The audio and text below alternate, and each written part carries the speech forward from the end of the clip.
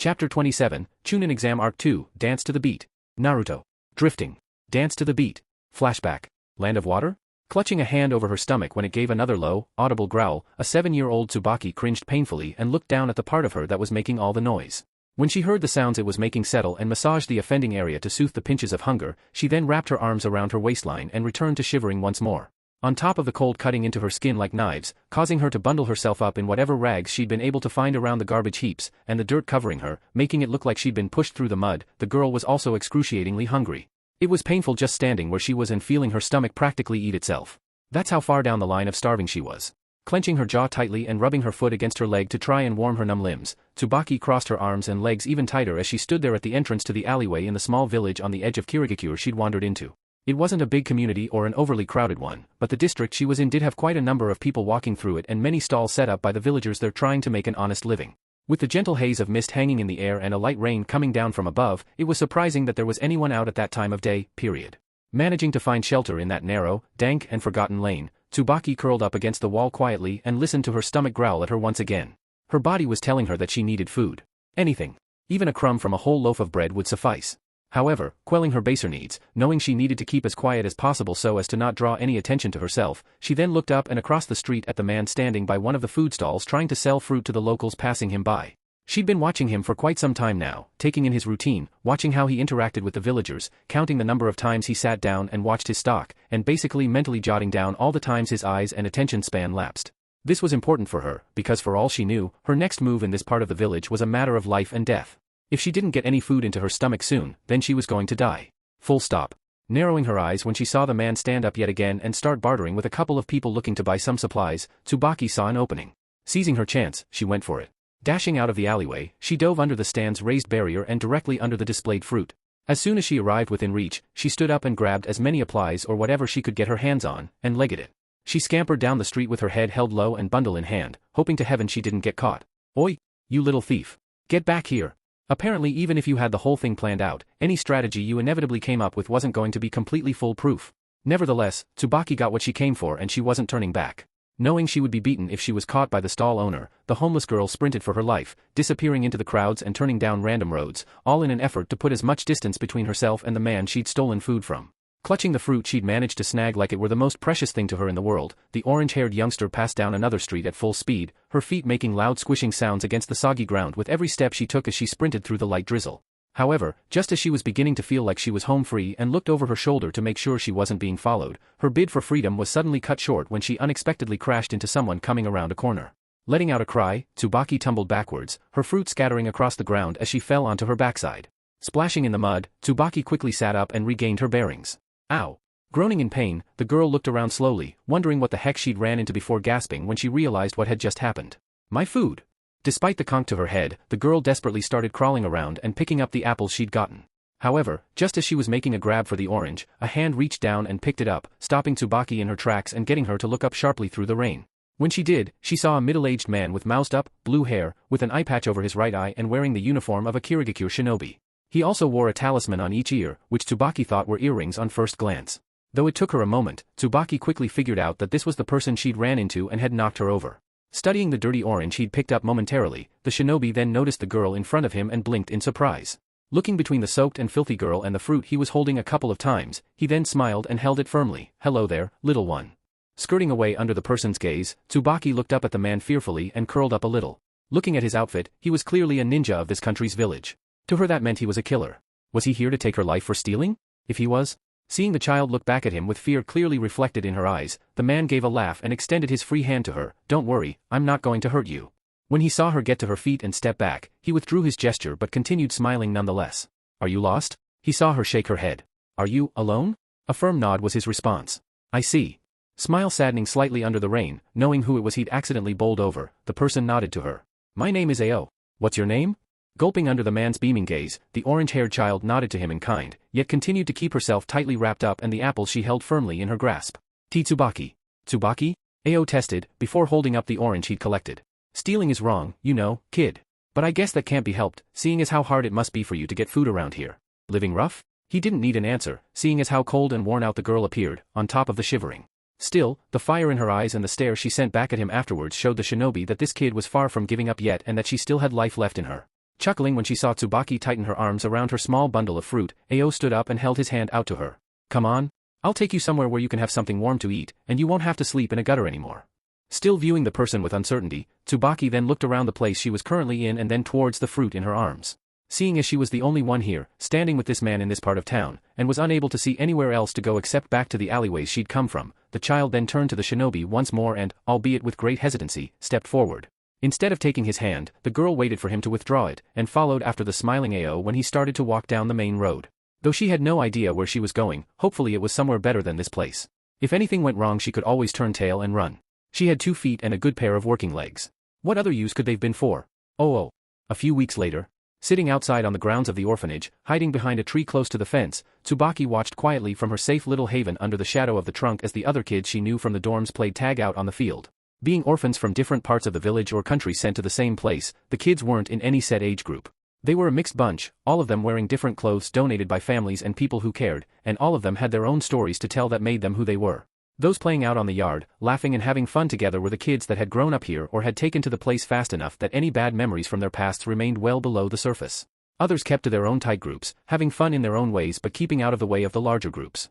And then there were the few that had only one friend and played games with them in their corner, and pretty much trying to have fun in their world. Though Tsubaki had found refuge here in this small institute on the edge of Kirigakure, with food and a warm place to sleep, the girl still hadn't grown completely accustomed to the inner workings of the place. For one, she didn't want to hang around for too long with the other kids.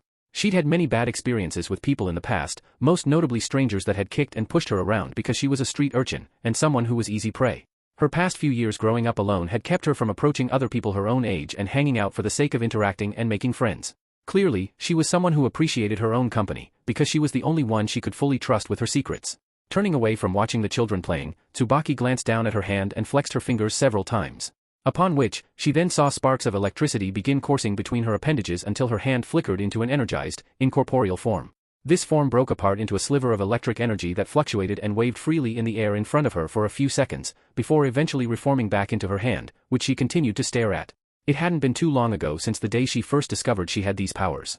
Since then, she'd done a very good job of hiding them from the others and practicing with them.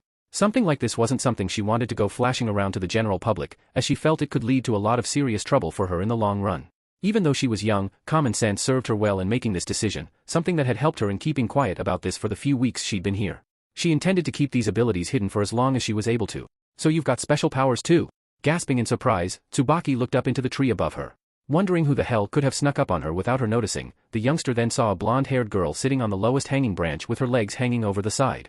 Dressed in an oversized jumper and dark pants with patches on it, the girl with the bright eyes and incredibly long, wild hair grinned brightly when she saw the startled orphan at the base of the oak look up at her. Upon which, the newcomer quickly swung around the tree, dangled there from one arm for a bit, before dropping to the ground directly in front of the seated Tsubaki. Crouching there in front of the youngster, the smiling, energetic child with the wicked, golden locks beamed and bounced excitedly on her toes. That's so cool. Show me again. For several moments the two just looked at each other silently, with Tsubaki staring at the stranger with a straight face while the other waited eagerly for a response. However, when she got none, the blonde figured she knew what the issue was and grinned again. She then held out her own hand, and showed her fingers and knuckles to the orange-haired one sitting up against the tree in front of her. Hey, don't worry. I won't tell anyone, the newcomer chirped when her limbs suddenly became covered in cold, black metal right before the other girl's eyes. I've got special abilities too. See. Blinking in amazement, Tsubaki reached out and tapped the almost synthetic-looking appendage the girl was now showing her, feeling the cold ping of steel under her fingertips. After touching it a few times and assessing the material, the orange-haired orphan then looked back at the beaming one with yellow hair and, adhering to her earlier request, raised her hand. Just like before, Tsubaki allowed sparks of electricity to shoot over it again, a sight that had the stranger awe and stare at, and continued to do so until the light show eventually ended. Wow, the blonde murmured, before a wide grin crossed her face once again. I'm Kyoko. What's your name? A bit surprised at first by the sudden introduction and the volume of it, the more sedated child gave a slight giggle and smiled in a clearly more chipper mood. My name is Tsubaki. The happy greenhorn, Kyoko, tilted her head curiously as she looked the orange-haired one over. How long have you been living here? Only a couple of weeks, Tsubaki replied while bringing a knee up and wrapping her arms around it. What about you? A few days? Did your mummy drop you off? Tsubaki gave the girl a strange look. No. I was found wandering the streets by a ninja from Kirigakure. He took me here and told the manager lady to look after me. Oh. So, you don't have a mummy or daddy, Kyoko murmured, before plopping down on the grass. After a few moments of trying to keep a composed and bright outlook, a sad expression then overcame the blonde child and she looked down at the grass in front of her, before deciding to pick at it. At first confused by Kyoko's sudden change in moods, Tsubaki soon learned why her visage saddened so unexpectedly when she continued to speak. My mummy took me here. She said that because of my special powers, the people from my village would be afraid of me and that if Daddy ever found out about them, then he and his friends would try to kill me, so we ran away. Tsubaki stared at the girl for a minute and tilted her head at her. Your mum left you? Kyoko nodded, feeling tears appear under her irises and brushing them out. When she panned back up to the girl now looking at her through sympathetic eyes, the blonde gave a small grin and continued in a softer voice. She said that I would be safe here, and that if I'm nice to people and if I keep on smiling, then everyone I meet will like me and I'll be able to make lots of friends, even with my special powers. Really? Yep. She also said that if I become big and strong, then someday I will be able to change this country and make it good again. She believed that I could do it. Her smile then faltered a little when she looked across at the girl staring at her seriously, before starting to rock back and forth nervously under her gaze. Do you like me? Remaining silent for a few moments, Tsubaki considered the newcomer in front of her. She was a little bit strange, acted completely carefree and was ridiculously cheerful, even for someone her age. She was new to the orphanage, and above everything else, it was quite clear that she really liked talking to others. Even though she'd been left here by her mother, it had all been to protect her from people who would want to hurt her, all because of her powers. In a way, she was very similar to her. The only differences between them that Tsubaki recognized were that the blonde didn't lose her parents in a battle and was left to wander the streets to fend for herself. Not to mention the fact that she was a lot happier than her and actually had a few last words with her mother. However, looking down at the girl's hand and then her own, Tsubaki also realized that they both had something in common with one another. They both had a special power that normal people in this country would be afraid of, and something that they would try to eliminate from the world. It was this fact that had the orange-haired girl's immediate interest in Kyoko, which she wasn't afraid to address in the form of a small smile and a nod. You're weird. Balking at this response, Kyoko puffed her cheeks out indignantly and scowled. "Mo. I don't mean to be." Tsubaki giggled a little and wrapped her arms around both her legs when she pulled them up to her chest. But, even though you're a little bit weird, I still think you're really nice. Blinking in surprise, Kyoko stared back at the girl momentarily before giving her a bright grin. After which she then laughed, a response that she then shared with the girl across from her leaning against the tree, who giggled under her hand. Oh. Some years later? Standing around a class of 40-plus children, all of whom were lying scattered across the courtyard floor and groaning from various bruises and burns that had been inflicted upon them, a perfectly fine Tsubaki panted heavily as she wiped her hand across her forehead. Flicking away the sweat that had accumulated, the girl looked around at all of the boys and girls she'd managed to take down in their little skirmish, leaving her the only one left standing in the group of academy students. You could tell it had been a fierce fight between them. This having been a test and all, the kids had clearly fought their hardest to stay as far into it as they could, before eventually succumbing to the pressure of the undisputed victor. Positioned on the sidelines of the small arena with notepads in hand, a couple of Chunin-level shinobi from Kirigakure could be seen standing side by side with one another and observing. Next to the two instructors, there also stood a large man wearing sunglasses, a bandana and had three distinct, broad, blue striped markings on his face. He also wore prayer beads around the standard pinstripe turtleneck top with a dark blue robe over that with a light blue trim. Alongside him, there also stood an equally tall man with blue skin, shark-like characteristics, wearing a dark Kirigakure uniform with a large sword wrapped in bandages sheathed on his back. The two imposing individuals looked upon the scene of the young girl standing above her fallen teammates with intrigue. After seeing the battle that had transpired, you could say that they were mildly surprised that a kid so young could take on a class of much older and supposedly stronger teens so handily. Chukichi smiled. Well, she's an interesting one. Superb reflexes, excellent sense of timing, impressive speed, especially for a beginner, and her intelligence is also quite remarkable. He then glanced across at the blue-skinned man next to him. What do you think, Kisame-san? The jonin wielding the enormous weapon gave a short chuckle while leering across at the orange-haired youngster. When he saw Tsubaki turn and look back at the proctors, and saw the Chunin scribble down more notes to add to the material they'd already collected, the swordsman responded in kind. I think I may have found my new muse for the next few months. This got a chuckle from the other jonin present, before Chukichi looked back to see Tsubaki step over the injured bodies towards them. Just take it easy, and play nice with her, alright. You don't want to piss her off like you did Mangetsu and his brother while you were showing them the ropes. If you're not careful, this one might actually come to bite you in the ass. Humph. We'll see, Kisame chuckled, stepping forward when Tsubaki stopped in front of the four proctors. When he saw the girl look up at him, the blue-skinned swordsman placed his hand on top of her head and ruffled her orange locks. You're pretty tough, kid. That was a really good show you put on for us out there. Do you want to become a shinobi of Kirigakure someday? Tsubaki didn't need to be asked twice. She nodded affirmatively in an immediate response. Yes. Well then, how would you like to hang around with me for a bit and put those impressive skills of yours to better use? Kisame asked with his characteristic, shark-like smirk. Blinking in surprise as she looked up at the current leader of the 7 ninja swordsmen of the mist giving her the toothy grin, the orange-haired youngster thought about his offering for a moment. Considering the opportunity to learn under one of the village's best and the skills she could accumulate from it, Tsubaki then gave a small smile of her own and gestured firmly with her head. This brought on another chuckle from Kisame. My training is pretty rough. But give me a few months and I'll turn you into something truly terrifying. Oh. A year or so later.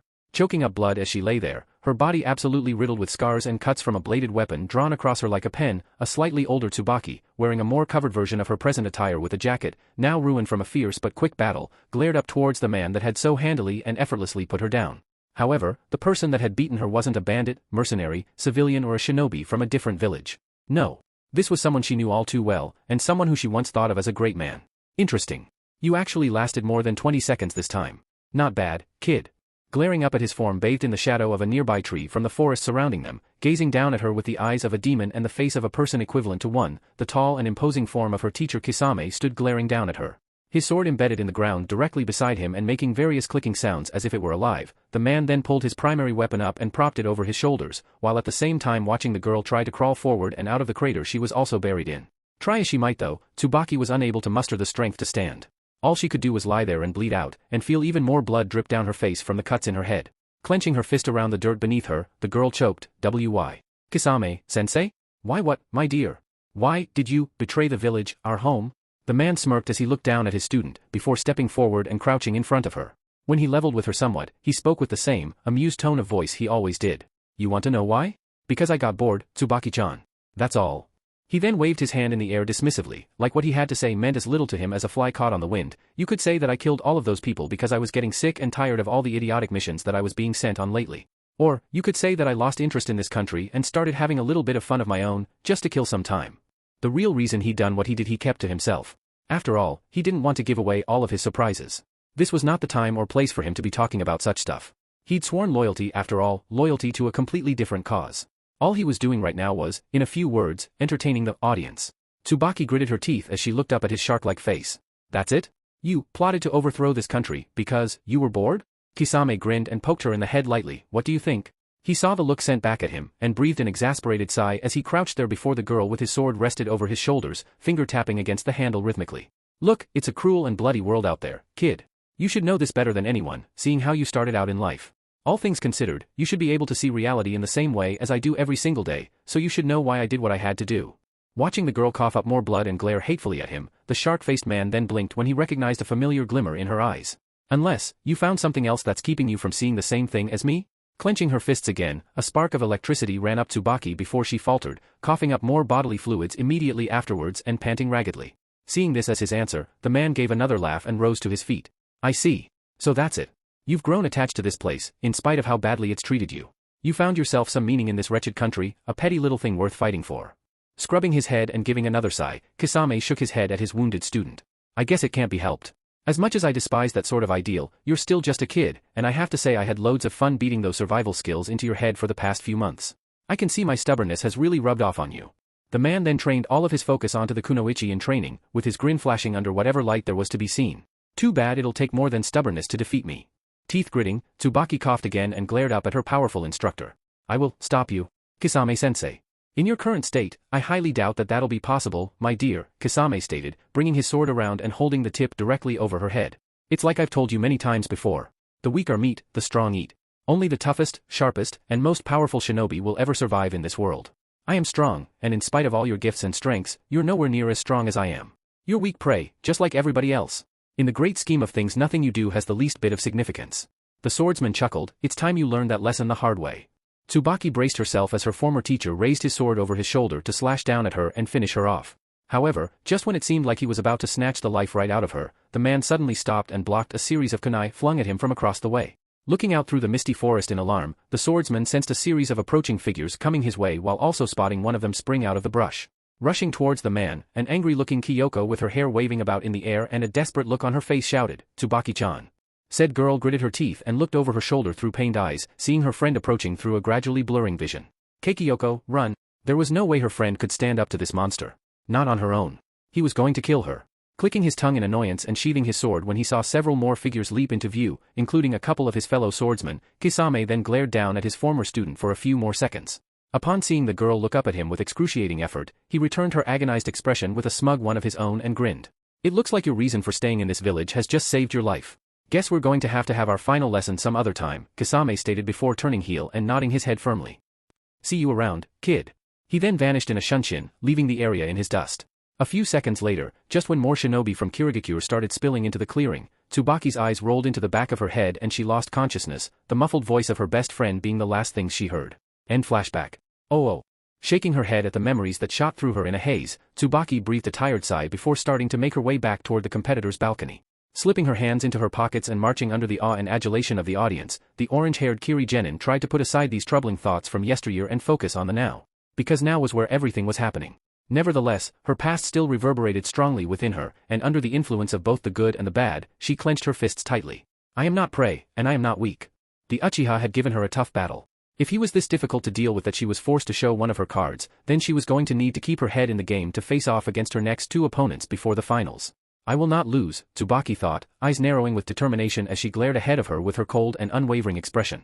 I will be strong, not just for myself, but for Kyoko-chan, Utakata-kun, and my village. I will become strong enough to protect them from men like him. There's no way I will fail, not here. Oh. Stadium, Team Instructors Section. Biting his teeth together, Gunma glared out at the scene of Tsubaki walking across the field while Sasuke was carefully lifted onto the stretcher for transport. After everything that had gone on, their entire section had gone deathly quiet. What the heck happened out there? Did Sasuke screw up his attack? Kiba asked, looking a little bit pissed off himself. Upon seeing the girl stomp over yet another competitor while barely breaking a sweat, you could say that the Inuzuka's mood was quite livid. His expression of outrage matched that of his companions, who barked and growled as he saw the teen in question vacate the area. How could he mess up? We saw the whole thing. He was right on the mark. Perhaps he lost focus through the execution and was unable to maintain his technique in the follow-up, Shino suggested helpfully. Maybe he released it unintentionally. Byakugan activated, Hinata shook her head. No. I saw it. His chakra flow was perfect and he hit Tsubaki with everything he had. The attack should have gone right through her. But she stopped it, and everyone in the aisle turned to her, since she had clearly the best perspective on the situation. But what? Kiba asked. Hinata's fists clenched as she glared out over the ring, the veins of her jujitsu pulsing. It's strange. The moment his technique made contact, all of his chakra got sucked into his opponent, like it was absorbed. Absorbed? Kurenai murmured, only for her eyes to widen before she turned back to the stadium center. Wait, don't tell me, can that girl absorb chakra? No. I don't think so, Asuma murmured, rubbing his chin thoughtfully. If she was able to absorb chakra, then all of those fire release techniques Sasuke used before would have gotten sucked into her as well. Every other attack thrown in her direction just passed right through her, like she was a ghost. The only jutsu she absorbed and actually made some sort of contact with was the Chidori. Chidori is a lightning release technique, isn't it? Guy asked, turning to Kakashi to see the man had watched the whole scene with his Sharingan. Eyes narrowing on his rival, the man in green continued on with an idea evident in his expression. You don't think it's plausible? Kakashi said in a low voice, pulling his headband back over. Both he and Guy had a theory, something that Anko, Asuma and Gunma quickly came to recognize from their faces. However, they set the matter aside for the time being, so as to watch how the rest of the tournament played out and confirmed their suspicions. While the Jonin were left to ponder over this development and the mystery surrounding the Kirigakure team's heavy hitter, the Genin who had been knocked out of the competition in the first round and were sitting in their own aisle near the others still in the game were looking down at the arena with expressions conveying varying levels of upset and displeasure. Sakura and Ino in particular were deeply shaken by the results of the battle, while everyone else felt a grim sensation come over them as they watched Tsubaki return to the box and to her team. After seeing the victor eventually leave the sight of the cameras, the two ardent Uchiha supporters then jumped from their seats and ran off to the sickbay to go see if their idol and crush was going to be okay. Stadium, competitor's balcony. Breathing out in a disgruntled manner, Shikamaru rubbed his head. It looks like even Sasuke wasn't a match for her. This is bad. The Uchiha was viewed as a smart, extremely talented, and strong shinobi who was touted to win this tournament at the very start. But with the conclusion of his latest match and the results displayed as clear as day upon the board for the entire world to see, and even though he put up a fantastic fight, it seemed that there was an even greater prodigy amongst them. And to top that off, she's a monster. He made sure to keep these comments to himself as he, along with the other genin up there, watched as Tsubaki walked on in through the balcony's main entrance and strolled over to her team. Moving past the Konoha contingent that remained, her presence caused a chill to run down the group's spines at the sensations they received from it. Topped with the fight they just witnessed, it was no wonder they were all stricken with concern. Tayuya, Shikamaru and Samui in particular, all of whom glared after the orange-haired Kunoichi when she returned to her teammates' sides. The same could be said for the two Suna members still up there with them. The only one who wasn't showing the slightest bit of worry was Naruto. Instead of regarding the Kiri team's presence with concern, he merely showed a hint of interest and a positive flare in his gaze as he cut towards them briefly before turning back out to stare at the stadium. Eyes twinkling, the Uzumaki was barely able to contain the excited grin that came across his lips, but made sure to keep it out of view of the others as his fists clenched tightly. Sasuke couldn't beat her, he couldn't even touch her, that means she's super tough, the Jinchuriki exclaimed in his head, calming himself down enough to raise a fist and glance briefly over at the Kirigakure team. I'm going to be fighting Kyoko next. If I win, I just might end up facing Tsubaki, unless Samui moves on to the next round and beats her first. Of course, he held every bit of confidence in him that the girl from Kumogakure would do insanely well. After all, she was the coolest character there. And from the way she'd fought, he knew she was also one of the smartest. She could figure out a way. Speaking of which, the voice of the proctor suddenly blared up over the speakers. Could Utakata and Samui make their way down to the center ring, please? With the next two names announced, all attention from the competitors and the crowd returned to the tournament's procession. With the shock of Sasuke's defeat lifting, albeit barely from all those adamant supporters of the clan's only surviving member and resident genius of Konoha, everyone looked to see the next two participants step up. While Utakata from the Kirigakure squad walked past to make his way down to the pitch via the main exit, Samui stretched her neck and massaged her shoulder soothingly before moving up to the guard rail. Once she was done warming up, she gripped the metal bar and looked over at Naruto, Tayuya and Shikamaru standing beside her. If I win this one, I'll be moving on to fight that Kirigakure Kunoichi in the next round, she informed with an unchanging, serious visage. I don't intend to lose, not until I face you. It was then a smile sprouted on her face when she nodded towards Naruto, who looked back at her curiously for a moment before grinning as well. He gave the girl a respectful nod. I'll meet you in the semi-finals then, Samui-chan. Beaming, Samui turned and prepared to head out. However, before she could mount the guard rail, she paused. Hang on. I forgot something. When she stepped off, everyone wondered what it was that was keeping her from leaving, but all of their confusion stopped dead when the blonde turned around, grabbed Naruto's face, and unexpectedly kissed him full on the mouth. For a few seconds the pair stayed like that, with Shikamaru's jaw hitting the floor and Tayuya looking at them in shock. Eventually, the girl released the bewildered Naruto, who gazed at her with red in his cheeks as she returned his expression likewise, but with a fond smile in play. She bowed her head to him gently, for luck. That said, she turned heel and sprang off of the balcony, diving down to ground floor where she landed gracefully, and then began sauntering her way out to the middle with confidence. Well, that was out of the blue. What just happened? The stunned Jinchuriki of the Kyuubi stammered in his head. Remaining speechless for a moment, Naruto slowly processed exactly what had happened before turning to the others standing next to him. While he saw Tayuya was smirking devilishly at him and Shikamaru was absolutely confounded, glancing across the way, he not only saw the stunned look from Temari and the glare from Gaara, but also the shocked looks from the two Kiri girls that were still present. Apparently even the stoic could be swayed by unforeseen circumstances. Their gobsmacked expressions had Naruto laugh nervously and turn to rest his head on his hand while he leaned atop the railing. Yeah, something tells me I'm going to be getting an earful from a few people when I get home. Oh. Stadium, Kage section. While the crowds looked on silently at the recent picture taken of the competitors leaving the balcony and the events that transpired thereon, the village leaders were currently in the process of trying to figure out how the hell the blonde-haired runt from Konohagakure had two girls from different countries pretty much steal first base from him and had done so while in the presence of the other. The sight was just as unfathomable as the abilities they had seen been displayed down in the arena. Eyes wide like saucers, Inoki clicked his tongue. Huh? Yeah, the fourth Kazekage cleared his throat.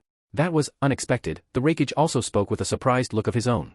Hiruzen, who was known for being the best presented even in the worst occasions, was unable to stop the pipe from falling out of his mouth and hitting the ground.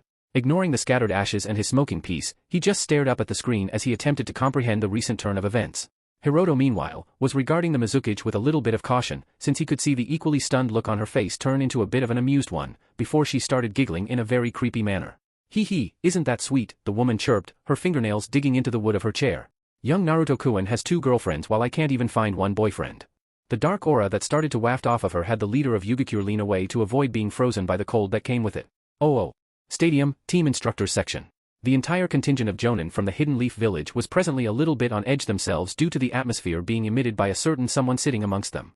While it was well known within their ranks that Guy would normally be the one who stuck out the most in a crowd, in a surprising turn of events, it was in fact the quietest and surest one amongst them that was giving everyone their current cause for concern. This came in the form of one Hinata Hyuga sitting in between Shino and Kiba, who was at the moment staring up at the screen with a blank gaze, fists tightly clenched on her lap, and a weird, very un-Hinata-like smile on her face. The fact that a shadow had fallen over her gaze and she was emitting a visible, purple aura wasn't helping everyone relax that much. The Jonin were all looking warily at her, including Kakashi and Guy. The Hyuga giggled as she tilted her head to the side while she staring unblinking at the television screen. Oh, Naruto-kun has two girlfriends. That's nice. At that moment, the face of a demon suddenly appeared to hover behind her, getting everyone in the area to scoot over a tad when its red pupils flashed dangerously. Why didn't he say he had two girlfriends, and why didn't he ask me to be one of them? Her head then rotated like a doll's and her unmoving gaze fixed on the brown-haired Inuzuka next to her. Kiba-kun, why does Naruto-kun have two girlfriends? Sweating up a storm, the Inuzuka leaned away while holding up his hands. Even his partner Akamaru whimpered nervously. Hi Hinata, can you please stop doing that? You're scaring the shit out of us. Meanwhile, some ways over in the other aisle where the former competitors were sitting, every individual there was also staring with mixed expressions of shock and disbelief at the Jumbotron. A still-present Shiho, Kid, Kuratsuchi and Shiratsuchi were beside themselves, mouths moving but words failing to escape their throats. Omoi was also appearing stunned, but not as much as Karui beside him who had dropped the drink she had been holding when she saw what was going on in the competitors section beside them. Niji on the other hand, composed as usual, looked over at Tenten with a bit of concern when he finally managed to get it through his head the situation at hand. While everybody else was losing their heads and whatever was currently on their person, he was the only one keeping it real. Are you okay? Processing the scene quickly, the shuriken user gave a slight laugh and smiled back at the Hyuga prodigy of her team. I'm alright. Just a little surprised, is all. Oh. Konohagakure, Chunin Exam Stadium. Meanwhile, many miles away, Jiraiya, who had previously just been watching the screen with rapt attention, had suddenly pulled out his little writing pad and was going batshit crazy over it. With a lecherous grin, the man scribbled furiously across the pages the abundant amount of ideas that had suddenly come to his head. It was like Kami himself had unlocked the iron gates inside of his brain and was letting all of his potential concepts and inspirations run free. They poured down upon him like much-needed rain after a serious drought. The possibilities were infinite and all that kind of crap, and the man loved it. Kid, you're going to make me the greatest author on the face of this planet, Jiraiya practically shouted, continuing to flip through the pages one after the other. While he was doing his thing, over in the front row, a lot of the villagers there had to move away a bit due to the increased presence of a certain two girls. One of them, the purple-haired one in bandages, was giving off a very unpleasant aura and had cracked the seats with her fingers from how tightly they squeezed the surface. The second one was the raven-haired girl, who was glaring hard up at the screen with a twitching eye. Let's see if I've got this straight, Kin murmured. Naruto-kun gets kissed by a girl I've never even met before, while I've known him for over 2 months and haven't even said anything about my feelings to him. Isaribi immediately led off, looking absolutely discolored. It seemed out of character, but the truth was that a girl's rage was an unguided weapon that could be fired by anyone with an itchy trigger finger. Her fists clenched so tightly the bones in her knuckles audibly popped. When he gets home, I'm going to have a really long talk with him. Kin, who'd had her own rant cut short before it could gain any traction, breathed a deep sigh and nodded, yeah. While she didn't say it out loud, the raven-haired Kunoichi was quite livid about the situation as well. Though as to the reason why, she didn't want to think about it. What the blonde idiot did in his free time outside of the apartment was none of her business, even if it did irk her for some preposterous explanation. She allowed her flaring temper to settle and returned to her normal self seconds later. Stadium, arena. Clearing his throat at the passing of the rather remarkable scene, Tenga drew the crowd's attention back in and raised his hand. Match 6 between Utakata of Kirigakure and Samui of Kumogakure, begin. With the whistle blown, the final fight for this round of matches began under a chorus of cheers and whistles from the crowd. Jumping away, the proctors gave all the room needed for both genin to start scrapping, which they were all too happy to proceed with, seeing as how the last few fights had been on such a large scale, the biggest having been Naruto and Temari's Tornado Festival in the center hill, which was now long gone. They'd had to move them over to another flat area where everyone could see them. The arena had really taken a pounding from all the competitors fighting each other on top of it. With the area cleared and no one to get in their way, both cool-headed competitors stared one another down, with the boy in the blue robes narrowing his eyes on the stoic gaze of his opposite. Pulling his bubble blower out from the obi wrapped around his waist, he held it to his side, out of sight under the length of his sleeve, while at the same time making sure to keep his foe fixed squarely in his sights. This one was smart and deceptively quick. He didn't intend to make any mistakes with her. From what I gathered from your last battle, you've probably already worked out a strategy to defeat me, Utakata spoke calmly, bringing his pipe up and taking aim. I'll be sure to keep this battle at my distance to prevent you from executing it. Without even taking a breath, he blew through his chute and sent a stream of large bubbles flying at speed towards the blonde-haired Kumogakure ninja. The Kunoichi responded quickly, leaping straight into the air to dodge them. She'd seen what those things did when they made contact with an object. As she expected, the stream of bubbles he sent at her exploded when they hit the ground, the force of the simultaneous blasts ripping the space apart. While focusing on the spot she'd previously been standing, she missed the bubbles flying at her above the cloud of dust formed from the opening assault. Looking up at the last second, she crossed her arms over her face and curled up, a split second before the attacks smacked into her. When they exploded, they ripped into her and sent Samui blasting backwards through the air. Letting out a cry, the blonde hit the forest canopy and crashed through the branches one after the other before hitting the ground. From his position, Utakata saw her landing. He also saw when her body went up in a puff of smoke and revealed a log lying in her place with a cracked surface. This had him furrow his brow before looking behind him when he heard the sound of footsteps and saw the Kunoichi just feet away, swinging in at him with her tanto. Alarmed, the boy swayed out of the way from the first blow and ducked under her right cross, before crossing his arms over his chest to block the kick that she followed up with. The blow knocked him off his feet with a crack, but after a short flight he flipped and landed back onto his feet, sliding to a stop. Immediately upon stopping, Utakata used his bubble blower and launched a wall of the airy substance straight at his opponent, who barreled out of the way to avoid the attack that would have knocked her into the next clearing. Every one of his individual bubbles had the force of a kick behind it and the capacity to knock her down if they hit her. The fact that he blew them in such vast quantities meant that a single stream could cause some serious damage if she didn't defend herself properly. Upon rolling successfully out of the way, Samui drew a set of shuriken and threw them across the range towards her foe. The Kirigakure Jinchuriki moved out of the way and responded with another stream of bubbles, trading projectiles from her with his own barrage that drifted towards his target at a surprisingly fast rate. Jumping backwards from left to right and following a non-linear path, Samui avoided the attacks that racked the ground with pummeling hits. After falling back enough, she then jumped out of the way when a large bubble floated down from above and smacked into the ground, exploding with concussive force. The force of the blast was enough to send an evading blonde tumbling away. When she slid to a stop on all fours, she looked up with a slightly grungy look and frowned. He dislikes close combat, but he covers up this weakness by being able to dodge well and harry his opponents around through use of his bubble-style ninjutsu at long range. He could launch so many of them at the same time it was close to impossible to keep track of all of them. While bubbles could be seen at a certain range because they distorted the light that passed through them, they were still transparent and were really hard to spot from certain angles. This made avoiding them a difficult chore. This had Samui furrow her brow. This will be difficult on open ground. I need to take this to an area where we'll both be at a disadvantage. With that idea in mind, the Kumo Kunoichi drew a kunai from behind her and chucked it, sending the blade flying straight towards her opponent. However, before it could reach the Kirigakure Genin, Utakata blew another, much larger bubble out of his pipe that enveloped him and surrounded his body in a round, transparent seal. When the kunai struck it, it bounced off, unfurling the paper wrapped around its handle, which detonated safely on the other side of the barrier. When the fire and smoke cleared, Utakata, now no longer covered by his shield, took in a deep breath before once again firing off a stream of bubbles at his foe. These ones scattered throughout the air above the field and traveled much faster than his previous attacks, before all of them converged on his foe's position. When they came within range and surrounded the blonde-haired girl, he raised his hand and snapped his fingers. Suetun, Hamatsu no Jutsu. Water release, bubbles technique. The moment his fingers clicked, all of the bubbles he'd blown exploded simultaneously in a spray of moisture and the force of numerous paper bombs going off all at once.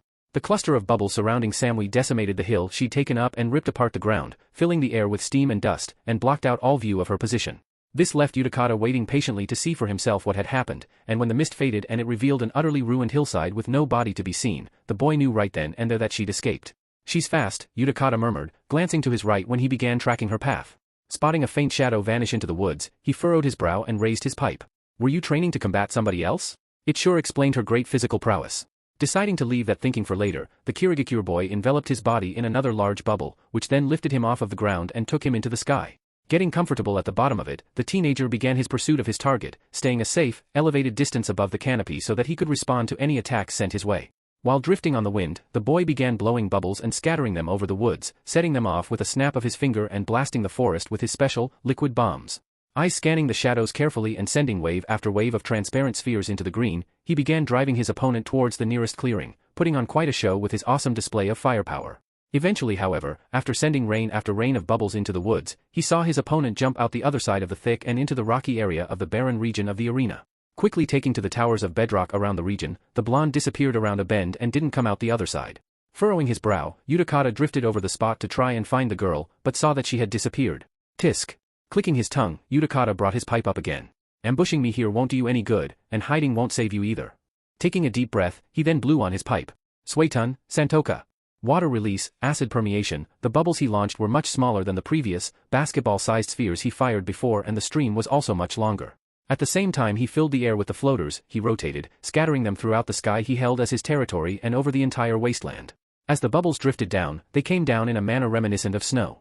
However, the moment they made contact with any surface and popped, instead of cracking or damaging the surface with force, the liquid it scattered burnt and ate away at the point of impact. Due to the high number of bubbles raining down, his technique began slowly eating away at the stone landscape, a loud hissing sound echoing throughout the stadium, with the audience watching as bedrock was literally dissolved under the cascading bubbles. The instructors actually winced at the volume and the toxic smell that came with it. Utakata continued blowing streams, intent on driving his opponent out into the open. The enormous amount of acid he was unleashing actually caused a couple of the smaller rocky mounts to collapse and a couple of unfortunate trees caught in range of his technique to fall apart.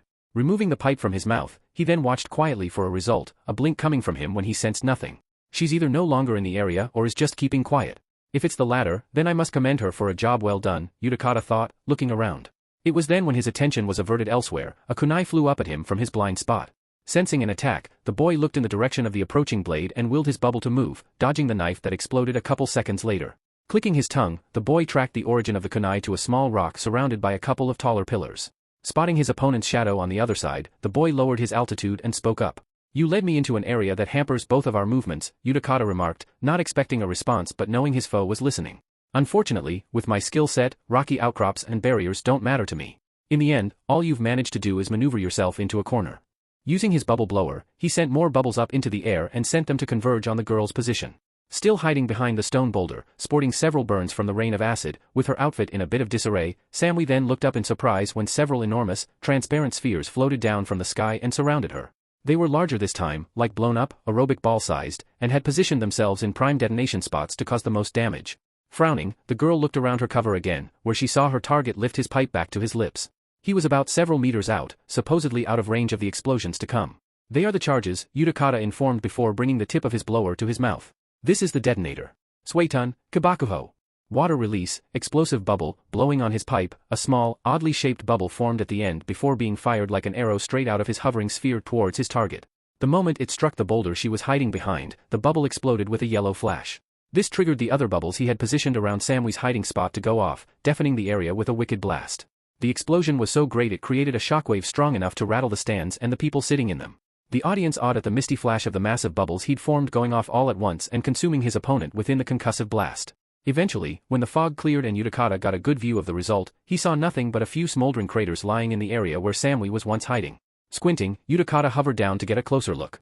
When he did, he was able to spot the tattered, gray top of his adversaries lying buried under the smoldering dirt. It had been ripped to shreds by his explosive bubbles and left utterly ruined. While the traces of his foe were all well and good, Utakata knew better than anyone that that kind of explosion wasn't strong enough to utterly disintegrate his target. He knew how his jutsu worked. That was not how it worked. Furrowing his brow, the boy continued surveying the area until he saw a trench that had been filled in by the explosions he had set but had previously been obscured from his view by the boulder he'd blown up. This trench sat behind the shirt and went right over the edge of a small, dried-up riverbed just behind it, which he thought he'd blocked off from his opponent with his larger bubbles. This immediately clicked with him when he reran the scenario in his head. Eyes widening, Utakata spun around in his bubble transport. Shit. She baited me. He immediately locked onto the tors behind him, which rose much higher above the ground than the others and were not too far off from him, and were within kunai throwing range. She escaped through a blind spot and the bubble explosions hit nothing. She wanted to make it look like I had her trapped. Eyes scanning the sides of the rock pillars, he then spotted a faint shadow shift up against the side wall. Focusing closely, he saw it was none other than Samui. And she was taking aim. Hugging the rock face on a narrow ledge, in a position no ordinary person would have been able to spot her, the kunoichi from Kumo had her right arm and index finger extended, with the base of her right hand resting in her left palm like she was holding a gun. However, the gun in this case was her finger, and she had it trained on the boy floating in the bubble a dozen or so meters away. Perfect. You stopped attacking, Samui said, one eye shut as she got him in her crosshairs. I won't miss this time. Raitun, Kasoku Tenso.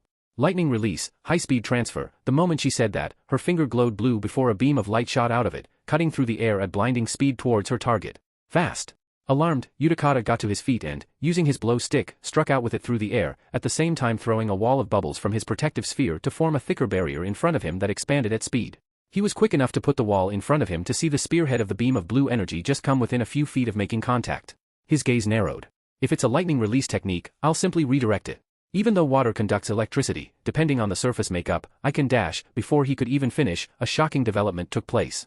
In the blink of an eye, the straight traveling beam of energy suddenly shot upwards just inches away from the bubble wall at a perfect, 90-degree angle. As soon as it reached the top, it turned again and continued along its previously horizontal route of travel, only it went completely over Utakata's head. The teenager had but a split second to follow it when, after watching it pass overhead, it shot downwards behind him and then changed course again, all at 90-degree angles, and shot straight for his back. No way, the Jinchuriki thought in alarm while looking behind him just in time to see the beam of light pierce his bubble sphere and close the final feet of distance between it and him. It changes directions in mid-flight? The realization came too little, too late, as the beam struck him in the back before the bubble surrounding him could even pop. Oh. Stadium, competitor's balcony.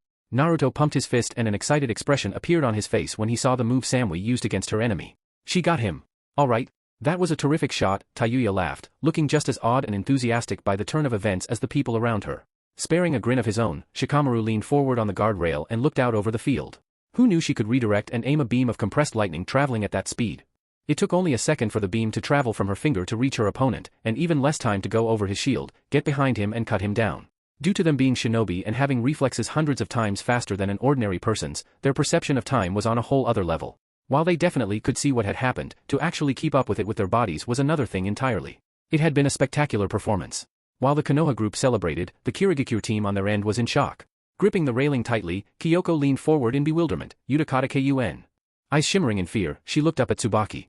The orange-haired girl, eyes wide, conveyed her own level of disbelief at seeing the scene and how it played out, before clenching her fists and gritting her teeth in frustration. There was no way he could dodge an attack moving that fast through the air.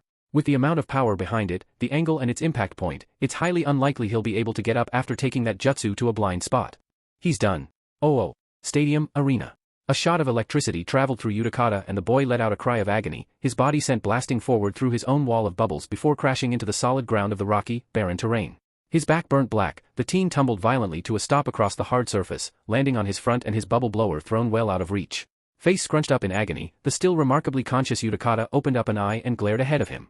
When he did, he saw Samui appear to him at ground level, wearing only her ninja mesh as her top since the other one was in tatters. When their eyes locked, the down Jinchuriki spoke, "How?" Samui smiled, "Simple. I lured you into an area where I would be able to use the terrain to my advantage and limit your field of vision. When I made you believe you had me trapped, I ducked into the dried-up riverbed to avoid your bubble explosion and swung around to take you from behind. When you descended to a low enough altitude, I pounced." She then held up the finger she used to shoot and blew on it. "That attack I used against you was my fastest jutsu, one that I made myself. It doesn't follow a straight line either, which you've probably just now realized." Appearing stunned, the shaken and pain-racked Utakata focused again, trying to maintain his consciousness. His back looked like it had been laid out on a barbecue and stabbed with a hot poker at the same time, and though he was considering it, he didn't want to draw on the powers of his Biju to win this battle. With the amount of damage he'd taken, he didn't think he would even be able to. Not at his level. And even if he could, he knew he wasn't able to control its powers yet. He was not willing to push his luck any further than this. "Why didn't you use such a move at the start?" The kunoichi smirked somewhat. "A smart ninja will always follow a plan. I would have shown my hand too soon if I'd used it at the outset of our battle and missed. Plus, it wouldn't have been as cool." The twinkle in her eye showed just how important that last aspect was. She smirked when she saw his body twitch. "I used enough chakra to break your defense and stun you. I could have killed you, but that's not the point of this exam. It's to show the judges and the audience how you act in an impossible situation and to show what steps you take to defeating your opponent." Looking at her one last time, Utakata then gave a strained smile before relaxing himself. "You really are dangerous." His eyes then shut as he allowed the sleep of unconsciousness overtake him. His fight was over. Jumping down into the area and checking Utakata's condition, Heiei then stood, cleared his throat, and spoke through the mic to the audience and announced the results. Winner of match 6 by knockout, Samui of Kumogakure. When the applause and cheers came down, and Samui was allowed to vacate the ring of her own accord, the proctor continued on as he called in for the staff to carry the Jinchuriki away on a stretcher. This match concludes the end of the first round for the day and will allow us to move into the quarterfinal segment. We will have a half-an-hour break period while we reset the stage and tally up the remaining competitors. Oh. Stadium, Kage section. "Now that was a good show," A chuckled, leaning back comfortably in his seat with his head rested on his hand and elbow on the chair's arm. "I knew Samui was good and all, but I never expected her to get this far in her development. She truly is a genius of this generation. That attack she used was very similar to Darui's storm release, laser circus technique, a fact the Raikage addressed by briefly glancing in his bodyguard's direction. The white-haired man in question smiled back in response. "She certainly is a cool customer. There's no question about that," the Kazekage stated while linking his fingers together and holding them up to his chin. From what we saw, she was able to take on an incredibly skilled and cautious long-range fighter, who was also one of the advancers from the Kirigakure team, and defeated him on her terms. Not only that, but he was also one of the Hidden Mist's 2 Jinchuriki. But the Biju or its powers didn't play a single role in that fight. It was all fought by the boy himself and done so under his own power. Hiruzen spoke up, looking over at the other leaders to see their expression steal under that bit of information. For a Jinchuriki to not rely on their tailed beast's abilities is a smart and level-headed way of battle. It means that they can fight using their own 2 hands as well as with their head. Now that's something to think about. Scrunching his face up a little, the Raikage nodded, albeit a bit reluctantly seeing as this was coming from the leader of Konohagakure. "I agree." Hiroto smiled at the leader of the Hidden Mist, who was gazing down at the arena with a warm glow on her face as she watched Utakata get carried safely out of the field. "You must also be incredibly proud to have such gifted shinobi in your ranks, Mizukage-sama." Hearing this, Edmei giggle and smile back at the kind leader of Yugakure. "Even though he lost, I'm pleased to see that my genin fought so well." Anoki, wrapping his fingers against the arm-rest of his seat, grunted while looking up at the big screen. When the chart was redrawn, they and the entire crowd were able to see the score and who was left in the running. Now that the competition had been thinned out and only the toughest and smartest of those fighting remained, it was now down to 6 participants. XXX. Round 2. Bracket 1. Match 1, Gaara vs Tayuya. Bracket 2. Match 2, Naruto vs Kyoko. Bracket 3. Match 3, Tsubaki vs Samui. XXX. 6 left, Anoki red, a small smirk forming, 2 from Konohagakure, 2 from Kirigakure, 1 from Kumogakure, and 1 from Sunagakure.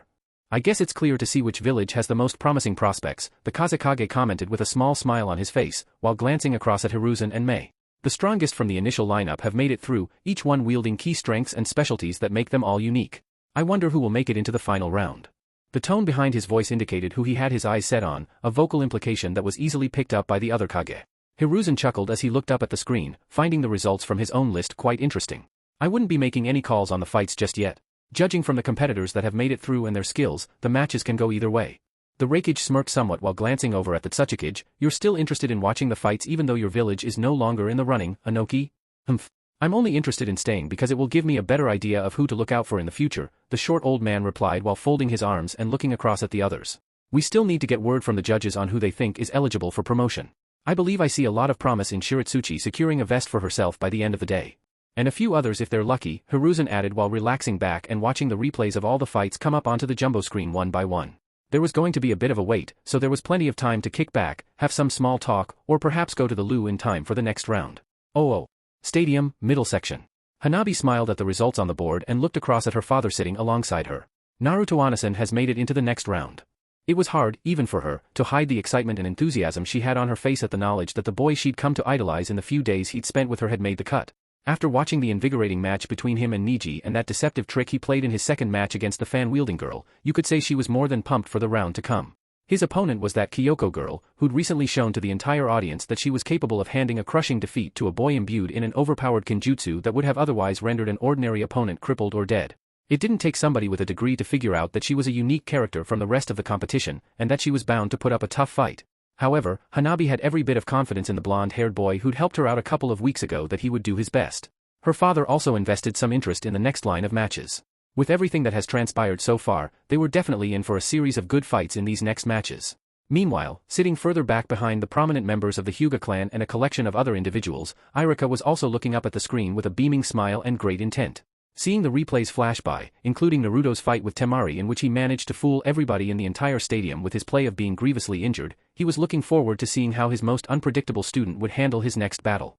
That Kyoko is going to be a tough nut to crack. I wonder how Naruto will work his way around her. It was a good question, but first he had the match with Gaara and Tayuya to watch next. There was bound to be some drama in that one. Much further up into the back row, Haku could be seen standing perfectly still by one of the support pillars looking down at the arena with her unflinching gaze. The girl with the massive sword on her back smiled as she watched the staff move about cleaning and decided to wait patiently for the next battle. Half an hour wasn't too long, but enough of a wait for the competitors to ready themselves for their next bout. Stadium, beside the competitors' balcony. Arms folded, Niji lowered his head. Next up is the match between Tayuya and the boy from the Sand Village. He's not going to be an easy one to beat, that's for sure, Tenten added with just as serious a look on her face as she painfully remembered her brush with the genin.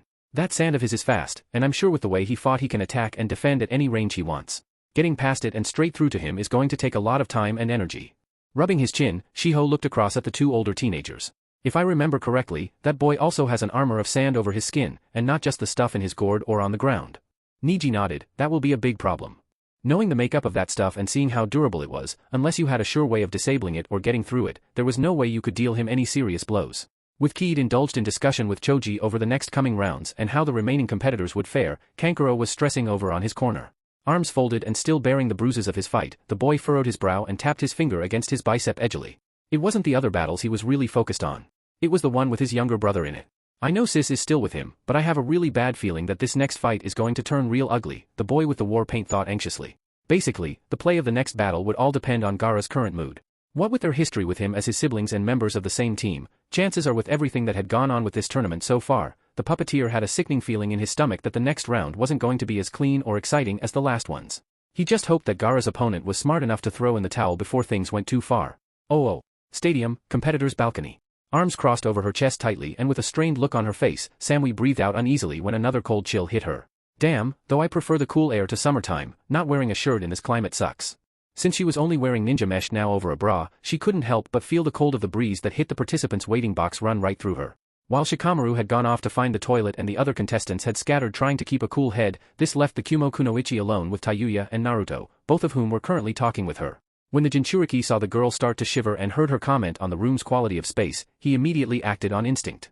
Unzipping his slightly dirty jacket, just like the time before at the waterfall, he stepped around Samui and draped it over her shoulders.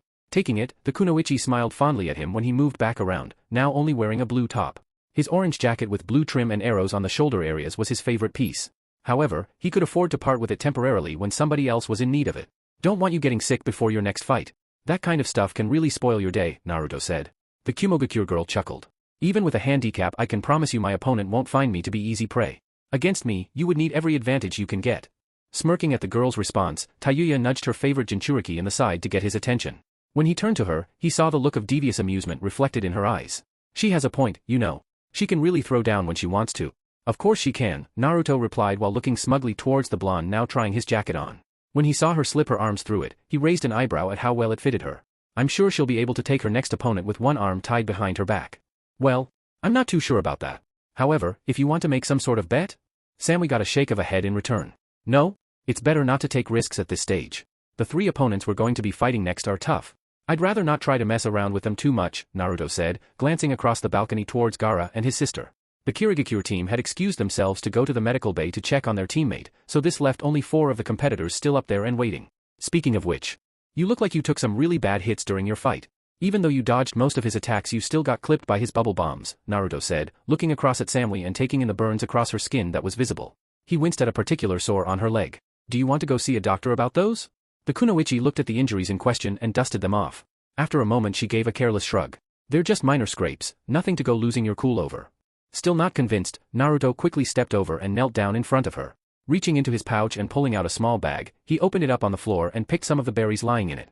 Squeezing the liquid out of them and smearing the gel over his thumb, he suddenly took her leg and rubbed it against one of the wounds. Samui recoiled a little at his actions. What are you doing? Natural ointment. The juice from these berries will help stop any infections and neutralize any acids left behind. I figured this out for myself after I kept falling out of trees learning how to swing and jump through them, and got poisoned by some of the plants that secreted corrosive sap, Naruto replied, working on the wounds he was able to find on her bare legs before grinning up at the Kumogakure genin. Though sometimes you can't help it on a battlefield, unless you have some awesome healing ability, it's best to treat any injuries like this as quickly as possible. You never know what kind of long-term effects it could have. Blinking in surprise, Samui smiled warmly and nodded, kneeling down to meet him and holding out her arm. Taking this as his message to proceed, Naruto went ahead and continued rubbing the stuff over the red burns. Once he was done with her arm, he then looked over his shoulder towards Tayuya, who was watching with a small smile. Do you need any, Tayuya-chan? Naruto asked, looking his roommate over. You didn't take any damage from your fight, but you should still sit down and have a rest. Giggling, the musician did as suggested and sat down right beside them. I burned more chakra than anything else, but physically, I'm in perfect condition. Could use with some food though. It was then as Naruto returned to checking on the damages inflicted upon Samui, the group was interrupted by a shadow falling upon them. Surprised, they turned to see Omoi and Sakura standing over them, the latter looking on with a bit of red in her cheeks and awkwardness in both her posture and her expression. Silence falling, the two groups looked at one another momentarily before the bright, pink-haired one decided to break the ice with a quick cough and a head shake. So, Sakura began, a small smile tugging on her lips when she looked at her teammate. 2 girls, both of them here. What's that like? Oh. She must have seen it on the television in the medical bay. No surprises there. When Naruto saw Tayuya and Samui look at each other and then smile towards him, they all shrugged and turned back to the new pair pleasantly. Cool, Samui said. Fun, Tayuya chuckled. New, Naruto offered helpfully. Omoi rolled his new sucker between his lips considerately and grunted, I think it's weird. He then glanced across at his blonde teammate to see her passive stare. Though I don't like prying into you about these things, I'm just curious, why him? This question was followed by a quick nod to the Jinchuriki. It wasn't just confusing because the guy clearly already had one girlfriend, seeing as this conflicted with things somewhat, he was also genuinely interested as to why his genius teammate would pick him. Considering the question and the boy it was referring to, Samui looked at Naruto momentarily before looking back at Omoi with a small smile. He's strong and cool, the rare kind, the Kunoichi replied, giving a slight shrug. You know how much I like that stuff. Finding it wrapped up in his character is only a bonus. The blonde could even say that after everything she'd seen of the Konohagakure Jinchuriki, she was deeply impressed as well as moved. She was perceptive and could see things about another person other people could not, and though others would find the kind of attraction she had unusual and hard to understand, Samui knew what she wanted more than anyone. It also helped that the redhead that was already with him was receptive about their situation, otherwise she wouldn't have done anything and remained quiet. And apparently Omoi wasn't willing to argue against it. He merely nodded at her answer and smirked. Scratching the side of her head, the pink-haired Kunoichi looked between the 3 teenagers that had taken the world by storm before turning to Naruto. How the hell does this thing work? The having multiple girlfriends or partners thing? Isn't anyone here jealous, or angry, or pissed in some way? She sure as hell would be. She wouldn't want to share her Sasuke-kun with anyone, especially that Ino pig. That was abundantly clear to anyone with any sort of history with her. Thinking for a moment, the Jinchuriki got a bit of an edgy feeling at the back of his mind and gave his teammate a bit of a sheepish look. Actually, I think somebody out there is pissed at me. I just have to wait till I get home to confirm my suspicions. But, for the time being, none of you are bothered by the fact that you're basically in a polygamous situation? Sakura asked prickly, pointing down at the boy trying not to look guilty while also panning across the others. Tayuya snorted at the girl's accusing tone of voice, drawing the newcomer's attention towards her and then smirking up at the Kunoichi when she had her gaze. Come on, Pinky. Look me in the eye and tell me straight up that if your Sasuke-kun wasn't such a brooding emo loner that he wouldn't be in several committed relationships at once as well. She could see it clearly, a smiling, dashing Uchiha with a more welcoming, lover-not-fighter personality, flirting shamelessly with the girls and popping out roses out of nowhere, and none of the other girls were at all bothered by the fact that they could share him. Now that would be an interesting sight to see. Too bad that kind of Sasuke didn't exist in this world and only served as a perfect subject of a loner. Sputtering, Sakura gritted her teeth and stomped towards the red head. Sasuke-kun's not like that. He would never be like that. Really? The guy's got so many girls following him around wherever he goes, he's basically got a laundry list of potential wives to choose from should the day finally come for him to settle down and start popping out little Uchihas. Have you seen the suburbs he goes to around the village? All of the girls his age practically fall at his feet whenever they catch a whiff of him in the area. She also noticed it while they were walking through Yubikure. The guy even had his own cheering section here in the stadium, something that Tayuya heard while his first round match was underway. Face it, Pinky. You can either fight the competition or go with the flow, or miss out on the chance altogether, but that's your choice. Samui, sprouting a smile, shuffled over to Naruto's side on the floor and laid her head against his shoulder like she was lying against a couch in her living room on a regular day. I agree. It's too much of a hassle to fight, and wastes valuable time and energy. Naruto-kun is a strong ninja and probably the only member of his clan remaining, so I'm sure a man of his level of ability can handle more than one woman. This statement alone got a new shade of red to cross the boy's face and forced him to look away from the prying eyes of those focusing on him. Choking on words, Sakura tried to come up with some sort of retort, but was just unable to when she saw Tayuya and Samui lay their heads against either of her teammates' shoulders. While she was standing in place and looking speechless, Omoi breathed a sigh and stepped forward, holding up a bag of what the group on the floor immediately identified as food. Anyway, we bought you some yakisoba from the stalls inside. We figured you might be hungry, the boy said with a growing smile. Better to fight on a full tank than an empty one. If you don't have fuel to burn, you end up stalling and losing strength. Wouldn't want that to happen to you unless your main intention is to faint in the middle of the ring. He then looked up thoughtfully. Actually, maybe that's a good thing considering who you're set to fight next. I mean, that Gaara kid is one thing, but that Tsubaki girl. Omoi, Samui spoke up, interrupting the boy from a potential rant. When she saw her squad mate look at her in surprise, she smirked. Food? Oh, right. Sorry. Chuckling, the youngster stepped forward and held it out for his teammate to take. When she did, he passed both her and Naruto a smile. Look, though I'm normally chattier about these sorts of things and am a pretty pessimistic person at times, I also like to keep an open mind. As long as my teammates are happy, then I can move on with life without any worry or concern. He nodded towards the Jinchuriki in question. Treat her well, alright. She can be very surprising when she wants to be, and though her tastes are a bit of a mystery and her interests are just as confusing, I know she's pretty firm about stuff like this when she wants to be, and I don't like getting in the way of our squad's rising prodigy. When she wants something, she gets it. Chuckling, Naruto nodded in understanding to the boy. Sure thing. Omoi then laughed a little nervously and followed up with another statement. Karui on the other hand is not. She'll probably beat your ass over this when she gets a hold of you. Yeah, I'll keep an eye out for her. While Naruto, Samui and Tayuya opened up the noodles and Omoi stood back, Sakura looked on with interest over the group as they started to eat. While doing so, her entire world went silent as she simply watched the three teenagers talk with one another and have lunch, with the redhead amongst them saying how good the food was and asking the boy who gave it to them which stall he got it from. After that, they began making quick comparisons between the noodles they're used to having and what the differences were. When Sakura saw them acting pretty much like a normal bunch of friends with no underlying tones or intentions behind it, it made her completely forget about that whole kissing thing on live TV and brought a smile to her face. If they were comfortable with this, no matter how strange and illogical other people found it to be, as long as they enjoyed their time together, then she had no complaints to make. It was just one of the things she'd come to accept of Naruto's personality. He was someone with the capacity to earn the affections of a lot of people. That was him in a nutshell. Samui looked up from food momentarily and back up to the pair standing before them. Where is Karui, anyway? And how's everybody else doing? Naruto followed up. Omoi chuckled and thumbed over his shoulder. Karui went down to the snack bar and is ordering a ton of food. You know how she eats when she's angry. After which she then goes out to practice kenjutsu like crazy, burns off the calories like she didn't put any on and starts cutting through shit like they were butter. It was just her way with coping with situations that were otherwise unfamiliar, aggravating, or completely beyond her comprehension. The Konoha and IWA guys are doing alright too, except for one of them. He's probably still in the hospital. That was Akatsuchi if he remembered correctly.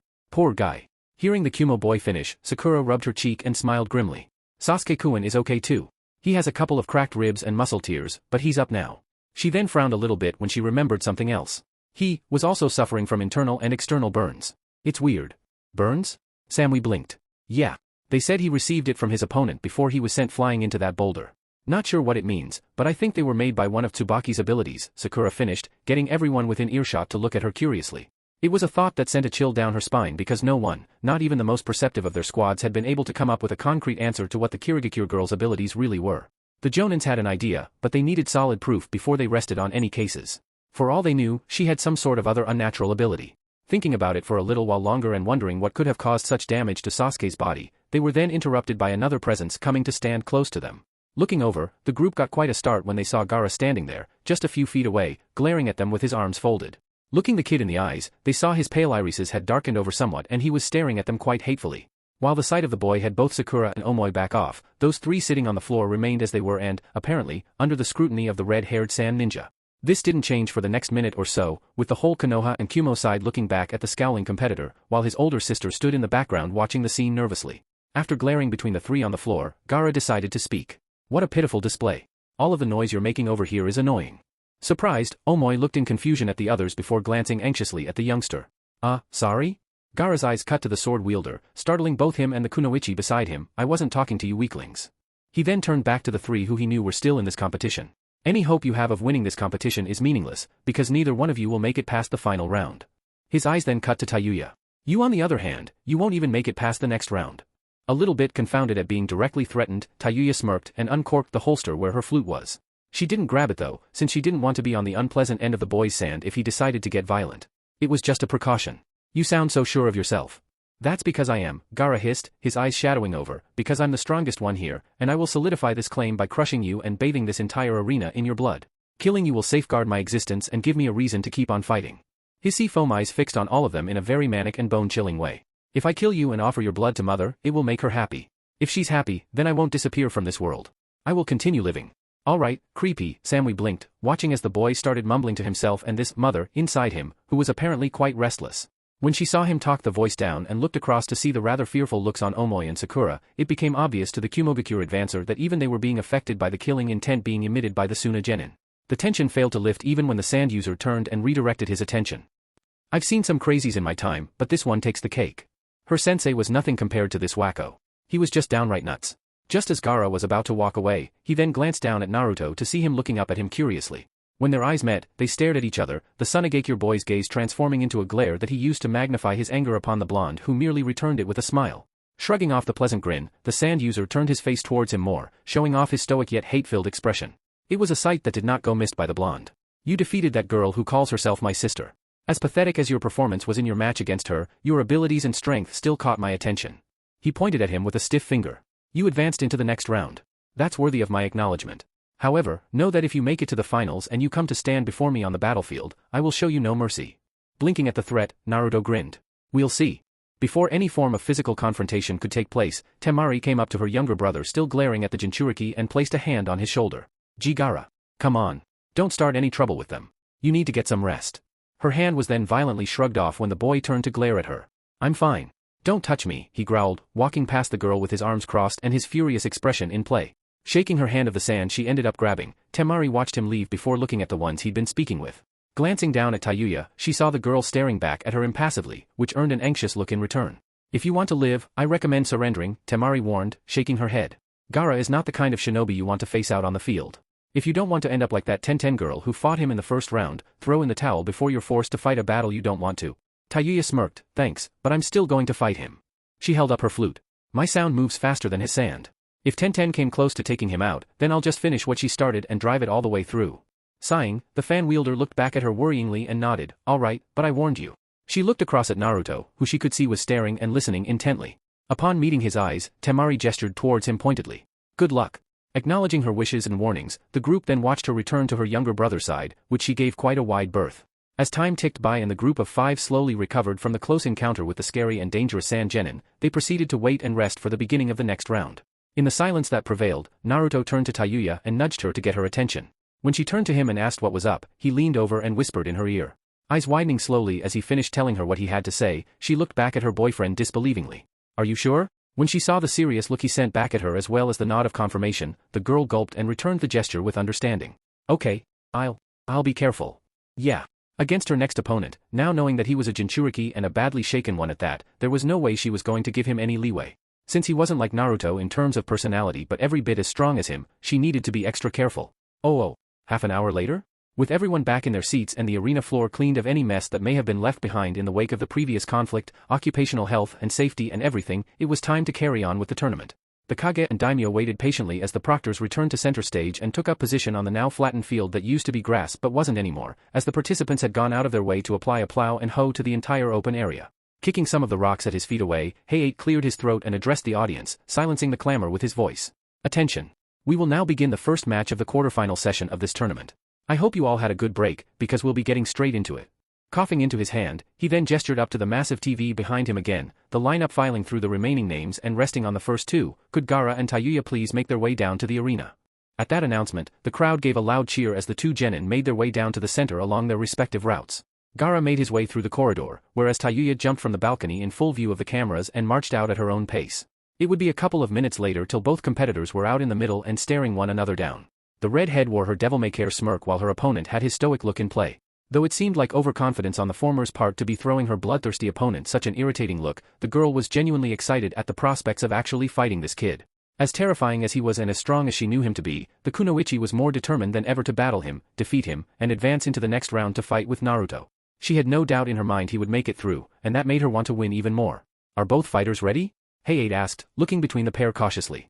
You don't need for me to explain the rules again? No, Gaara hissed, his brow furrowing dangerously. You'll just be wasting your breath. This won't take long. Tayuya grinned, agreed. At that statement, the Suna boy's head scrunched up slightly in pain as he gripped the side of it. Letting out a slight groan, he then fixed his glare back onto the girl, who slowly edged into a stance at the sight of his contorting expression. A look like that wasn't really a good thing. Whether it was for the person being afflicted by such pain or the person nearby, the girl was unsure, but it was clear that Gaara wasn't a normal person at all. At least in his head he wasn't. When the cork popped from his gourd and a cloud of sand started to billow out, Tayuya knew the big hits would come the second the whistle was blown. After seeing the pair move, Hay-8 held his hand out. Okay. Match 1 between Gaara of Sunagakure and Tayuya of Konohagakure. With one last glance, he threw his hand up. Begin.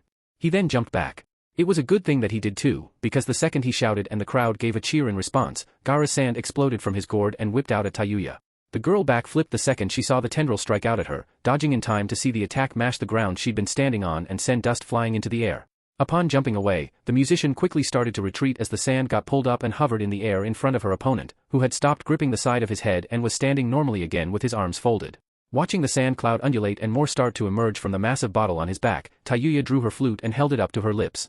Just before she could begin playing, Gaara quickly became aware of her intentions and immediately sent the cloud of sand he had summoned after her. That's not going to work on me. The single cloud formed into several streams of sand that rushed towards the girl from different sides. The sight of the approaching attacks forced Tayuya to lower her instrument and dodge. She began jumping backwards left and right, having to perform some very acrobatic maneuvers to slip around the tendrils that whipped at her this way and that. Eventually she was forced to jump to the elevated position of a tree, where she then observed as a single, thin tendril of sand whipped towards her. The speed behind it had Tayuya frown, and she quickly jumped away and allowed it to slam into the branch she'd been perched on. Damn. Trying to keep me from using my flute, huh? Tayuya thought and looked up, where she saw her opponent was glaring after her as she sailed through the air. A grin reappeared on her face as she reached behind her and drew a couple of shuriken. Smart bastard. She threw her hand out in her descent, sending the 2 stars flying at her foe. Just when it seemed like they were about to hit, the sand that Gaara had floating around him quickly cut around and protected him with a thin shell. The metal stars embedded in it before dropping to the ground uselessly. However, in spite of failing to hit, Tayuya still managed to draw the sand's attention away from her as she landed, and then began sprinting a lap around her target. The distance between them had increased to 20 meters. Even though this was her range, she was still wary of the sand Gaara had sent after her, returning to hover around him as she began making plans. He can protect himself on all sides no matter where the fuck I attack him from, Tayuya thought, remembering how his sand automatically came to block the hail of kunai and shuriken from his fight with Tenten. An ultimate defense, huh? Well, let's see how ultimate it really is. Quickly skidding to a stop, the girl changed courses sharply and sprinted towards the boy, surprising the audience at her sudden intent for direct assault. Furrowing his brow, Gaara sent another tendril at the girl, watching her jump to the side to avoid the jab and continue on unimpeded. Immediately seeing her beginning to close the distance, the sand hovering in front of the Suna genin dropped to the ground in a heap, before rising up and taking the shape of a person. Upon acquiring definition and detail, the figure revealed itself to be an exact copy of Gaara, only in sand form. As soon as the clone formed, it lashed with its arm and sent another whip of sand at the approaching girl. Tayuya slid under it, at the same time countering with a couple of shuriken. The projectiles flew around the tendril from a blind spot, with one hitting the clone in the face while the other one aimed for Gaara. The sand clone however leaned to the side and caught it in the face as well, which suddenly morphed and shaped into an enclosed fist.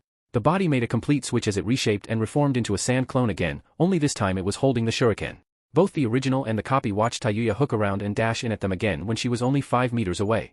When she swung in with a right overhand, the sand clone standing in front of Gaara fell to the earth into a pile of sand, which shifted into the path of the approaching musician, before jumping up to form a clone again. The copy attempted to guard against the punch, but ended up taking the blow to the collar area, giving a somewhat surprised expression as the girl's fist buried into it, moments before the sand of the clone started to envelop her arm.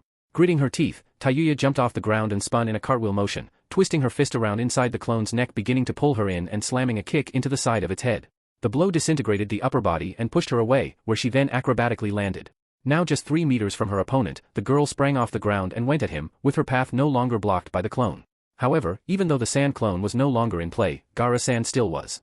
The pile the copy had been reduced to floated up from the ground and began forming a wave, which headed towards the approaching girl to counter and catch her. The audience held their breaths as they watched in slow motion as the sand reached out to the kunoichi, who was beginning to throw a wide hook. At first it looked like the wave of grains was going to get her. However, just as she was inches away from the converging wall, the girl suddenly pivoted her foot, stopped her momentum dead, and vanished in a blur. The dust kicking up indicated her path of travel. A previously stoic Gaara looked up in complete surprise when he lost sight of her. What? Oh. Stadium, next to the competitor's balcony. Niji blinked in surprise at what he saw. That's. Also appearing stunned, Tenten grinned and leaned forward, raising a fist in triumph. That's just like Lee's speed. Sweet. She didn't know the girl could do that. Oh. Stadium, arena. When he heard the sound of feet landing directly behind him, Gaara spun around, just in time to see Tayuya uncorking a right straight directly towards his face. She's fast. Before he could comment any further, the fist crashed across his mug, cracking his sand armor, encasing him and sending him flying through the air at the power that had been put behind the blow. The Suna-genin was thrown several yards from his spot and was set to make a painful landing, but his sand was quick to catch him and slowed his fall to the ground before helping to lift him up. As soon as Gaara was back on his feet, the cracks around his cheek formed by the punch slowly spread before chips of his protective layer on that part of his body crumbled to the ground. His glare hardened. Interesting. Grinning, Tayuya dropped down into another crouching start and sprinted straight towards her adversary, determined to get him before he could recover. Before she was within reach, she vanished in another red blur. Responding immediately, Gaara threw his hand up and across, sending a wave of sand to catch her. However, the blur that was the kunoichi darted around him and came at him from behind, the boy looking back with a start and raising another wall to take her out. Tayuya however swayed around it and spiraled along the floor, throwing a swift, backward spin kick that slammed across Gaara's face, cracking his armor more. Growling, the boy responded immediately by summoning towers of grains from the ground around him to bring down upon his prey, but the girl responded by slamming a foot on his leg and hiking up his body, kicking off of his face and jumping back in a spectacular flip when 2 tendrils of the sand he manipulated came around to grab her. But the girl was already outside of his defensive circle and in full retreat.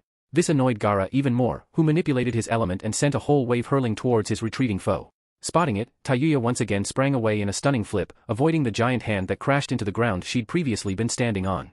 Immediately after dodging it and sliding to a stop, the musician smiled at her opponent as she watched him withdraw his sand and begin running damage control. With some of the defense he was using moving to his face and covering the cracks, the red-haired musician raised her hand and bit into her thumb. That armor of yours is really built solid, Tayuya remarked, drawing blood before raising her arm. Conventional attacks can't pierce it, not even weapons. However, I'm willing to bet it can't stand up against a certain amount of brute force. She then slammed her palm into the ground, a sealing array spreading out and encompassing the area.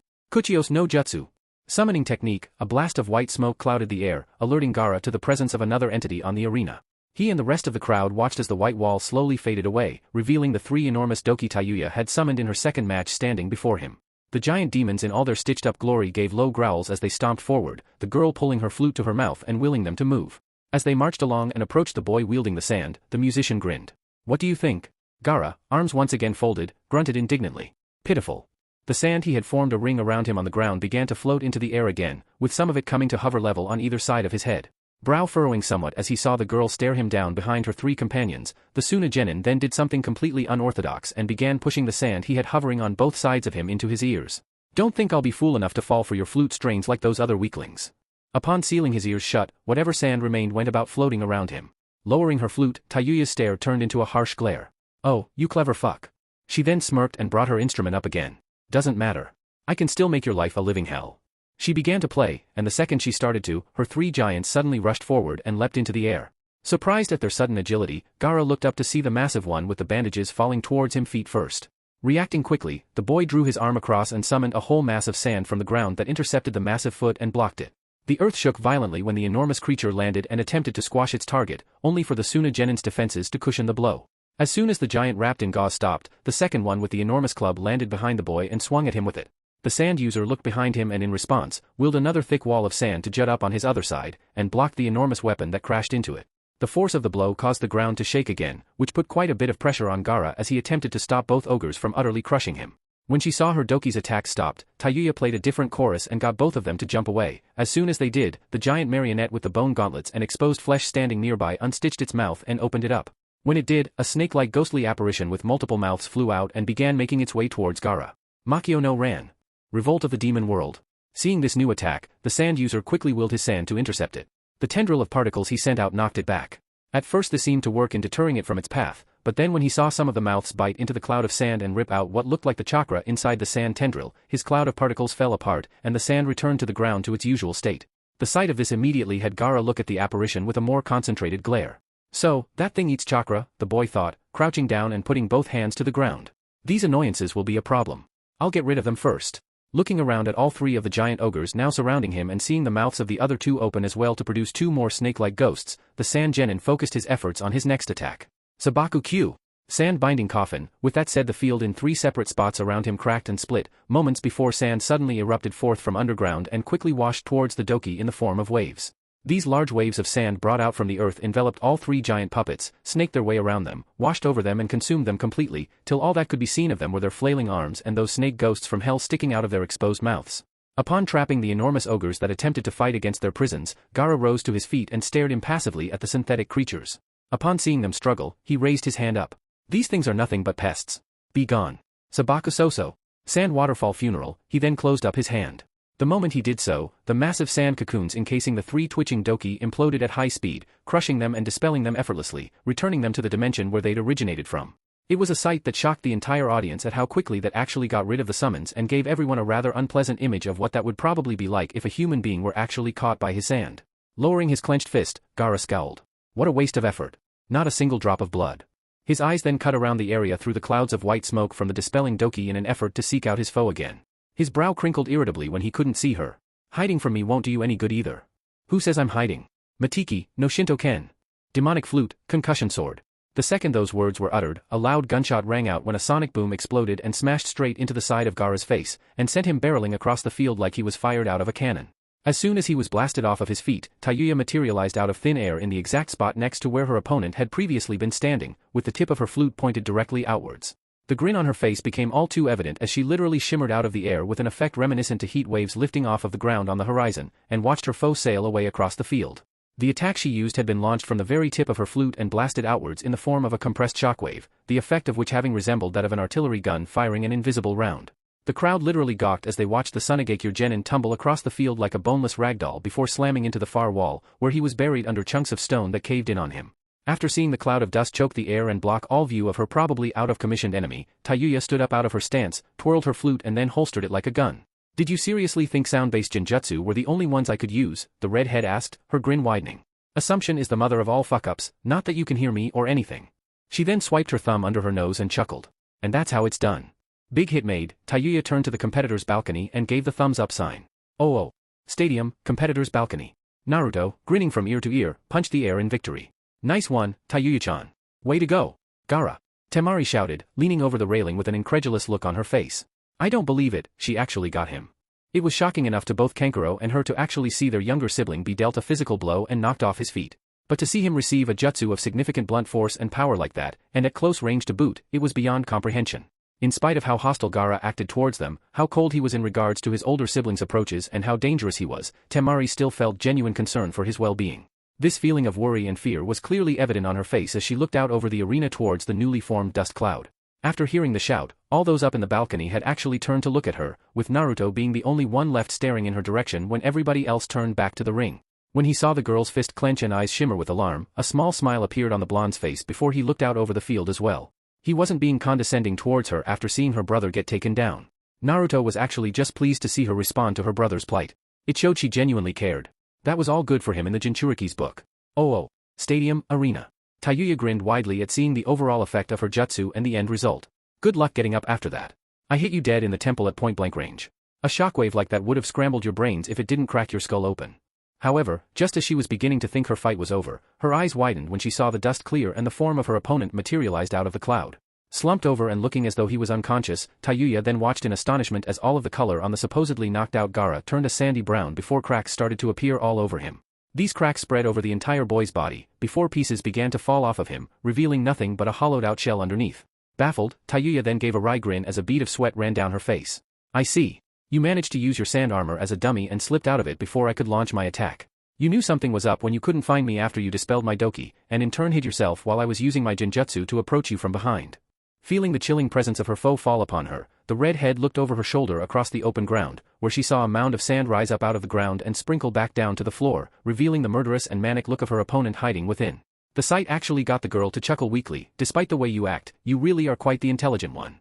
When my father, the Kazekage, sent assassins to try and eliminate me, I had to quickly learn and adapt to all of the life or death situations I was presented with, Gaara stated through his cracked face as he covered himself once more with his sand armor. At the same time, he summoned more clouds of the stuff from the area he popped out from to billow about him, shadowing Tayuya with the sheer amounts of the matter. Your feeble tricks and tactics will not work on me. You are too far beneath me for that. Okay. Supreme Being Complex. Weird. However, there was one thing above all that stood out, and it had Tayuya frown. Your own father tried to kill you? Why? She didn't have parents and even she knew that was outrageous. Why would you want to kill your own son? Gaara frowned. A presence that is too powerful becomes a presence that is feared. To my father, in his role as Kazekage, I was the village's most powerful weapon, but at the same time, I was a fearsome and dangerous object. His eyes darkened as the billowing sand formed into large hands that threatened to come down on Tayuya at a moment's notice. To the people of my village, I became nothing more than a relic that they wanted to get rid of, a monster that everyone hated. So why, I asked myself, why do I continue to live? In order to exist you need a purpose. To exist for no reason is the same as being dead. From this I came to the conclusion that I would love only myself and fight only for myself. If all other people exist to magnify that love, then there is no more a splendid universe than this one, my existence will not vanish. A grin then once again appeared on his face, which quickly alerted Tayuya to danger. That is why you will die here today. Your death will preserve my existence. The sand hovering around him then lunged at Tayuya, the enormous hands making a grab for her. In response the girl leapt back as quickly as she could, avoiding the clouds that slammed into the ground and split the ground. The redhead retreated from the waves that followed as fast as she could, eventually leaping up onto a tor and positioning herself as far out of reach as she could of the mass quantities of grains beginning to form around her opponent. When her eyes locked onto him again and saw his murderous grin latched onto her, the musician quickly decided on her next course of action. Reaching behind her, she pulled out a scroll, a sight that caught the audience's immediate attention. He blocked his ears with his sand so that my sound-based genjutsu wouldn't work on him. He was also able to counter my visual genjutsu and he defeated my doki. Dropping the scroll at her feet and unfurling it, she revealed 3 storage sections inscribed upon its length. She glared down at them. I was saving these 3 for my fight with Naruto-kun, but it looks like I'm going to have to go all out for this one. Flipping through hand seals, she then slammed a foot down on the center. The moment she did so, 3 larger seals fanned out over the ground in front of her as she pumped chakra into her next technique. Kuchijose no Yatsu. 3 more blasts of white smoke exploded around the girl, sending fumes shooting in all directions and temporarily masking her presence. Gaara watched patiently and with interest as the smoke slowly lifted, and when it eventually did, the crowd was genuinely surprised at what they saw next. Out of nowhere, the crowd saw the unmistakable forms of the 3 legendary Sannin emerge from the mist to stand before the red-haired musician. With the white-haired Jiraiya in the center and the other 2 flanking him on either side, Tayuya had seemingly brought out 3 of Konoha's strongest shinobi to the field, all of them dressed in their shinobi gear from the last Shinobi World War and all of them set in their prime. The only things that set them apart from the originals was the visible stitching around their necks and faces, their age, and the fact that they lacked life in their motionless eyes as they stared ahead of them at attention. Oh. Stadium, Kage section. A raised an eyebrow when he recognized the girl's new summons. Now that's interesting. So her next trick involves 3 marionettes based on the 3 Sannin of Konohagakure? Anoki asked with a smirk forming. I'm not sure what this will do for her, but she certainly got their looks and appearances down pat. I haven't seen the 3 Sannin standing together side by side in ages. Hiruzen, the Kazekage and the Mizukage remained silent as they saw the last of the smoke from the summoning technique disperse, and Tayuya rise back to her feet behind her new partners. While it did indeed surprise them to see the girl bring in a new set of figures to help her battle against her opponent, their main concern now lay in what practical applications these new 3 marionettes had to offer. They'd seen what her doki were capable of. Their sheer size and strength masked their deceptive speed, and they could also call upon transparent spirits from their mouths to snatch chakra out of their targets. The question that stood before them now was what these 3 new models could do for her and how they would affect the course of this battle. Meanwhile, many seats away in her own part of the stadium, Tsunade's expression hardened when she pretty much saw herself and her former teammates make their grand appearance to the stage. While Shizun was pleasantly surprised by the new development, her master was having a mixed reception to the sudden step up in the play. Stadium, arena. As soon as she had a clear sight of her opponent through her 3 new recruits, Tayuya gave a grin and brought her flute up to her lips. I'm not sure how much chakra this stunt will take, but hopefully all of that training with Shithead will help. With that thought, she began to play, and the 3 marionettes she'd summoned jerked into life. Go out there and kick his ass. As her melody started to filter out over the entire arena, the 3 adult-sized puppets jumped off of the outcrop and charged towards their target. Breaking off, the Jiraiya copy sprinted down the center while the other two split up and went left and right respectively, aiming to encircle the Tsunagakure genin. Gaara, of course, responded accordingly to the new attackers and sent his thick tendrils of sand flying at the one approaching him from the front, intent on wiping the white-haired one out. The young Jiraiya ducked around the first shots before acrobatically leaping into the air, performing movements reminiscent of a superb shinobi in his youth. Fast! Gaara thought, glaring into the sky and sending more sand up at his incoming opponent, aiming to knock him out or trap him. However, the boneless marionette expertly weaved through the streams that attempted to whip him out of the sky, before hiking off one and forming a hand seal.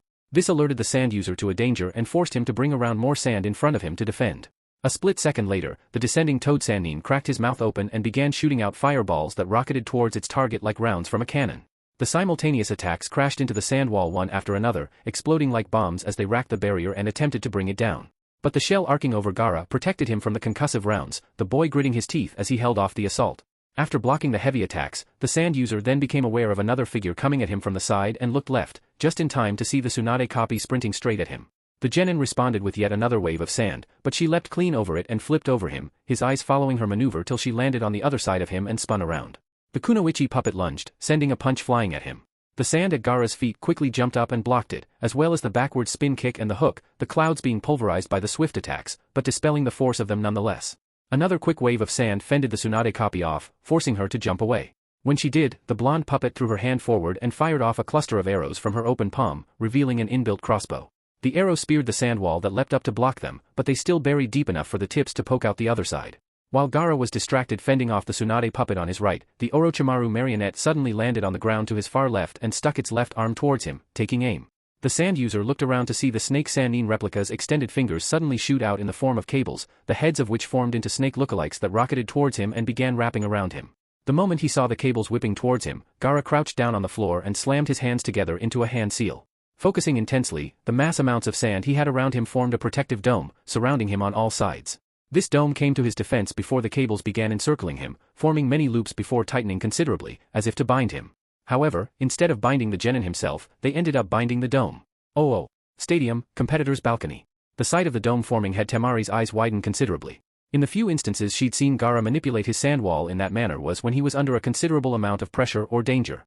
The fact that he was utilizing this ability now meant that this Tayuya girl was pushing her younger brother to a stage she'd never seen anyone push him before.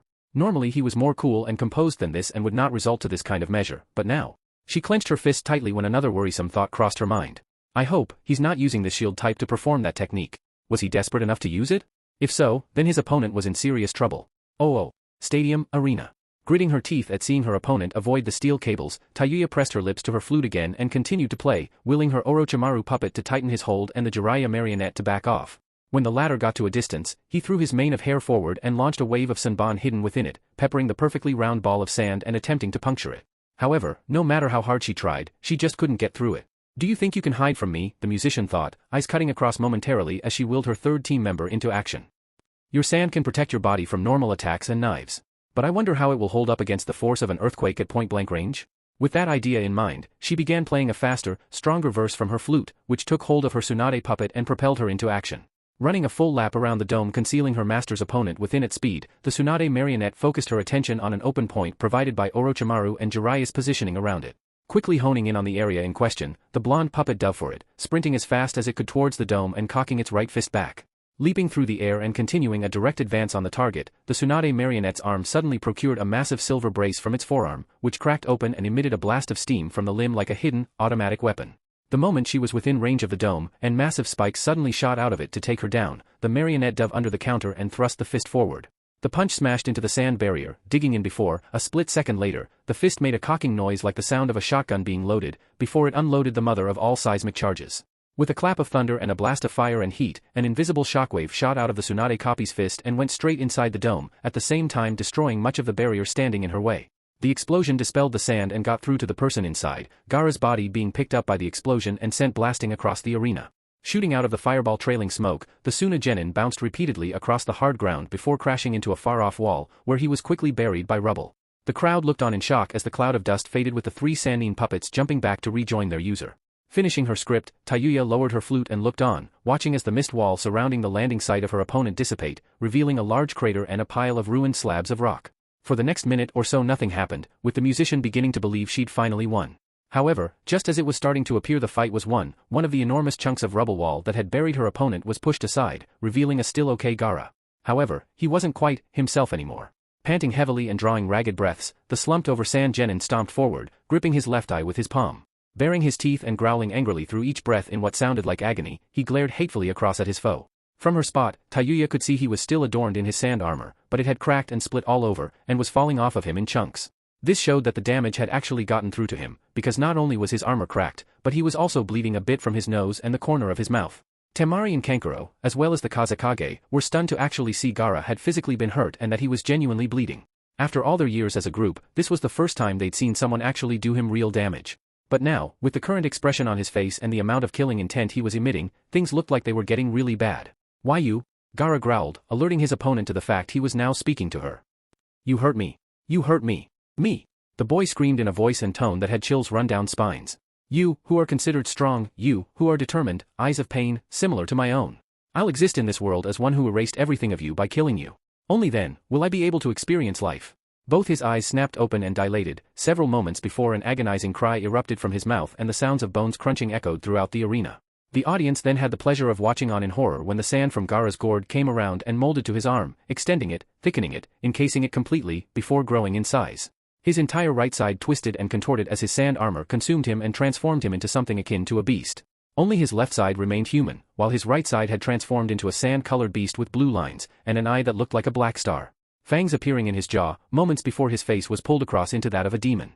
Growling and drooling saliva, a pain-racked Gaara let out an animalistic roar and looked up through his hate-filled eyes towards the girl standing a ways from him with a bewildered look worn on her own face. Upon seeing her astonished gaze, the sand user grinned maniacally and raised his human arm towards her, clenching it into a fist. "I'm so excited." Gaara chuckled darkly, his voice twisted with pain, anger, and delight. "I only just got my answer now. This pain, this blood staining my skin." Slamming his fist against his chest where one of the injuries he'd taken was, the boy growled loudly again. "Fighting someone strong enough to hurt me and utterly destroying them, that's what gives me an even greater sense of existence. An even greater sense of purpose." He then threw his hand out again and summoned another cloud of sand from behind him, which rocketed into the air to tower over him. "Now die." The tower of grains arced through the air and made its way towards Tayuya. Seeing the amount of sand literally eclipse the sky above her, the red head responded immediately and sprang away, playing her pipe and getting all three of her puppets out of there. The enormous cloud crashed into the ground she'd been standing on and caved in the area, stunning the stadium at the sudden increase in power. Tayuya however was able to get out of there just in time, retreating to another high point still playing her flute. Once she landed and stopped, she glared across at her foe to see the mass amounts of his primary element gather around him as he stomped forward, moving further out of the barren area and back onto the field. So, this must be his transformation process, Tayuya thought nervously. Not good. The more he changes, the more power he'll start to receive from the Biju inside of him. That was her analysis anyway. She honestly wasn't afraid of the boy or the demon he was carrying. Not in the slightest. She was honestly more afraid of the power-crazed and murderous personality of her opponent that had the potential to kill her that she was most nervous about. Clicking her tongue, Tayuya brought her flute back to her lips and began to play again. "If you've still got sand covering you, then I'm going to take that sand and turn it into glass." As soon as she started playing, her three Sannin puppets gathered in front of her.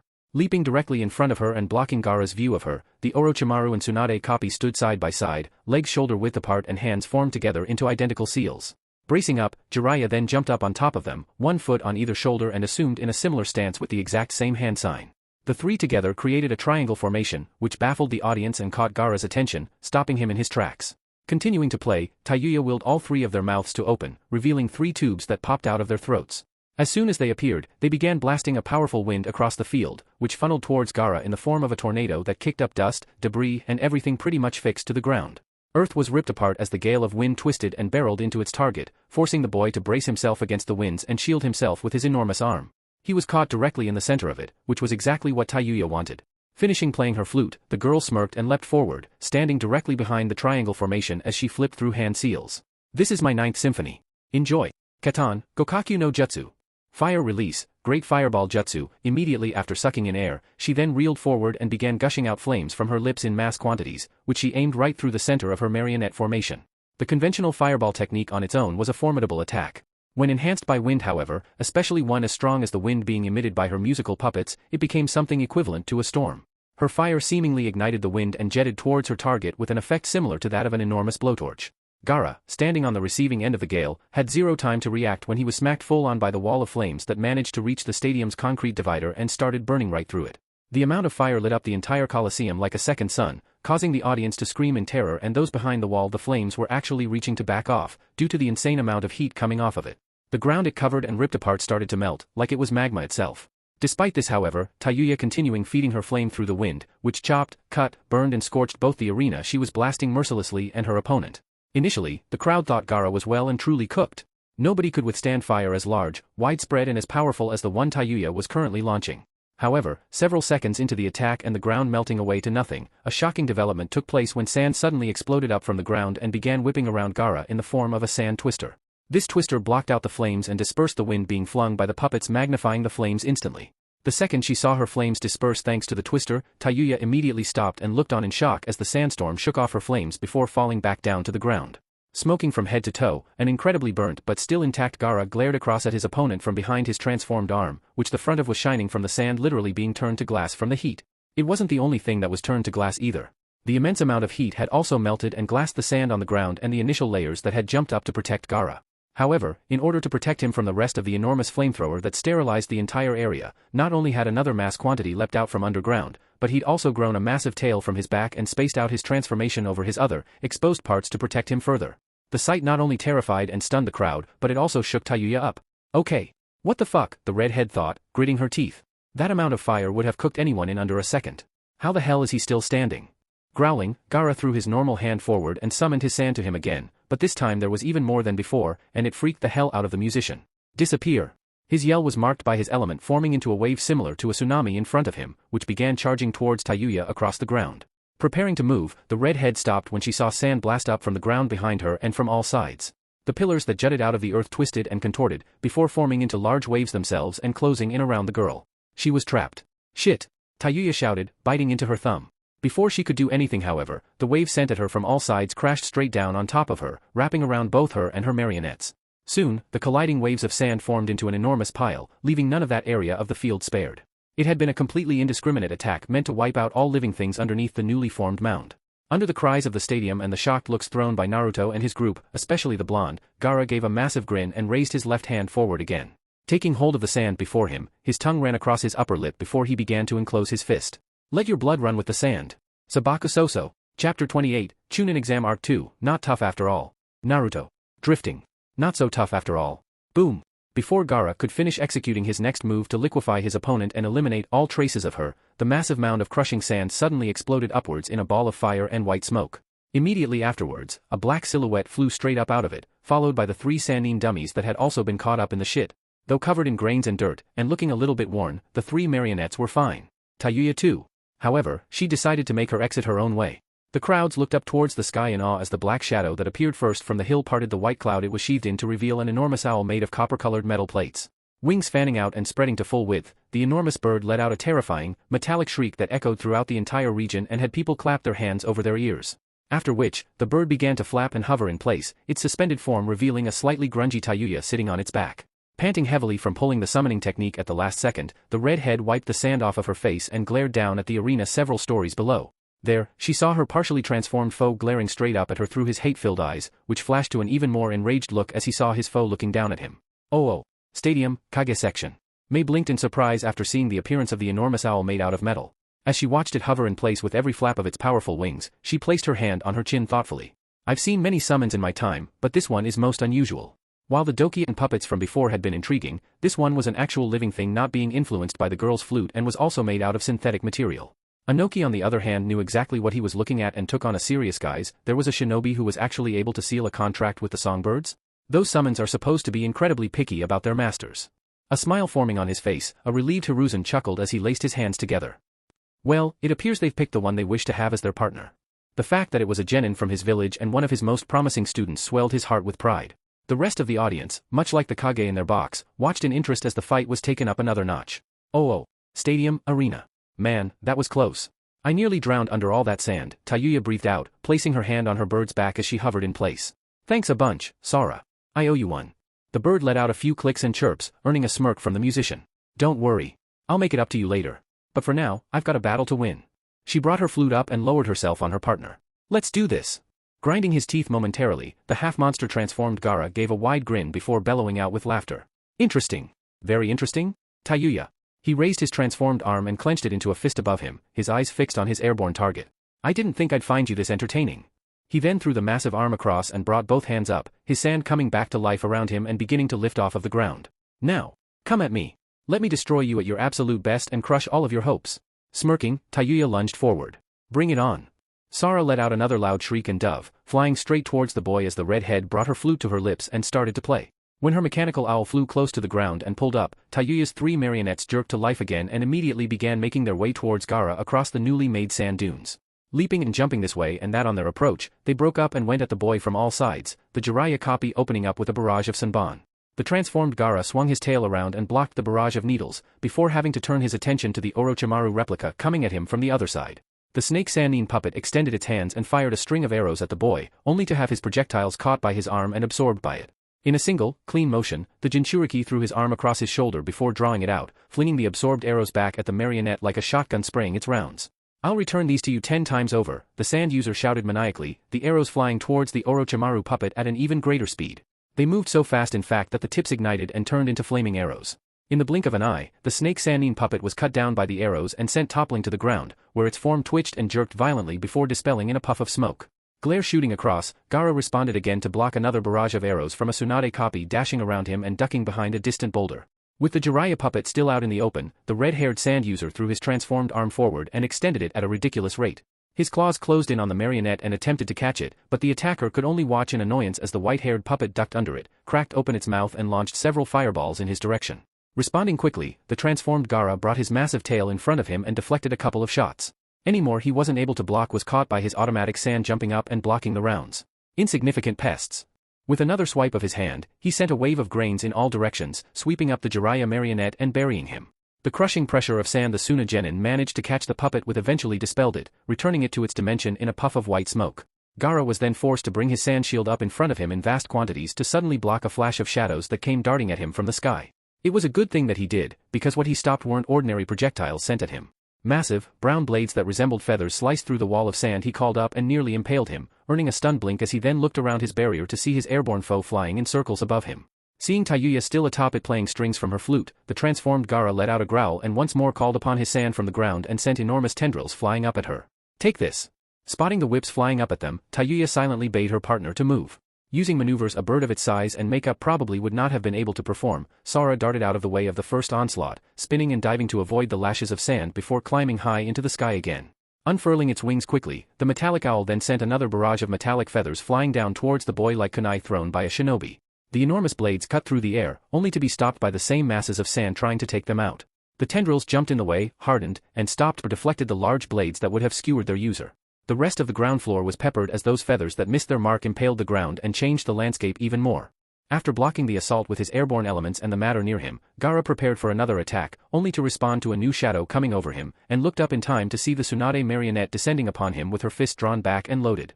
Immediately spotting her brace's steam and knowing full well what was to come if that punch landed, a fearful Gaara sucked in air quickly through multiple mouths that appeared all over his body. His chest expanding rapidly, he then launched his counterattack straight up at the marionette. Futon! Mugen Saiyin, Daitappa. Wind release, infinite sand cloud, great breakthrough, a blast of sand and wind stopped the puppet's fall upon him, slowing her descent to suspend her above her target before she was battered and ripped into by the high-velocity gale.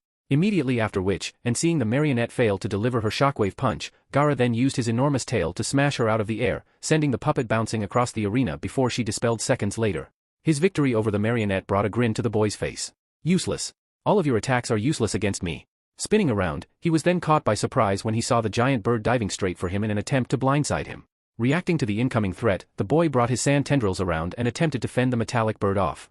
While trying to knock her out of the air, he succeeded in forcing the bird to climb, but in the owl's swoop he was caught off guard by a black substance suddenly splattering him in the face. Seeing her foe recoil in shock and try to wipe the gunk that completely covered him off, Tayuya lowered her flute and directed her companion in again. Sara rolled and returned for another assault, diving through the clouds of sand that tried to take them out and getting the bird to spin, splattering the sand with more black water that rained down onto the shifting dunes below.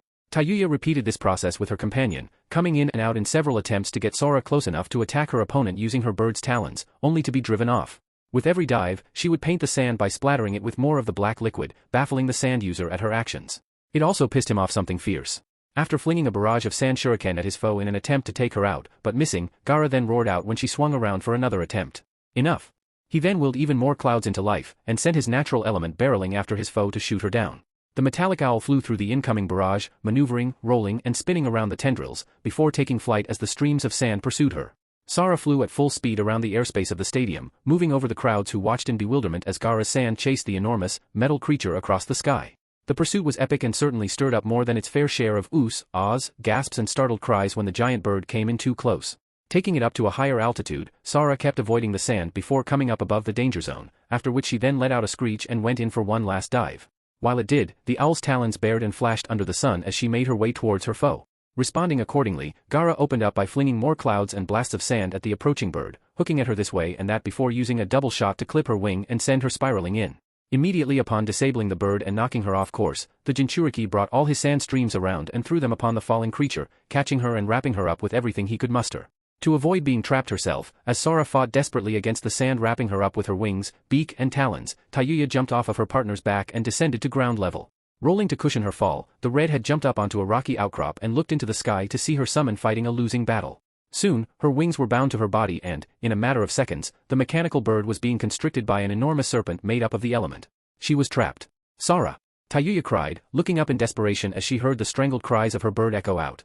Even the audience watched on fearfully as the majestic creature was consumed and crushed by the sand. Bellowing out with laughter, Gaara raised both hands up and began clenching them into fists, willing his mass of grains to tighten and aiming to finish the annoying avian off once and for all. This disgusting thing is your friend, yes? Well then, watch closely as I snatch the life right out of her. As his hands tightened, straining to actually crush the animal made of metal, the bird fought back, only to find her body's movements being further and further restrained. Soon, she couldn't even writhe. Watching in horror as her partner was close to perishing under the pressure, Tayuya then suddenly took on a devilish smirk and brushed her thumb across her nose. Gaara missed this, but the camera and the audience did not as she leaned forward and shouted out loudly. Sara! Play dead! The moment she gave that command, her bird suddenly frozen up, her eyes shut like roller doors on a shop going out of business, and before Gaara could even respond, a split second later the bird suddenly exploded. The explosion alone was enough to send a concussive shockwave out towards the stands that blew people's hats off. However, with the explosion, there also came metallic debris and a massive fireball, which then suddenly ignited the tendrils of sand binding the bird and surrounding it. The fire traveled down the clouds of grains at speed, causing Gaara's eyes to widen when he realized too little too late that it was heading straight towards him, moments before both the sand at his feet, the sand all around him and his entire body went up in flames. A blood-curdling scream filled the air as the red-haired Suna sibling stumbled backwards in a blaze, standing directly in the heart of hell itself as he was quite literally roasted alive. Not even his ultimate sand defense stood a chance, as it too was glassed by the absolute heat of the flames that had engulfed him. Oh. The crowds were in shock. What's going on? Kuratsuchi asked in astonishment, shaking her head at the sight. How can an explosion generate that much fire? Working it out quickly in her head, a now-present Sakura leaned forward in surprise before smiling triumphantly. I get it. That black liquid Tayuya's bird was splattering Gaara with every time she came around to attack. It wasn't ink, it was flammable oil. She clenched her fist tightly and brought it up. She knew she wouldn't be able to get any attacks through to him by going for his armor directly, so she mixed in a substance with his sand to ignite it and burn him underneath. Since she got some on him directly too, that means he won't be able to shake it off. If that were the case, then Tayuya had more or less won. This realization spread around to everyone in sight as they watched the land and sand burn, and heard Gaara's cries of agony fill the stadium. Those who knew the boy's strength the most and knew him best, Temari and Kankuro, could only watch on in disbelief, unable to do anything as their younger brother was cooked directly on top of a stove with no pan underneath him. Not even his seemingly invincible sand armor could save him. It looked like it was over. Stadium, arena. Watching the landscape burn, Tayuya focused hard on the affected area to see if the attack was actually doing its job. While she was watching, she then saw the individual plates and remains of her partner Sora suddenly started to rattle along the floor where they landed. Within seconds of seeing the first pieces start to move, she then observed them fly across the ground towards a particular spot, where all the gears, machinery and scrap converged and started putting themselves back together. A minute after seeing the terrifying explosion that had seemingly taken the life of her friend, the musician then watched Sora rise up from the ground as the last of the pieces screwed back into place. The mechanical owl, shaking its metallic feathers out, gave a tired shriek as she staggered across the ground, before sitting herself on the grassy patch. Smiling, Tayuya nodded to her. Take a break, Sora. You've earned it. Acknowledging her command, the synthetic avian then disappeared in a puff of white smoke, returning to the dimension whence she'd come. Immediately upon seeing the cloud dissipate, Tayuya turned back to the field and focused on her foe still burning like 1,000 suns. While she watched, the girl breathed out heavily and wiped the sweat from her face. As it stood right now, her body was feeling incredibly weak, like she was carrying a ton of lead in her bones, and her muscles were sore. The fact that she was also feeling a little bit dizzy told her just how much this fight had and was still pushing her. As much as she would like to say she'd fought a lot of battles like this in the past with Naruto, the truth was Tayuya had never been forced to use so many partners in a single session before or manipulated such a high number of her doki to such an extent. The strain of using so many marionettes was exhausting. I'm almost out of chakra. Tayuya breathed uncomfortably while swallowing. This technique had better have finished him off, otherwise I'm fucked. It was then, just as she was getting comfortable with the idea that she'd probably disintegrated her foe in the flames, the redhead's eyes widened when she suddenly saw the wall of fire several dozen yards in front of her part and a charred, black shadow come dashing out at her at an unbelievable speed.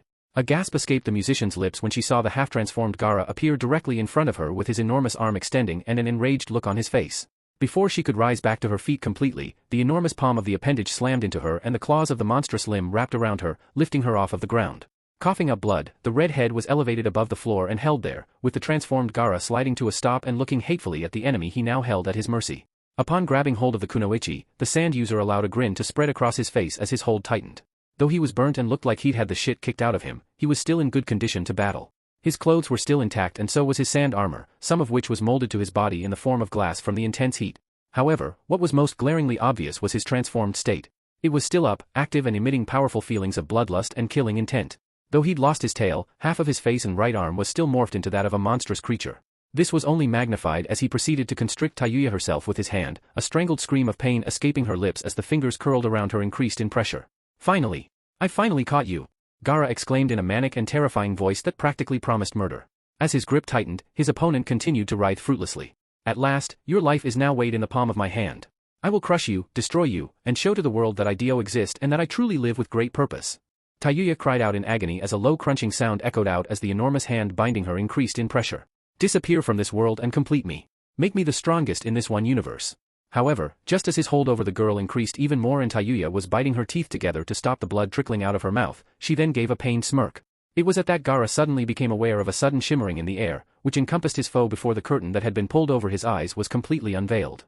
In a shocking turn of events to both the Suna genin and the audience, the Tayuya that he was holding suddenly vanished in an iridescent wipe, where she was then replaced by the unmistakable form of red samurai armor. The familiar crest, mask and form belonged to none other than Hayabusa, the same mannequin she'd used to defeat Shiratsuchi in the previous round and which she'd now used as a replacement and was being throttled. What? Gaara thought in alarm. A genjutsu? But how? When? Realizing his blunder, the boy quickly threw up a wave of sand particles and spaced it out. Using it as an extra sensor, he felt the particles break when they struck something invisible on the wind and, picking up on the phenomenon, the boy spun around. His eyes landed on the airspace behind him, where he saw the illusion fall away and reveal his opponent directly behind him. Tayuya materialized right out of the air swinging her flute across at the boy in an arc. With a determined look on her face and in spite of her genjutsu being broken, the girl thrust her instrument forward with the tip, the air breaking as she pumped her chakra through it for an attack Gaara recognized all too well from his first encounter. She was intending to finish him with the exact same move. Got you. Matiki. However, just before she could close the final inches, a grin formed on Gaara's face before, all of a sudden, the sand behind him suddenly lifted up off of the ground and attached to his back, connecting him to the floor. While this surprised Tayuya as she swung in with her weapon, what came as an even greater shock to both her and the crowd was that immediately after the sand attached to Gaara, the tendril clinging to his back lifted off of the arena surface and formed into the exact same tail he had before. The regenerated limb then swiftly came about from the side and slammed into the approaching red head. Tayuya was knocked clean off her feet and blasted across the arena, a loud cry of agony filling the air before she tumbled violently over the battlefield. When she eventually came to a stop, she was bleeding from the head, had dislocated her arm, and was both bruised and battered from her numerous rolls across the hard floor. The hit that she took looked just as bad as the hit that downed Tenten during her battle. However, after the long fight she just had, the results appeared to be much worse. It seems that you're finally all out of chakra. On her stomach, the girl panned forward with a pained expression. Tayuya glared ahead of her furiously, where she saw her opponent toss her mannequin Hayabusa away before leaping towards her. When he crashed to the ground directly in front of her, he leered at his prey with murderous intent. You've used up all of your tricks against me, the boy chuckled, cracking his neck. You're done. Tayuya, assessing her damage, knew she'd broken some bones from that hit, as well as some ribs. Not even Naruto had ever hit her that hard before. It was almost like she'd been sparring with one of Jiraiya's toad summons, only the blows were several times more intense. Now, with her chakra completely depleted, flute thrown out of her grip and blood dripping down her eye from her head, she just couldn't hash it anymore. Still, with the face of defeat glaring down at her, she couldn't help but make one last brave stand, even though she couldn't any longer. A smirk formed on her face as she stared at her opponent's feet. Look me in the eye and say that. Gaara chuckled, as you wish, and, without hesitation, picked her up with his transformed arm. His fingers wrapped tightly around the girl as he lifted her up to his height and forced her to look at him, the girl giving a glare as the audience clamored in fear of what was going to happen next. Seeing the danger, the proctors quickly rushed in. The boy's mouth maintained its cocky, dangerous smile. My face may be the last thing your pathetic eyes ever see. His grip tightened significantly, a choked cry coming from Tayuya as she felt her bones creak under the increasing pressure. It felt like she was being held in a vice, with the fingers constricting her like a boa ready to devour its meal. However, this boy wasn't going to eat her. He was going to crush her. The sand making up Gaara's transformed limb began to envelop the girl more completely. It wrapped her up in a cocoon, with her face being the only thing spared from the creeping shell. Soon, the spreading stopped and he was ready for the final step. Farewell. Saba Dash. If it were even possible, for the second time that day the Sunagakure Genin was interrupted prematurely from his incantation by an unforeseen event. This time however, it did not come from Tayuya, it came from the other side of the arena in the direction of the competitor's box in the form of a fast-moving mass of wind traveling at supersonic speed. The gale of wind smashed into Gaara's face with the force of an artillery cannon, shattering the demon face covering his right side and unveiling his true face underneath the armor, while at the same time propelling him off his feet and releasing Tayuya from his hold in a shower of sand. In that exact instance, in perfect sync with the wind attack, the giant arm was sliced at the wrist by the combined blades of Hay-8 and Tenga, the latter of which had his sheathed in lightning chakra, which lopped the hand clean off and freed the redhead from the transformed Gaara's hold just before he was sent flying. Mizore dispersed the sand cocoon encasing the girl in a similar manner, freeing the girl even though the grip of the hand had been loosened in the wake of the opening jutsu that stopped the Jinchuriki from following through with his killing move. The musician landed painfully on the ground in a crouched position in time to see Hay-8 and Tenga drop down in front of her along with Mizore. In the meantime, her opponent barreled across the arena, bouncing and spinning bonelessly before he slammed into the far wall, smashing a crater into it and hurling dust in all directions. Tayuya herself looked up in astonishment at the sheer accuracy of the technique that had been used to dispatch her foe, before smiling weakly at what must have done it. That idiot thinks he's so cool, playing the hero all the time, she whispered, before keeling forward when her legs gave out. However, instead of hitting the floor, she was suddenly caught in the arms of somebody wearing orange. Knowing only one person in this world or the next who would wear that color, Tayuya looked up through the blood running down her head to see Naruto, adorned in his trademark jacket, holding her with a concerned expression on his face. When he saw the girl's eyes pan to his, he smiled in relief. Are you alright? The redhead laughed painfully and grinned, better, now that you're here. She then developed a bit of a disappointed air and tried to look away. Sorry. I must have scared the shit out of you there. You scared me more than a couple of times during the fight, especially that time when he had you buried under all that sand, Naruto responded and shifted her so that she sat more comfortably on the ground. But you were able to work your way out of that problem and a second time when you tricked him into grabbing Hayabusa instead of you. That was a fantastic move. I didn't even see it coming. Looking over his shoulder, he saw the discarded samurai puppet in question disappear in a puff of smoke, indicating he'd returned to his own world. Tayuya chuckled half-heartedly, I only did what I was trained to do, and what you taught me. Every strategy one tried wound up failing anyway, so in the end all I'd been fighting was a losing battle. She closed her eyes and breathed out. He was too strong. Naruto beamed, but you were still amazing. This earned him a slap on the chest from his girlfriend, whom he received a giggle from as well. You're such an idiot, shithead. Always saying useless things. Well, at least I got my timing right. There was no way you could have gotten out of that last hold without losing an arm or a leg. And it's a good thing he stepped in when he did. If he didn't, then his friend would have wound up squashed into a cube. But the proctors would have acted in time to save her. He was just a second faster than they were. Speaking of which, after their little moment, when both Naruto and Tayuya finally looked up, they saw the match official and resident medic Mizore sweep in to check on the red-haired Kunoichi. When the Jinchuriki surrendered her over to her care and she assessed the damage, the woman then concluded that she was really no longer fit to fight this battle. After popping her arm back into place with a loud click and getting a pained yelp from the musician, the medical Kunoichi waved a hand in the air. Match over. The winner by TKO is Gaara of Sunagakure. Though this did drive the metaphorical knife through Tayuya's heart and left her in a more despondent state than before, she was also quite relieved. She couldn't even pick herself up right now. That and the searing pain was more than enough to convince the redhead that her fight was over. With her arm now being wrapped up in a sling, it was clear she was in no position to argue against the decision.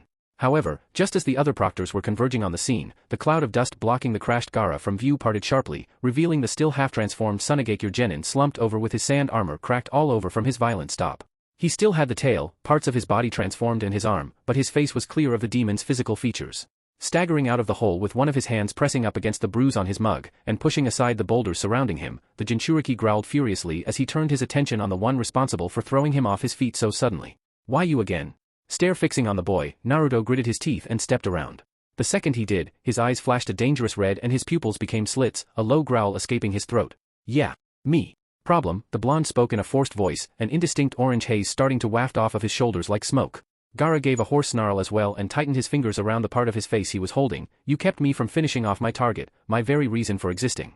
Just for that, I'm going to kill you where you stand. His hand then shot up and fingers curled in clear intent for a jutsu. You're mine. His own teeth grinding and his impatience audibly growing in volume, the blonde stepped forward. Knuckles cracking when he tightened his fists, Naruto spoke, "You tried to kill Tayuya-chan. Do that again, and I will shave your skin off with a fucking cheese grater. You hear me?" The sand user returned his threat and fiery red eyes with a challenging expression of his own. Not condemning the youngster for his heroic actions for the day and yet not wanting the boy to carry out his threat, Hay-8 stepped forward and stood between the incredibly pissed Naruto and the partially transformed boy still glaring at him. The official raised a hand. "The match is over. Your opponent is no longer able to continue the fight. Stand down." Voicing his fury, Gaara stomped forward, eyes flashing murderously. "You dare stand between me and my prey? I'm not finished yet. Continue this fight and you will be finished." Hay-8 shouted warningly while the other two referees stood by nervously. "If you insist on moving forward with this battle, I will disqualify you. As proctor, it is completely within my right to do so." Gaze narrowing, the man stepped forward fearlessly. "This is your last warning. Stand down now." Still looking hatefully at the man, Gaara's eyes then fell upon the wounded and exhausted Tayuya. While the voice in his head kept screaming at him to continue the battle, to kill her and to finish her off, the boy was unable to act on his mother's taunting instructions when his attention suddenly fell on Naruto stepping out from behind the proctor to stand in full view of him. When the sand user's attention fixed on the blonde and saw his frown turn into a confident smirk, the image of him alone was enough to shake Gaara out of his intent to rampage. Looking back at the child in orange, the one who stopped him from killing twice and the one who knocked him back with that last attack, Gaara immediately realized right then and there that he was the one. The strongest in this tournament. The one that he had to beat to ratify his existence. Nobody had ever attempted to stand in his way so willingly before, nor had someone caused him this much pain and frustration. The sickly, orange aura that he produced and only Gaara had been able to see on him beckoned his undivided attention, and the blow to his face and the resulting agony of it supported his reasoning. Upon coming to a decision, Gaara was able to sway the voice inside of his head to wait until the opportune moment and slowly began transforming back. Calming down but still visibly exhausted and wounded from his battle, the extended body parts molded onto the sand user broke apart and turned back into their original element, which fell to the ground at his feet before returning to him in the form of his body armor and gourd. Lumbering forward, the Jinchuriki's visage calmed as he started towards the competitor's box. Stopping for a moment, he glared in Naruto's direction and lowered his head towards him. Above the stunned clamor of the crowd and the wary stares of the match officials, the Suna Genin spoke. "I will be waiting for you in the final round, Naruto Uzumaki," Gaara hissed, narrowing his gaze significantly. "If you don't make it there, I will hunt you down and kill you myself." Naruto grinned confidently in return. "I'll try not to keep you waiting then." Grunting, Gaara then folded his arms and slowly returned to the waiting balcony. Seeing the redhead's back, the blonde breathed a sigh of relief. "Damn, I nearly lost it there. But I'm really glad I was able to change his mind. Good thing he stepped in when he did." While watching him leave, Naruto then had his focus drawn to Hay-8, who placed his hand on his shoulder and got the teen to look up at him. The man wearing the bandana smiled slightly before nodding over to Tayuya, who they saw was helped up by Mizore and was having her condition looked over through use of the mystical palm technique. The fact she was on her feet was enough to bring relief to the audience that the girl was going to be okay. "That's the second time you've done that," the man chuckled with a bit of amusement. "You're not going to make a habit out of saving people in this tournament, are you?" Blinking, Naruto gave a sheepish look and rubbed his head uneasily. "Am I going to be disqualified for jumping in like that?"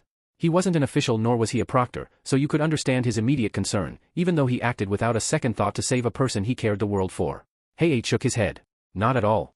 Protecting your comrades and looking out for your teammates is one of the many qualities of a good leader. I think your little stunt actually earned you some more points in the eyes of the judges." Grinning, Naruto then turned to Tayuya to see her being helped away by one of the runners from the sidelines. Before she could limp off, he saw her stop the man and look back at him, her eyes locking onto his. After a brief moment of pause, the musician then allowed another smile to come into play and gave him a thumbs up. "Knock 'em dead, shithead," she exclaimed brightly. Hearing this, Naruto nodded back. "Yeah." With that, Tayuya was then carted off to the stands. The girl spoke to the young man helping her out and insisted on staying in the arena, as she wanted to see this next battle and how it would play out for herself. Even though she'd broken a couple of ribs, had tons of bruises, had cuts all over, she was still intent on watching and supporting her boyfriend in his next match. Reluctant at first, the official eventually complied but still said he would have a medical ninja come check on her while the next match was being prepared. Oh. Stadium, Kage section. Mei sighed and leaned back. "That was a terrific battle. But I'm still a little disappointed." "What? That the flute player from Konohagakure lost and not the Kazekage's power-mad son?" Anoki asked with an amused grin, earning a glare from the man next to him. The short elder raised both hands. "Hey, I'm just calling it how I'm seeing it." A grunted and looked across at the two next to him with a hard expression on his own face. "Anoki's got a point, Kazekage. You really need to teach that boy of yours some restraint. That battle was getting a little bit out of hand." "The fact that he was transforming into his Biju too proves that," Anoki murmured, folding his arms. "As impressive as it was, the last thing we need is one of the two Jinchuriki here transforming and going on a rampage. Too many civilians and too many innocent bystanders." Of course, while the other Kage could agree on the whole transforming thing, the third Hokage didn't exactly feel like correcting his would-be rival on his first statement about two Jinchuriki. While everyone else was willing to flex their arms and show off their tools, Hiruzen wasn't too keen on them, knowing his village's Jinchuriki was there as well. Though he was certain they would find out sooner or later, now wasn't the time. The responses from the other village leaders had the Kazekage sigh and, maintaining his composure as best as he could, laced his fingers together tightly. Initially he'd been readying himself to step in should Gaara take the battle too far and his transformation worsen. However, thankfully the fight didn't get that far, and his son was able to suppress the demon's chakra, for now. Nevertheless, the entire fight had given him a good idea of the youngster's strengths and glaring weaknesses, which he was able to address to the others clearly. It seems that the only way my son will ever get promoted is for him to earn enough credit on the field to warrant it. While not effective on a team, he can still serve his village through his power. Power isn't everything in a battle, Kazekage Dano, Hiruzen spoke up, earning looks from all the leaders as the Hidden Leaf Elder made his evaluation. Even though Tayuya lost that fight, she showed marvelous strategic thinking, tact, coordination, and level-headedness. Using a combination of all those things and displaying a creative use for her techniques, she was able to push an opponent with strength and ability greater than hers into drawing out more of his Biju's chakra. Hearing this, Mei cracked a smile. True. If it weren't for the tailed beast inside of him, Gaara would have lost that battle. But in the end, he was able to plow through all of his opponent's attacks by partly transforming into a Biju state. If he was to meet somebody like her who had the strength to actually carry out her strategies to their full potential, then the result would probably be the other way around. Upon listening to what the other two Kage had to say, the village leader of Sunagakure closed his eyes and returned to meditating on the fight he'd just witnessed. After assessing the battle and relaxing from the amount of drama and action it had managed to bring to the stage, the Kage then waited patiently for the next fight to start. That first match for the second round for today had been one head-turner, and with everything they'd seen so far they were bound to see another one in this next match. Hiruzen and the others actually felt their anticipation grow even more so when they saw the names pop up on the big screen as the two next promising candidates stepped forward, even though one of them was already on the pitch. Oh. Stadium, Team Instructors Section. Well, it was a good fight, Gunma sighed, rubbing his head. But damn it. That Sand Kid was just way too much. Actually, he believed that Gaara would be too much for most of the competitors there. He'd been able to defeat a really brilliant and effective fighter from Team Guy, was able to turn Shikamaru around without so much as flinching, and he defeated Tayuya through use of brute force, who probably had the best combination of long-range techniques and intelligence out of all the genin present. I think Tayuya fought well, Kurenai exclaimed, smiling slightly at the others. Even though she lost, she still showed excellent skill and judgment out there, even when up against such a dangerous adversary. Her use of genjutsu was superb too. When one method failed, she simply switched to another in a heartbeat, as she'd anticipated somebody would attempt to counter her musical ability. It was an astonishing show of adaptability. I'm sure she's shown more than enough to the judges to secure a promotion for herself, Asuma nodded. Enko, grinning widely, folded her arms. I can't wait to see the look on her face when she gets her vest after today. While the team leaders spoke amongst themselves on all the positives they saw in that battle as well as the few negatives, Kakashi and Guy focused on the big screen just as the rest of the audience did when they saw the competitors for the second round come up. The latter actually gave a smile when he saw who the next fighters were going to be and folded his arms in anticipation, while the former gave a more serious expression as to who it was his student was set to fight. I wonder how Naruto-kun will deal with her, the man in green spandex wondered out loud. Hopefully, he'll manage to make it out in one piece, Kakashi replied. Even though he'd seen this one practically walk over one opponent effortlessly and stand through punishment that would have killed an ordinary shinobi in another, he was still confident in his student's abilities to make it through this next fight. To actually finish the match as the winner though seemed like a bit of a stretch, but the silver-haired man wasn't going to count out his most unpredictable student just yet. He was sure Naruto was going to surprise him. Stadium, Arena. Once Tayuya was safely off the field and much of the mess from the last match was cleared away, Tenga then led Naruto over to where the starting area of the next battle would be. Seeing as that he was already out there, they could safely skip the part of calling him down and so focused on preparing him for the second match. During which time, Mizore also called down for Kyoko to join them on the battlefield, which the blonde-haired girl from Kirigakure gladly did so. Awesome, the teen's cry echoed out. My turn. My turn. Jumping over the railing and landing on the hard ground, the blonde in the figure-hugging outfit then rushed out to meet her opponent with a bright expression engraved upon her face. As he watched his next opponent sprint on over, Naruto couldn't hold back the excited grin that also tugged on his lips and the energy surge that shot through him as his fists clenched tightly. This was the girl, the Kunoichi who defeated both Ino and Lee, and who he was going to be standing off against. If she was as strong as he knew she was, then he was definitely going to enjoy this next battle. After all, since watching her last fight and seeing how she fought, the Jinchuriki had had enough time in between then and now to formulate a plan against her. He also had a strong theory he was playing on, something he was sure he would be able to work on during this battle. If he played this right, then he was going to make this match quick and simple. As much as he wanted to test this person, he didn't want to push himself too far, not to mention he didn't want to go overboard. After all, he still had a lot more to do before this tournament was over. Knowing who his next opponents were going to be, the Jinchuriki decided right away that he couldn't face Kyoko with restraint. He was going to need his old self for this bout, the one that was famed for causing nothing but chaos and mayhem back in his village. For that he was certain. Skidding to a stop in a cloud of dust from how fast she'd been running, the ever-exuberant Kyoko stopped directly in front of Hayate, Naruto and the other two proctors present. The adults looked on in surprise as the young girl giggled as she emerged from the smokescreen and waved her mane back, grinning from ear to ear as she then stood proudly before them. Her Jinchuriki opponent returned her feelings likewise with an enthusiastic smile and a spark in his own gaze. Okay, let's do this. Hold on a second. It hasn't been 2 minutes yet, Tenga exclaimed while thumbing up toward the screen at the clock counting down the intermission period between the matches. Wait till the timer's out, then we can get the match started. Alright? Upon seeing the girl nod in understanding and give a miserable, deflated expression in return, the young man from Kumo chuckled lightheartedly at her response and scratched his cheek. I've never seen someone so eager to get into a fight before. Aside from Lee of course, but that kid was a whole other bag of weird. It was understandable though, considering how this girl had dominated all of her previous fights up until this match. She was only 1 out of 4 in this tournament who were really taking any of their battles in stride while exerting very little effort in return. Oh well. At least she was hyped for it. The crowd certainly was. While looking around with a bored expression on her face, her eyes then fell on Naruto who was looking at her curiously. When their gazes met, the blonde-haired girl brightened up and stepped forward, walking up to the boy and extending her hand to him. The proctors watched them carefully, but were surprised to see her silently ask him for a handshake. Hi there. It's nice to meet you again, Naruto-kun. Realizing the girl wanted to exchange pleasantries, the Jinchuriki stuttered a little before beaming in return and shaking her hand firmly. It's nice to meet you again too, Kyoko-chan. Hey. I really enjoyed watching your matches, especially your first fight against Niji-san. That was awesome. Oh? Really? Thanks a bunch, Naruto chuckled while responding to her delight with equal vigor. Your fights were fantastic too. I didn't know how strong you really were until your battle with Busy Brows. But after seeing you go toe-to-toe with him, I could tell how good you were at fighting. Nice taijutsu. The girl brushed her hair back at that. I work hard. It's been ages since I'd fought somebody outside of my village that could make me go all out, and Lee-san really forced me to fight at my absolute best. Maybe you'll be able to take me the rest of the way. Maybe I will. Who knows, Naruto chuckled while puffing his chest out a little. Hopefully I can live up to your expectations, because if I win this fight I'm going to end up fighting either your teammate or Samui-chan in the next round. That's only if you can defeat me, which I'm pretty sure you'll find to be extremely hard to do, Kyoko replied, clenching her fist and holding it up. As you've probably noticed, my fighting style isn't exactly normal either. Naruto nodded, yeah. His smile widened even more so as his eye gave a small twinkle. You use a positioning style that allows you to utilize your superior strength and speed to wear an opponent out while wasting very little energy in return. You use that style against opponents who aren't at your level yet or have been unable to figure out a way around it, but I'm going to venture a guess that that isn't your only fighting style. He looked her from head to toe. Your build is more suited for a well-rounded fighter at all distances involving close combat, with a combination of both speed and power driving you forward, mostly power. You've got a sharp eye, Kyoko chirped with an impressed look. I can tell I'm going to enjoy this match. Naruto replied affirmatively, likewise. Oh. Stadium, stands. Up in the back aisle, Haku looked on with keen interest as she saw Naruto face down his next opponent. After watching both of their previous fights, the raven-haired girl could say without a shadow of a doubt that this next fight between the two of them was going to be the most interesting bout in the tournament. So far, Naruto had contested his fights purely around brains and wild instinct.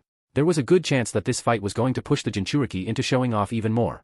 This girl is tough, Haku murmured, furrowing her brow. Including Niji, Sasuke, Lee, Tayuya-san, Gaara and Tsubaki, she's one of the strongest here. Even for a Jonin-level shinobi she can be a real handful. She looked at it from every angle. The girl was physically strong, quick, and insanely durable. Her beating at the hands of Lee beforehand in which she received some staggering injuries after facing the full power of his 8 gates was irrefutable proof of that. So far she'd been extremely sedated in her fighting style, choosing not to move around so much and allowing her opponents as much leeway as she wanted. She strategically maneuvered them so that she could hit them from the most advantageous positions, showing a crafty and deceptively intelligent fighter underneath. However, what would happen if she started fighting back aggressively? That was a question Haku was hoping to find in this fight, with an answer that did not result in Naruto's defeat. She was supporting him every step of the way. While Haku was stressing up in the top aisle, Irika was also looking down at the field with an intense look on his face along with Hayashi and Hanabi. Those that had seen the previous battles and knew full well of what the remaining competitors were capable of had mixed feelings about how the next match was going to transpire. Those in the front row beside the competitors' box were looking just as tense, with Ino giving the scene a fearful look with her hands held tightly together, as she'd been on the receiving end of that particular girl's wrath. Even Lee, who had also come about on a wheelchair to sit alongside Tenten and Niji, and Sasuke, whose head, chest and right arm were wrapped up in bandages, was looking just as nervous and wary as they watched Naruto face down his next opponent on screen. Shizune, sitting quietly beside her teacher and having remained silent and in awe throughout the whole Gaara and Tayuya battle, swallowed as she saw the big screen pan over the two participants out in the center of the field. Naruto-kun, please be careful, the brown-haired young woman thought, while at the same time glancing towards her master, who had just as serious a look on her face. The apprentice's visage scrunched up nervously as she took in the emotion in the blonde-haired woman's eyes, before turning back to the field to keep tabs on all possible developments. She's just as interested in this fight as everybody else. At least the Sannin, the woman who had previously expressed such enormous doubts about the whisker-marked boy below doing well in the competition, was investing time and effort into his matches. That was good. It showed the apprentice that her master genuinely wanted to see how the boy functioned as a shinobi, how he acted, and how he fought that made him as good as he was. What with everything else that had gone on in the matches, the Jinchuriki was showing everyone in the stadium that he was in fact capable of doing something and not just barking. He could actually throw down when the situation called for it. It brought somewhat of a small smile to Shizen's face. Oh. Konohagakure, Chunin Exam Stadium. Meanwhile, many miles away, Isaribi looked across towards the raven-haired Kunoichi sitting beside her, where she could see and practically feel the distress wafting off of her. The way Kin's body trembled, her fists tightened around her pant legs and feet tapped against the floor showed just how restless and nervous she was at the match set to begin in the next minute. She didn't need to explain the reason why she was so nerve-rattled. The reason was up there clear as day on the gigantic screen, facing down the blonde-haired boy who'd saved her life. The very person that destroyed her entire team was facing off against Naruto, the boy who carried her halfway across hell, stood by her bed when she was recovering and offered her a home to live in when she had nowhere else to go. The tension was eating her up inside. Keikin. Isaribi murmured, bringing a hand up to touch the shaking, sweating girl. The Kunoichi steeled herself and sucked in air. I'm fine. Lowering her fingers, the purple-haired diver nodded and returned to watching the screen, leaving Kin to watch on and recover at her own pace. Tapping her foot on the ground and wrapping her hands together, the Kunoichi breathed deeply. Watch yourself, Naruto, Kin thought while biting her teeth together. Don't let your guard down, not even for a second. For the first time ever, she was putting all her hopes and determination on the head of a boy she'd only known for a month. This was something she was not afraid to show. Stadium, arena. Once both opponents had made pleasantries with one another and were once again standing at each other's distances, Heiei stood between them and raised his hand. He looked between the pair warily, seeing their smirks being shot across the way and their eyes narrowed on one another. Right now, the only person in their little universe right now was the one standing in front of them. While they may have been friendly with one another before, it was time to get down to business. With the clock reaching the final second, Heiei cleared his throat to get their attention. Are both competitors ready? Yes, Kyoko nodded. More than ready, Naruto added. Very well then. Match 2 of the second round, Naruto of Konohagakure vs Kyoko of Kirigakure. Upon lifting his hand up and, giving it the necessary moment of pause and watching the two fighters ready themselves, dropped it like an axe. Begin. He then leapt back, expecting blows to immediately start flying as the audience gave a loud cheer to urge them on. After stretching out, the pair gave each other a warm smile and nodded to each other respectfully. Good luck, Naruto exclaimed. You too, Kyoko replied. Right on cue, the pair's expressions became dead serious and they slid into stances. Under the watchful gazes of the crowds, Kyoko brought her fists up into the form recognized from her fight with Lee, with her left fist extended further out and her right held across her chest and stomach to cover her cheek. She then began to gently rock from side to side, at the same time Naruto's feet began to shuffle and skip across the ground like in his fight against Neji, and both of his arms were positioned comfortably at his sides. With the silence of the crowd prevailing, both Naruto and Kyoko began to circle each other, throwing hard stares at the opposition while at the same time keeping the space between them wide. It was while they were moving around each other that the intently watching Shikamaru, Neji, and Lee then noticed something strange about how they were moving and sizing each other up. At about the same time the Jonin and even the Kage recognized the anomaly. Those who weren't completely in tune with the fight or didn't possess the level of skill necessary to comprehend the situation didn't get it right away. However, all those who were focused on the battle and looking at both competitors closely noticed how the pair's eyes were darting over the other, how every slight movement and twitch they made earned a counter-movement in return and drew a response from the other, despite there being several yards of distance. From a shinobi's point of view, most notably between Shikamaru, Shiho, Tayuya, Shino and Neji, it was like they were positioning shogi pieces for a game. In the competitors' minds it was a different story for both sides, but both were thinking along the same lines. This match will come down to reason and intelligence, not wildness, Naruto thought with a frown. However, I'll use that element in my style to my advantage. This girl isn't that strong. She only appears strong because she's been hiding her trump card from everybody else this entire time, and that's why she was able to beat everyone she's faced so easily. Lee made the mistake of showing his hand too early, rushing in without considering his situation properly, and as a result he ended up trapped in his opponent's rhythm. That's like sending out your best pieces first and losing them to pawns one after the other. That's where he went wrong. The Jinchuriki then slowed his pace and switched to southpaw, getting his opponent to switch up as well, and also switch to southpaw. She accommodates for every situation presented to her and takes advantage of every mistake. She's sharp. The wildness in his style is merely an illusion for cold, calculating, and terrifying precision. Even knowing this, it will be impossible to predict his next move because he always executes them instantaneously and they come without warning, Kyoko thought while changing directions in her circle, watching her opponent respond likewise and switch to orthodox. Despite the Hyuga's perfect field of vision and perfect fighting style, he was able to overcome it with his own undisciplined form of combat. That's a feat that would have been impossible to accomplish for an ordinary class shinobi.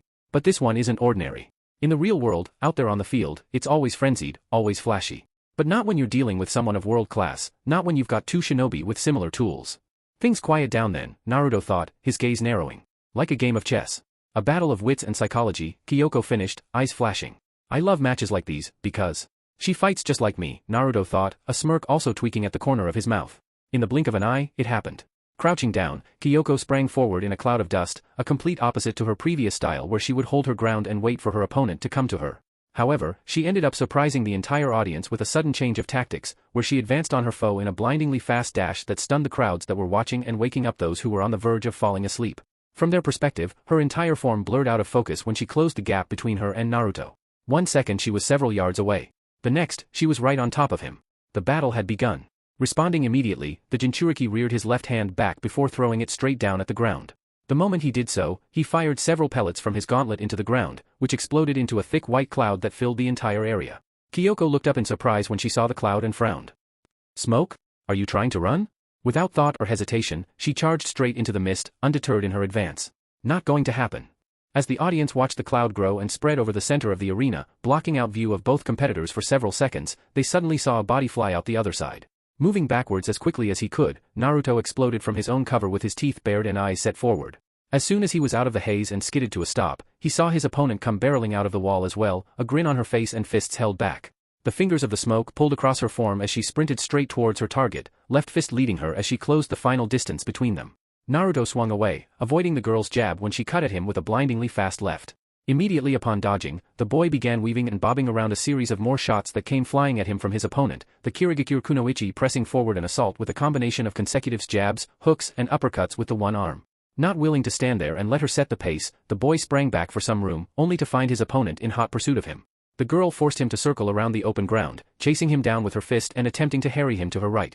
When the blonde eventually swayed to his left, he saw Kyoko cock her other fist back before swinging it out at him in a full-powered, right straight. Naruto's eyes widened in shock when he caught a disturbance in the air and threw both arms over his face, a split second before a loud gunshot rang out as the girl's fist slammed into his guard and sent him flying backwards across the grassy knoll.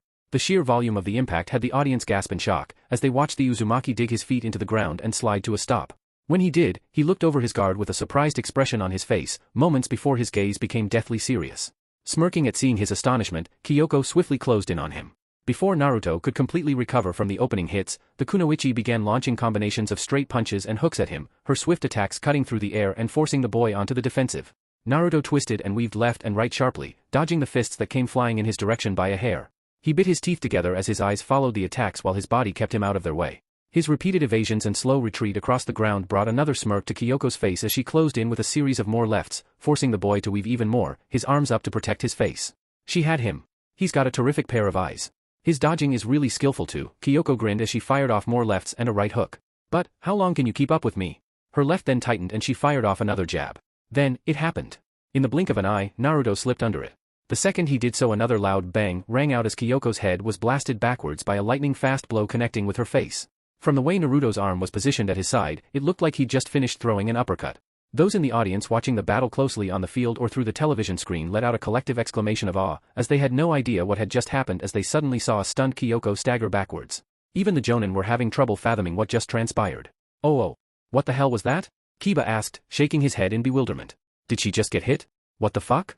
Naruto countered her, Shino informed, glasses flashing as he also leaned forward in his seat in bewilderment. She must have overflourished one of her attacks and left herself open. Bullshit. She was attacking him faster than Niji did in his match. How the hell did Naruto manage to hit back during all of that? The Inuzuka asked, with Akamaru giving a yip of agreement. Hinata on the other hand was watching the field with her Byakugan activated and an astonished look on her face. After watching the opening, her immediate thought was that Naruto was in big trouble when she saw them escape the cloud of smoke. The speed of his opponent's approach and consecutive attacks prevented him from dodging correctly and making a proper retreat, which also meant both their hands and legs were sealed off from making any hand seals or kicks. However, in the middle of the storm of punches Kyoko had raining down on her target, somehow the Jinchuriki managed to slip under one of her attacks, and countered with a short motion uppercut from a bent-over position. It was incredible. So fast. Hinata exclaimed. Oh, stadium, arena. Stopping herself from stumbling, Kyoko let out a low growl and returned fire on her opponent, who was still standing in front of her. Cocking her right back, the Kunoichi hurled it forward in a spearing straight that sliced through the air like a blade. However, the second her fist seemingly made contact with her target, it suddenly passed right through him when Naruto turned transparent and vanished altogether. The result was her twisting blow striking nothing but air, and had Kyoko's eyes widen in shock. Pulling back, the girl froze when she heard the sound of footsteps tapping behind her. "You're getting careless." Spinning around, Kyoko saw her opponent directly behind her and coming at her with a left straight. Twisting, the girl attempted to counter with a right cross, only to have her opponent swing under it and his fist crash across her face as a result. It all happened in the blink of an eye. Kyoko's body was sent blasting to the side with a cloud of sweat exploding off of her face, while her foe leapt away for distance. As soon as he was back out in the open, Naruto began skipping on the spot, right fist up and protecting his cheek while his left swung at his side. He watched as his foe recovered and looked at him, her eyes wide in bewilderment at what she thought she just saw. While he moved around, the girl followed him, blinking away her astonishment little by little before her gaze steeled into a glare. "That's the first time in an actual fight I lost someone standing directly in front of me. Lee-san was super fast, but I could still read his movements and track him. Naruto-kun though, his speed is different. It was almost like a shunshin. First he was standing several yards in front of you and the next thing you knew, he wasn't. His movements are razor sharp and the way he shifts makes it look like he's teleporting. He's just like Tsubaki-chan." This wasn't the time to be comparing notes though. If this boy was anything like her teammate, then she knew she had to kick it into high gear right now if she had any chance of catching him. He was clearly well versed in close combat, probably even more so than Lee was, only he expressed it with his body in his own unique way. His approach was also entirely different to any shinobi she'd ever come across, and after watching it for the past 2 rounds was now experiencing it firsthand. Bringing her fists up, Kyoko once again took her stance, but this time with a tighter guard. "If I show him even an inch of space he'll go right for it. But don't think I'm throwing in the towel just yet." A second smirk formed on her face. "Enough warming up. I think it's time we got serious." Still skipping on the spot, Naruto glared back at her before also cracking a competitive smile. "Agreed." He then stopped moving and dug his feet into the floor. "I've seen all that I need to see for now." The entire crowd began whispering amongst each other, wondering why the boy had suddenly paused and was now taking up a lowered position. He was so fast fighting the way he had been before that people figured he would simply carry on at the same pace all the way through to the end. However, in a surprising twist in his fighting style, Naruto had chosen to plant his feet and take his opponent up on her challenge in a head-to-head scrap, holding his ground just as she was. But why? What for? What was the point of mounting such a defensive position? The answer to those questions was answered shortly afterwards when, all of a sudden, Naruto turned tail and bolted for the hills. He actually sprinted off so fast he left a dust version of himself standing in place for several seconds before it slowly faded. Recoiling and jaw-dropping at the sight of her opponent suddenly running away, Kyoko stood there flabbergasted for a few more seconds, watching the dust form of her opponent fade away before realizing what had just happened. When she saw the orange back of her adversary dashing over the next hill, the girl shook herself out of her dazed reverie, stamped her foot into the ground childishly and waved her fist in the air. "Hey! What gives? Where the hell are you going?" she shouted, before deciding to chase after him. "I thought we were going to fight. Get back here, damn it." Well, apparently he wasn't intent on fighting. The sight of course did perplex a great number in the audience and amused some of the others as Kyoko locked onto her foe's trail, screaming after him as he made his way towards the rockier areas of the ring. It soon became an all too familiar scene for many of those from the Konoha contingent present in the stadium from years ago, where Naruto could be seen fleeing from the authorities after pulling one of his damned pranks on the poor locals and getting the hell out of Dodge. Stadium, near the competitor's balcony. Watching the sudden game of cat and mouse open up, Niji raised an eyebrow in interest. "This is unusual. I never figured Naruto would run away from his opponent. It sure was a first for him, and definitely a first for Tenten and everybody else sitting alongside them." Hearing the Kirigakure Genin's yells echo out over the arena in pursuit of her foe, Tayuya gave a quiet giggle and scratched her head thoughtfully with her good hand. "I wonder what the hell shithead has planned for his opponent this time." He was running from the enemy. Naruto never ran from the enemy. He either faced his opponents head-on with his unusual fighting style or used deceptive plays to overwhelm them from all sides. To see him actually retreat was a new experience for everyone. However, the red-haired musician of the Konoha group knew that her boyfriend didn't simply run away from a fight. He never ran away, not from anyone. Anytime he turned tail and sprinted off in some random direction on the battlefield was what he called a tactical retreat. Basically what was involved in this was instead of plowing straight through the opposition and breaking a few limbs in the process, he resorted to attacking in the opposite direction where the defenses were weakest. This was strange for a number of different reasons because nobody, not even those closest to him, really saw how something like that would work, but for someone as sly and underhanded as Naruto, Tayuya was certain he would be able to pull it off. As to how exactly he planned on doing that was beyond any of them. He was just secretive about that sort of thing. Stadium, arena. Panting as she sprinted after the boy, Kyoko gritted her teeth as a bead of sweat ran down the side of her head. In spite of running at full speed and being physical fitter than most people, for some reason she just couldn't catch this kid, even with chakra helping to power her along. Geez. How fast is he? The guy was bloody quick. He was kicking up dust at the speed he was running and he looked like a little, orange blur as he literally lapped the field, ducked around corners and disappeared over rises. The path he was following too was absolutely random, which annoyed the girl chasing after him. It quickly became abundantly clear to the audience and the blonde-haired Kiri Genin who had the superior speed of the two of them. Even though Kyoko claimed to be quite fast in her own class, even able to keep up with a superpowered demon like her opponent Rock Lee in the previous round, it was always only in short bursts and dashes. This allowed her to fight in certain areas where others would find hard to contest in, allowing her to utilize the full capabilities of her unique counterstyle taijutsu, and switch it to full offensive mode when the situation required it. However, when it came to endurance runs and going long distances, the task of keeping up said speed was an entirely different story. Naruto obviously trumped her in this department. Not to mention for some strange reason her body wasn't responding how she wanted it to at the moment. It was unusual, but nothing for her to be concerned about at the moment. Just where the heck is he going? Kyoko thought, glaring ahead to see her target sprint up a grassy hill before disappearing over the other side. We're inside a ring surrounded by walls, so the best he can do is run around in circles. Seeing him disappear, jumping over another ridge, the blonde-haired Kiri Genin smirked and cranked up her speed even more. Her feet carrying her across, she then arrived at the same hill and apex he disappeared behind and ran for the ledge. I'll catch you, even if it means chasing you the entire match. Unbeknownst to her however, Kyoko had just chased Naruto to the edge of one of the barren regions of the arena. This being the same space Samui had led and caught Utakata off guard in from one of the tours, it meant that the place was absolutely riddled with blind spots and hiding places. Too bad this fact remained clear from the blonde-haired girl's mind, whose primary focus at the moment was catching her opponent and butting heads with him.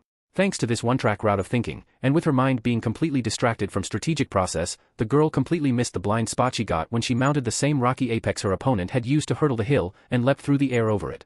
The audience saw it however, with Tsubaki reacting in immediate alarm and causing the orange-haired girl to reel forward in panic. You idiot. He baited you. Doton, Yamaden. Earth release, mountain bullet. Unfortunately, her teammate's echoing cry came too little too late, as Kyoko suddenly found herself face-to-face with an enormous boulder the size of a train cart rocketing towards her from up ahead at speed. Covering a distance of 30 yards between her and its launch point in under a second, the blonde-haired girl only had enough time to change her determined, grinning visage to one of absolute dismay, and shout. What the? Koton, Tekkai. Steel release, iron mass. The next thing she knew, the mass of stone and dirt slammed into her with concussive force. The sonic boom that rang out on impact was only matched by the sheer velocity the flying chunk of earth had reached before hitting its intended target. Once Kyoko was sprawled up against the ball and disabled, what followed soon after that was a quick relocating of her person at bullet-like speed from one side of the arena to the other. That meant that the next target of the massive boulder being propelled by a wind ejection point like it had a burning thruster attached to it was the barrier wall in the attack's line of sight. The crowd directly in the path of the flying chunk of rock gave a cry of terror as they all bailed the fuck out of there, with the ninja present leading the charge out of the seats. Seconds later, another loud shockwave rocked the entire stadium when the train-sized tour crashed into the barrier wall and literally tore a section of it down with one hit. Though it didn't reach the stands, the tremors it caused shook people out of their seats and scared the living daylights out of all those in the vicinity of the collapsing divider. Those who weren't in the surrounding area either gaped or cringed respectively at the enormous hit that Kyoko took. With rubble cascading down upon the heap that was the crater formed by the impact, Naruto stood from the place he'd thrown the attack from and smirked proudly. That wasn't an earth release technique. I just used my jet hand to rip that massive thing out of the ground and threw it at you, the Jinchuriki thought while rolling his shoulder and grinning. I just wanted a name for it. Sure. Cheesy. But it was the only thing he could think of on the spur of the moment. Oh. Needless to say, both Tsunade and Shizen's eyes had also bugged out of their heads just like everybody else's when they saw the enormous chunk of rocky outcrop fly past them at breakneck speed with what looked like a tornado of wind propelling it across the arena. When they followed its trajectory and saw it slam into the far wall with the boy's target attached to its front, the only response they gave it were open jaws and, "What the fuck was that?" Tsunade asked in bewilderment. Gulping, Shizen pointed at the massive stone that was just relocated to the other side of the field over 300 meters across. He just threw that at his opponent. Yes. Not collapsed it or destroyed it. Threw it. There was a big difference between certain versions of chaotic destruction, and hurling something equivalent to a rocky tour that was able to remain intact throughout the entire flight was not something you saw every day in a genin. Oh. Breathing out for the effort, Naruto smirked triumphantly in the direction he'd made the new landmark and placed his hands on his hips. Shit your pants? Yeah, he was pretty sure the people that had been in that general direction did. He then yelped in pain and gripped his shoulder tightly when a shot of electricity ran up his arm. I think I pulled a muscle there. He made a mental note to officially apologize to the crowd for all the trouble he'd caused at the award ceremony later that day. However, forethoughts and apologies had to be put on hold for a moment, as the next thing Naruto became aware of after burying his opponent under several tons of rock was the side of the pile of rubble facing him splitting and cracking open. After several moments of watching, counting down from 10 from the start of the anomaly, the boy then saw the entire back end of the largest piece of wall that had fallen onto the heap explode outwards in a hail of rubble. When the dust eventually cleared and allowed a clear shot of the damage zone, it revealed an incredibly ruffled and bruised Kyoko marching out of the wall dusting crap off of her arms. After shaking the debris out of her hair, the pissed-off girl with blood running down her head and from the corner of her mouth looked up at the boy. Oi. What the hell was that? She pointed back at the newly located tour furiously. Did you know how big that thing was? I could have died. A growl then came from her and she staggered, gripping the side of her head. Damn it, that actually hurt. I wasn't ready for that. Smirking when he saw the girl shudder to a stop, Naruto then rolled his head around and cracked his neck. This is supposed to be a fight. As far as I'm concerned, anything goes in this match. After seeing what you were capable of doing, don't expect me to take it easy on you. Hearing this, and after recovering enough of her bearings to regain her balance, Kyoko then gave a grin of her own. Ignoring the sweat that continued to drip down her face, the girl chuckled and wiped the blood off of her mug, at the same time straightening up. Heh. Well played. The girl then brought her hands to her sides and tightened her fists. Your moves are great, your reflexes are incredible, and you also have a flair for some interesting parlor tricks. Looks like I'm going to have to take this fight up another level if I have a chance of beating you. No more restraints. Naruto frowned at this when he watched her shift her head to the side and a loud, metallic crack echoed out, alerting the audience to an odd irregularity. Those with a jujitsu and watching closely then noticed, much to their surprise, the girl's chakra spiked considerably as the flow of her circulatory system suddenly sped up and began producing energy for a technique. Though as to what kind of technique, they had no idea. Stretching momentarily, Kyoko rolled her shoulder before gesturing for the boy to bring it on. Narrowing his eyes, Naruto crouched low and dashed in, coming at the girl at speed while she walked forward. Zigzagging to throw her off, the blonde then lunged straight at her with a kunai drawn, his blade cutting through the air with intent to nail her if her aim was to leave herself open for attack. Knowing her though, she wouldn't. However, the second he came within reach, her left hand shot up and literally stopped the tip of his weapon without a thought or care. A loud clang followed by a metallic grinding sound reverberated off of the stadium walls, with Naruto looking up in shock when he saw what was stopping him. Kyoko had raised her left hand to block his attack. While at first the audience thought they were about to see the blade go straight through her palm, the entire crowd was stunned to see the girl's hand, as well as a small portion of her arm, had turned metallic black, and what had stopped Naruto's kunai from skewering her was a black glove of metal. Sparks flying from Naruto's blade trying to grind into the palm, the boy growled and flicked off her hand, and cut at her with 2 punches.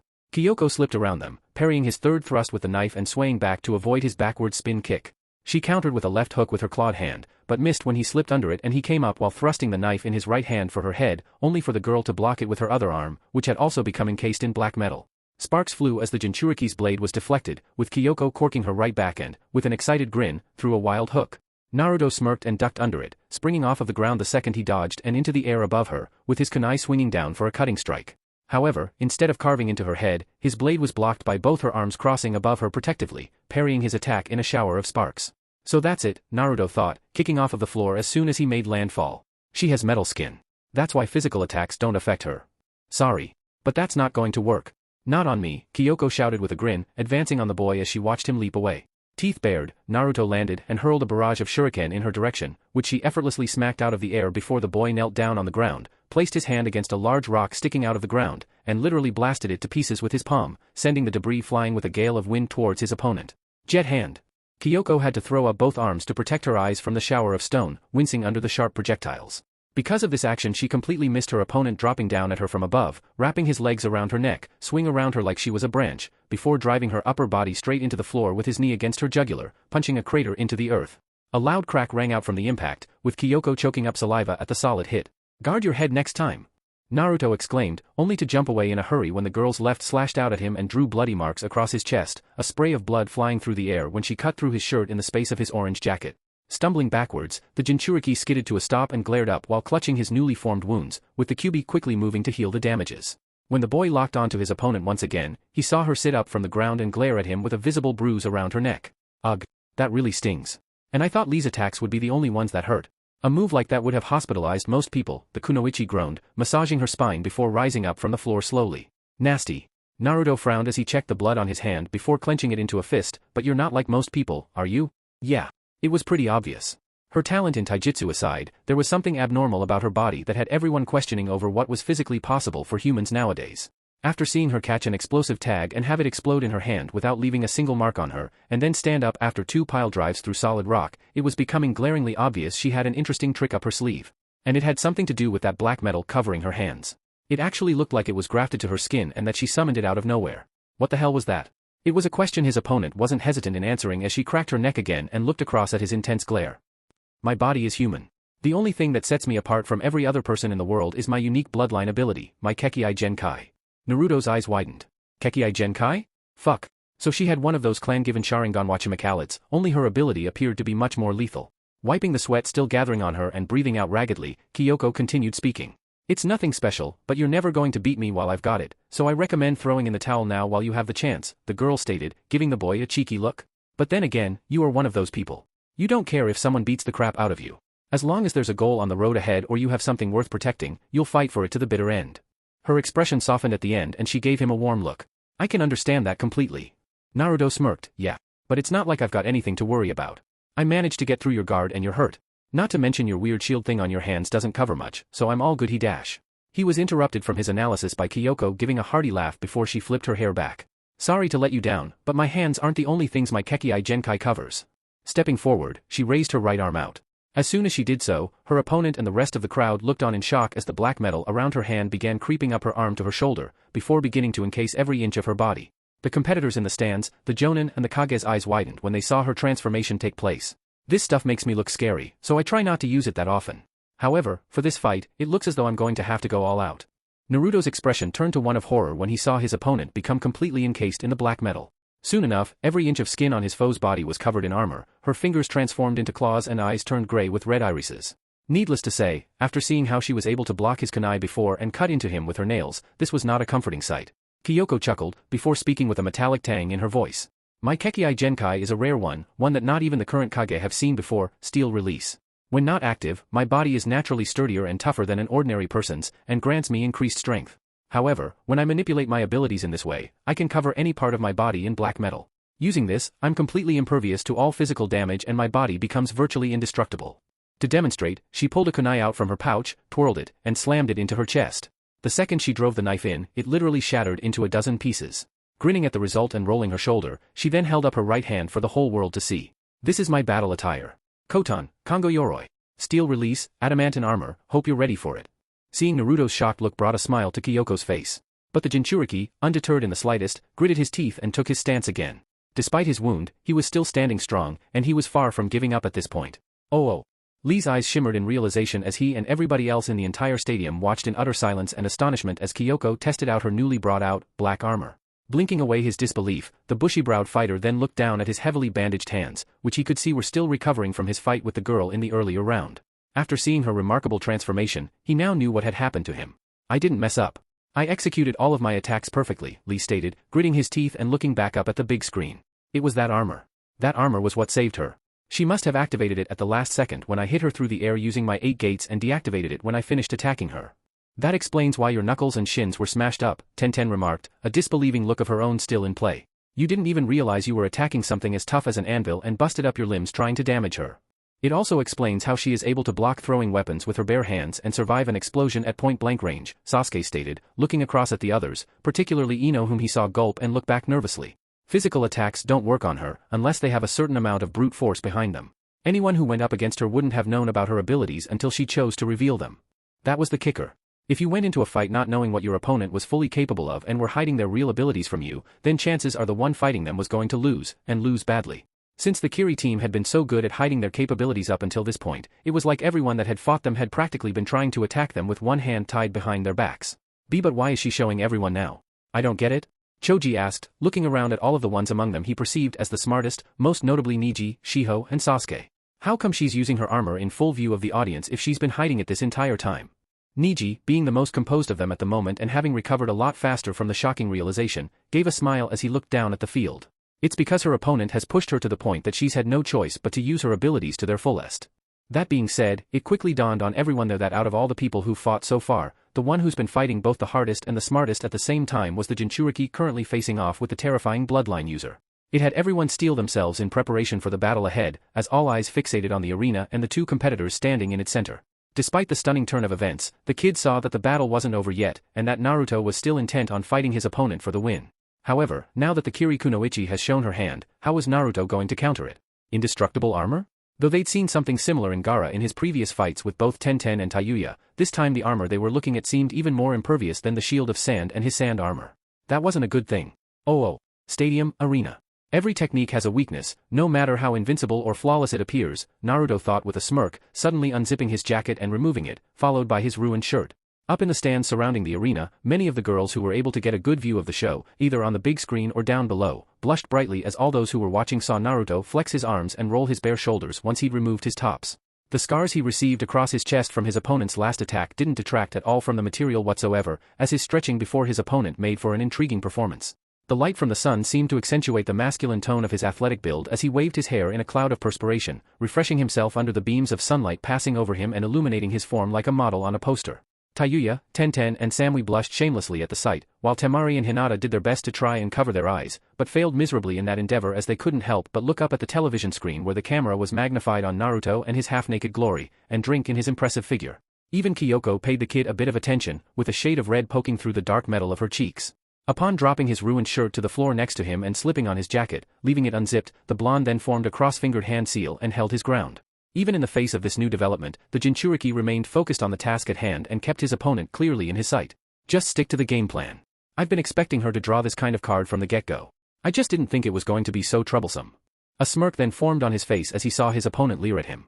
I still have one thing in my favor, and that's the fact that I can be a real bastard. Taju Kage Bunshin no Jutsu. Shadow Clone Technique. In a series of white explosions of smoke, Naruto literally multiplied across the field. Within seconds, over 100 of him could be seen surrounding his opponent on all sides, with every single doppelganger sliding into their respective stances and some of them even drawing weapons from their pouches. The crowd gawked in shock at the sheer number of bodies that now occupied the arena, leaving his foe looking around in bewilderment at how many of the boy in orange now stood around her. Though the Jonin instructors and a lot of the genin from his village knew he could use this technique, the great majority of the audience including the judges was baffled. Looking around momentarily, Kyoko raised an eyebrow at the count she made. Whoa! What's up with this number of clones? How the heck were you able to make this many? Looking around to see all of them step towards her, the girl gritted her teeth momentarily at being unable to find the real one, before a wide grin appeared on her face. Taking a stance of her own, she brought her left forward and formed it into a tight chopping hand, which suddenly elongated slightly and developed a notable cutting blade on either side. Kotan, Kusanagi no Tsurugi. Steel release, grass-mowing sword, her smirk widened as she renewed her stance. No matter how many times you multiply yourself, it won't be enough, Kyoko remarked, whipping her long head of blonde hair back over her shoulder. One of the Naruto copies at the front smiled and crouched low. We'll see. You won't really know until I try. He gestured for her to bring it on, just as the Kunoichi did earlier before activating her steel armor. Come. As you wish. Kyoko shouted before blasting forward, at the same time every single shadow clone surrounding her charged, leaping into the air and converging on her all at once. At that moment, all hell broke loose. The platoon of clones that met her at the front and charged forward first were blasted away by the black and yellow blur crashing straight into them. Like a freight train, Kyoko plowed through the wall of clones and began cutting them down in droves. Her right arm, which she had transformed into a blade, sliced through the first lot and engaged those with kunai, her weapon literally slicing through theirs and cutting into her targets one after the other. Those she engaged directly put up a brief fight, but quickly met a swift end at her sword. Those that came at her from the other corners were dealt with differently. Those that rained down on top of her and attempted to land blows were avoided and then kicked away, or blocked and then beaten or cut into submission. Much like the finesse she displayed before in her one-on-one battles with her opponents much earlier, the girl showed terrific taijutsu in her protective form. The only difference here was that instead of evading and guarding excessively, her armor filled that part in for her as every attack the incoming squads of clones threw at her bounced off useless. After jackknifing a copy that flew at her with a kick and sending him barreling through a whole mass of them, the girl spun around and chopped out with her hand, slicing into another's chest and dispelling him. She then took a hook to the face that had the clone back off holding his broken limb before she headbutted him to the ground, which he hit with a deafening thud before going up in smoke. She then threw a corked up left straight at another that came at her with a kick, slamming him in the face and propelling him through the air, where he then dispelled a split second later. Dull thuds and shouts rang out as the clones hurled themselves at her, attempting to harry her into entering danger zones, but failing and ending up on the receiving end of her vicious assault. She battled the army of shadow clones across the entire field, effortlessly blocking thrown kunai and stabbing through squads mercilessly. Hell, she didn't even hesitate when one threw a knife with an explosive tag at her, which she caught, removed the tag, slapped it against one of the clone's bodies and hurled it back at a random enemy. She then kicked the clone with the tag slapped across him into a crowd of doppelgangers, where she then watched it explode and take a whole bunch of them out with him. From the crowd's point of view, it seemed like a one-sided slaughter fest that had everyone wondering whether she could even be beaten. She took several knives to the back without flinching and responded by beating those clones into submission, before switching from her arm sword to her fingers. Using repeated Shogun strikes, Kyoko peppered the platoons, downing them instantaneously with devastating blows. Spinning around, she effortlessly parried swift blows from a clone, before thrusting her finger into it and dispelling it. As she charged another group down, two more copies came at her with kunai, only to bounce off of her when she ran straight through them, dispelling them at their useless endeavor. Kyoko rushed up to another formation and engaged them, cutting down the first few with her finger when they jumped her, before suddenly blocking a kick and watching one of the copies hike off of her in a flip. Seeing him skid, she prepared to dash him, only to see him throw his gauntlet across and fire off something small and fast-moving at her.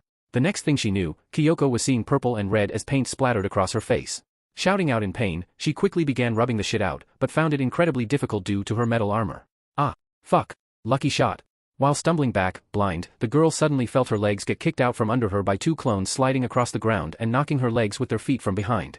When she crashed to the ground with an ear-splitting crack, forming a small crater, the sprawled-out Kunoichi was unable to see due to the paint as several clones somersaulted into the sky above her and spun down towards her simultaneously.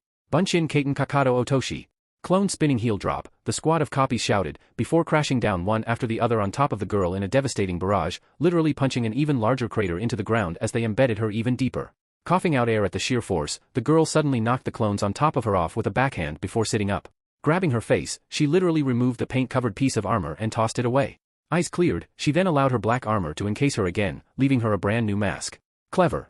But not good enough, she shouted, launching herself from the crater and at another formation, slicing through them with wild punches and kicks. Managing to drive the clones back, Kyoko's eyes cut around at all the shadow clones that remained, before marking out one of them and rushing at him. She watched that copy take a defensive stance and with a yell, threw a right cross at him that impacted against his guard. A loud crunch sound echoed out when her attack threw him across the open area, where he then slid to a stop gripping his forearm. The Kirigakure girl blinked when she saw this and smirked. From the sound of it, I think I just cracked your forearm, Naruto-kun, the girl chirped triumphantly at finding the real one and seeing him glare in frustration at her. She tapped the side of her nose teasingly. It was a good effort. But you should know you can't hurt me. Appearing angry for a moment, the Jinchuriki then broke out a smile and chuckled. Confusing the girl when he stood out of his fighting stance, the boy massaged his arm and threw the girl a grin. True. I can't physically hurt you. Not with my bare hands anyway. He then narrowed his eyes and his smirking visage became a lot more serious, at the same time the remaining clones surrounding him dispelled. The trick to beating you isn't attacking you head-on with brute force, but by attacking the parts of your body where you don't expect to be hit. Baffled at first by his statement, Kyoko was about to respond in kind with a question as to what he actually meant by that, only to suddenly see her vision turn blurry and feel her body unexpectedly weaken. Stumbling like someone had dropped an extra ton of weight on her, the girl was unable to stop the sweat seeping through her steel skin as she gripped the side of her head nauseously, before starting to cough and splutter. Smiling across at the girl, Naruto watched his opponent grip her head and cough out white fumes of smoke. The way he regarded her with that confident glimmer in his eyes, people knew right then and there that he'd been expecting this. As much as I would have liked to test that armor of yours against some of my other jutsu, I didn't want to waste chakra throwing everything I had around in this fight, the Jinchuriki informed, placing his hands on his hips as he watched the girl stumble. I've got 2 more opponents to fight before the end of the day, so I'm sorry this couldn't have lasted longer. I had fun though. Finally catching her breath, Kyoko glared up at the boy as she tried to focus. However, due to her distorting vision, she was finding this task to be close to impossible. What the hell? With her balance lost and through the strained expression she was currently wearing, you could tell she was not only surprised and angry, but becoming increasingly concerned for her well-being. What did you do to me? It was then, as she felt her body's condition gradually start to worsen and her strength pretty much leave her, the girl's eyes snapped open in realization as she thought back to the events that had transpired. She then looked up at the blonde in disbelief, remembering to when her body started acting strangely right at the beginning of their match. No way, you planned that far ahead? Naruto chuckled, figured it out? He then raised his arm and pulled back the sleeve to show off his gauntlet. One of my specialties from yesteryear. That smoke I popped at the beginning of the fight wasn't ordinary smoke. It was laced with a powerful knockout toxin I mixed in from the berries I found around my village. Since you only got a small shot of it, it took a while for the effects to kick in, which is why I had you running around the arena so that the poison could spread quicker. Your body attempted to filter it out through sweat, but it eventually became too much. While I could have beaten you 10 other ways, this method I would have to say is my personal favorite. Gets people every time. But how come, you didn't get affected by it? Kyoko asked in bewilderment. You were inside the same cloud as me. A sly smirk formed on Naruto's lips. Simple. I spent the past 5 years developing immunity to the toxins by adding the fruits to my diet.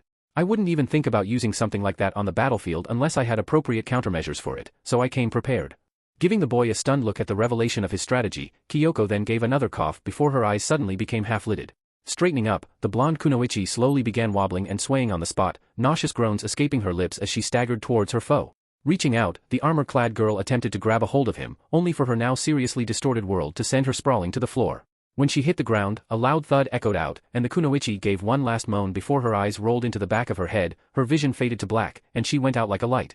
The second she lost consciousness, her metallic black armor bled back into her skin, leaving her completely and utterly defenseless. Looking down at the girl's peaceful expression and hearing her start to snore, Naruto gave a lighthearted chuckle, drew a kunai from his leg holster and threw it so that it landed right next to her head. His action drew a gasp from the crowd, but when people realized the youngster didn't finish her off in cold blood, everyone breathed a sigh of relief. I suspected that there was something off about the way you fought from the very beginning.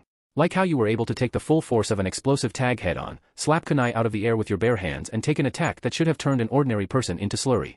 You pretty much confirmed my suspicions when you activated your armor and started coming after me with it. The boy strolled over and picked up the knife from the ground, before sheathing it into its holder. The truth is though, you're not invincible, and you're not some overpowered monster. In all honesty, Gaara is a much bigger threat than you. You only seemed unbeatable because nobody had the faintest idea of what your real abilities were, since you were hiding them so well. All you really had over them were your reflexes, your close combat skills and your ability to deflect all physical attacks. There are many other ways to take down a person like you, like using genjutsu to knock you out, exhausting you, attacking your other senses including your sight, smell, and hearing, using an attack with high penetration power capable of carving through metal, and best of all, poison. I can name several other competitors in this tournament that could have beaten you easily. The people you fought with however drew short straw, as they didn't have the tools or means to bring you down. Hell, you would have been the perfect opponent for Sakura-chan, even Tayuya-chan and that puppet guy, because they all used genjutsu or poison in their fighting styles. He then threw up his fist and held it high in the air. I believe I've made my point, so I'll leave it at that. Checkmate.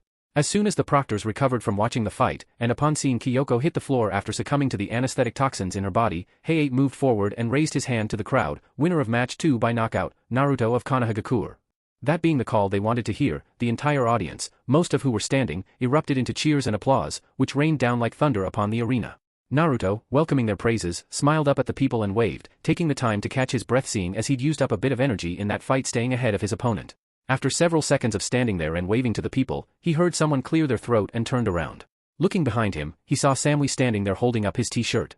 It didn't escape his notice that she was also wearing an all-knowing smile and had a bit of color in her cheeks as she gazed at him, but he tried to pass it off as some girl thing and walked over to her. When he stopped and tried to take his shirt, she pulled it back and gave his bare front a once-over. Samui-chan, Naruto laughed with an amused grin. Just admiring the craftsmanship, the blonde Kunoichi replied, nodding approvingly before handing his piece of clothing back. Watching him slip off his jacket first and dust down his shirt, she placed a hand on her hip and beamed. Don't need to be so shy about it. You should be pleased with the work you've done on yourself. Besides, you owe me for that time at the waterfall. Slipping his top on, Naruto then unfurled his jacket as he smirked at the girl. Well, aside from the fight, I'm sure you also got a decent show out of it. Are we even now? Thinking over it for a moment, the girl shook her head slightly. Not quite. You still owe me a date, and a bit. I was completely naked, you know. And he was only half. Even with the pants and jacket, the sight of his bare form had not been as fulfilling for her as she had hoped. However, she was all too happy to have the image of his partially clad body burned into the back of her brain for future reference and wasn't afraid to go about doing it from the way her eyes panned up and down the teen. After seeing him adjust his pouch and leave his trademark jacket unzipped, the Kunoichi nodded. That was a really cool fight, by the way. You really do bring a different kind of game to the field. Hearing this, Naruto grinned brightly. I'm looking forward to seeing the kind you bring to the next round when we fight. Lowering his hands, he gestured to her hopefully. See you in a bit? Samui nodded back, of course. She then tagged in with him, giving him a respectful high five as he passed and watched him return to the competitor's balcony. While he was walking, Naruto waved to the crowds while they cheered him off, and also spared a glance over to where Kyoko was lying. Seeing her unconscious form loaded onto a stretcher and hearing her still snoring loudly away, the boy gave her a moment of concern and wished her well. Upon which, he then turned back to his task of returning to the stands, and left that field with a spring in his step and a good feeling in his chest. It wasn't just the fact he'd put on a good show out there. He'd also got to fight someone strong and got the ride of his life out of it. While it wasn't to the degree of his fight with Hayden a couple months back, the stakes in this one had still been high and allowed him to cut loose to show the world just how much stronger he'd become. And this is only the start, Naruto thought, his eyes panning up to the waiting box where he saw Gaara was glaring down at him. Returning the redhead's gaze with a serious one of his own, the Jinchuriki grunted and turned back to the aisle. My job here isn't done yet. Oh yeah. Kyoko was just one of his problems. Though she would have proven difficult for some, in contrast she wasn't as tough an opponent as he initially believed. Had the fight deteriorated to a pure physical one, Naruto was certain he would have been able to beat Kyoko in taijutsu, but in her armored state she would have been ridiculously hard to overcome if he didn't use subtle tactics to bring her down. The fact that he hit her with debilitating gas made the fight so much easier. Now, there were only 2 more beasts left to worry about. Hopefully Samui could deal with hers. Oh. Stadium, near the competitor's balcony. That was a pretty fun fight, Tenten chirped, leaning back with her arms crossed. Both of the last 2 were. Man, there were so many moments in them that had my hair standing on end. That's top-class skill for you, Niji stated, eyes fixed on the center of the arena as he saw the next 2 competitors change out with the last ones. Can you expect anything less from the competitors who have made it this far? Since the first rounds are over, we can start seeing some really interesting material. He only wished that he could have advanced from the previous rounds, but that was just his luck. Now it was the turn of the blonde-haired Kunoichi from Kumogakure and the girl from Kirigakure who had pretty much flicked all of her opponents into submission the entire tournament. It wasn't that big of a stretch to imagine that the whole stadium now had their sights set on the big screen and were waiting with heavy anticipation for the next round. After the first match of this round saw the entire arena set ablaze and the second one had its 2 competitors batter the arena and flood it in a close combat mashup, this third one was bound to be a real kicker as well. The atmosphere was ripe with excitement. This was clearly evident by how Lee's leg was bouncing up and down while he was still in his wheelchair, and everyone's collective expressions reflected both seriousness and nervousness. The still wounded Tayuya, having been overwhelmed and joyous in the face of Naruto's victory, had calmed down enough to focus on the arena just as everybody else now had. With her glare set on the two genin on the screen that had finally come to face each other, the girl clenched her fist and waited for the bell to be rung. Not at all fussing over her injuries any longer, she was now more concerned over who would be advancing into what would be the semi-final round. The winner of this match would decide Naruto's next opponent, and that would undoubtedly be the smarter and the stronger of the two. Silence fell once more amongst the audiences, with those in the balcony also focusing their complete attention on the ring below. That included Shikamaru, Naruto, who had just returned from his battle to rest, Temari and Gaara.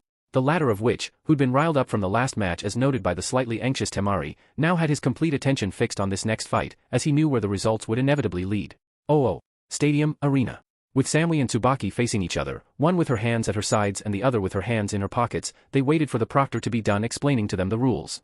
Droning out all other noises, once Mizore had finished addressing both, the Kumo genin bowed her head to the orange-haired teen in greeting, to which she also nodded respectfully. "Let's have a good match," Samui spoke with her normal, impassive gaze. Tsubaki acknowledged this with a small smile of her own. "You're the first ninja outside of my village to defeat Utakata in a straight-up battle. I'm sure that this will indeed be an enjoyable fight.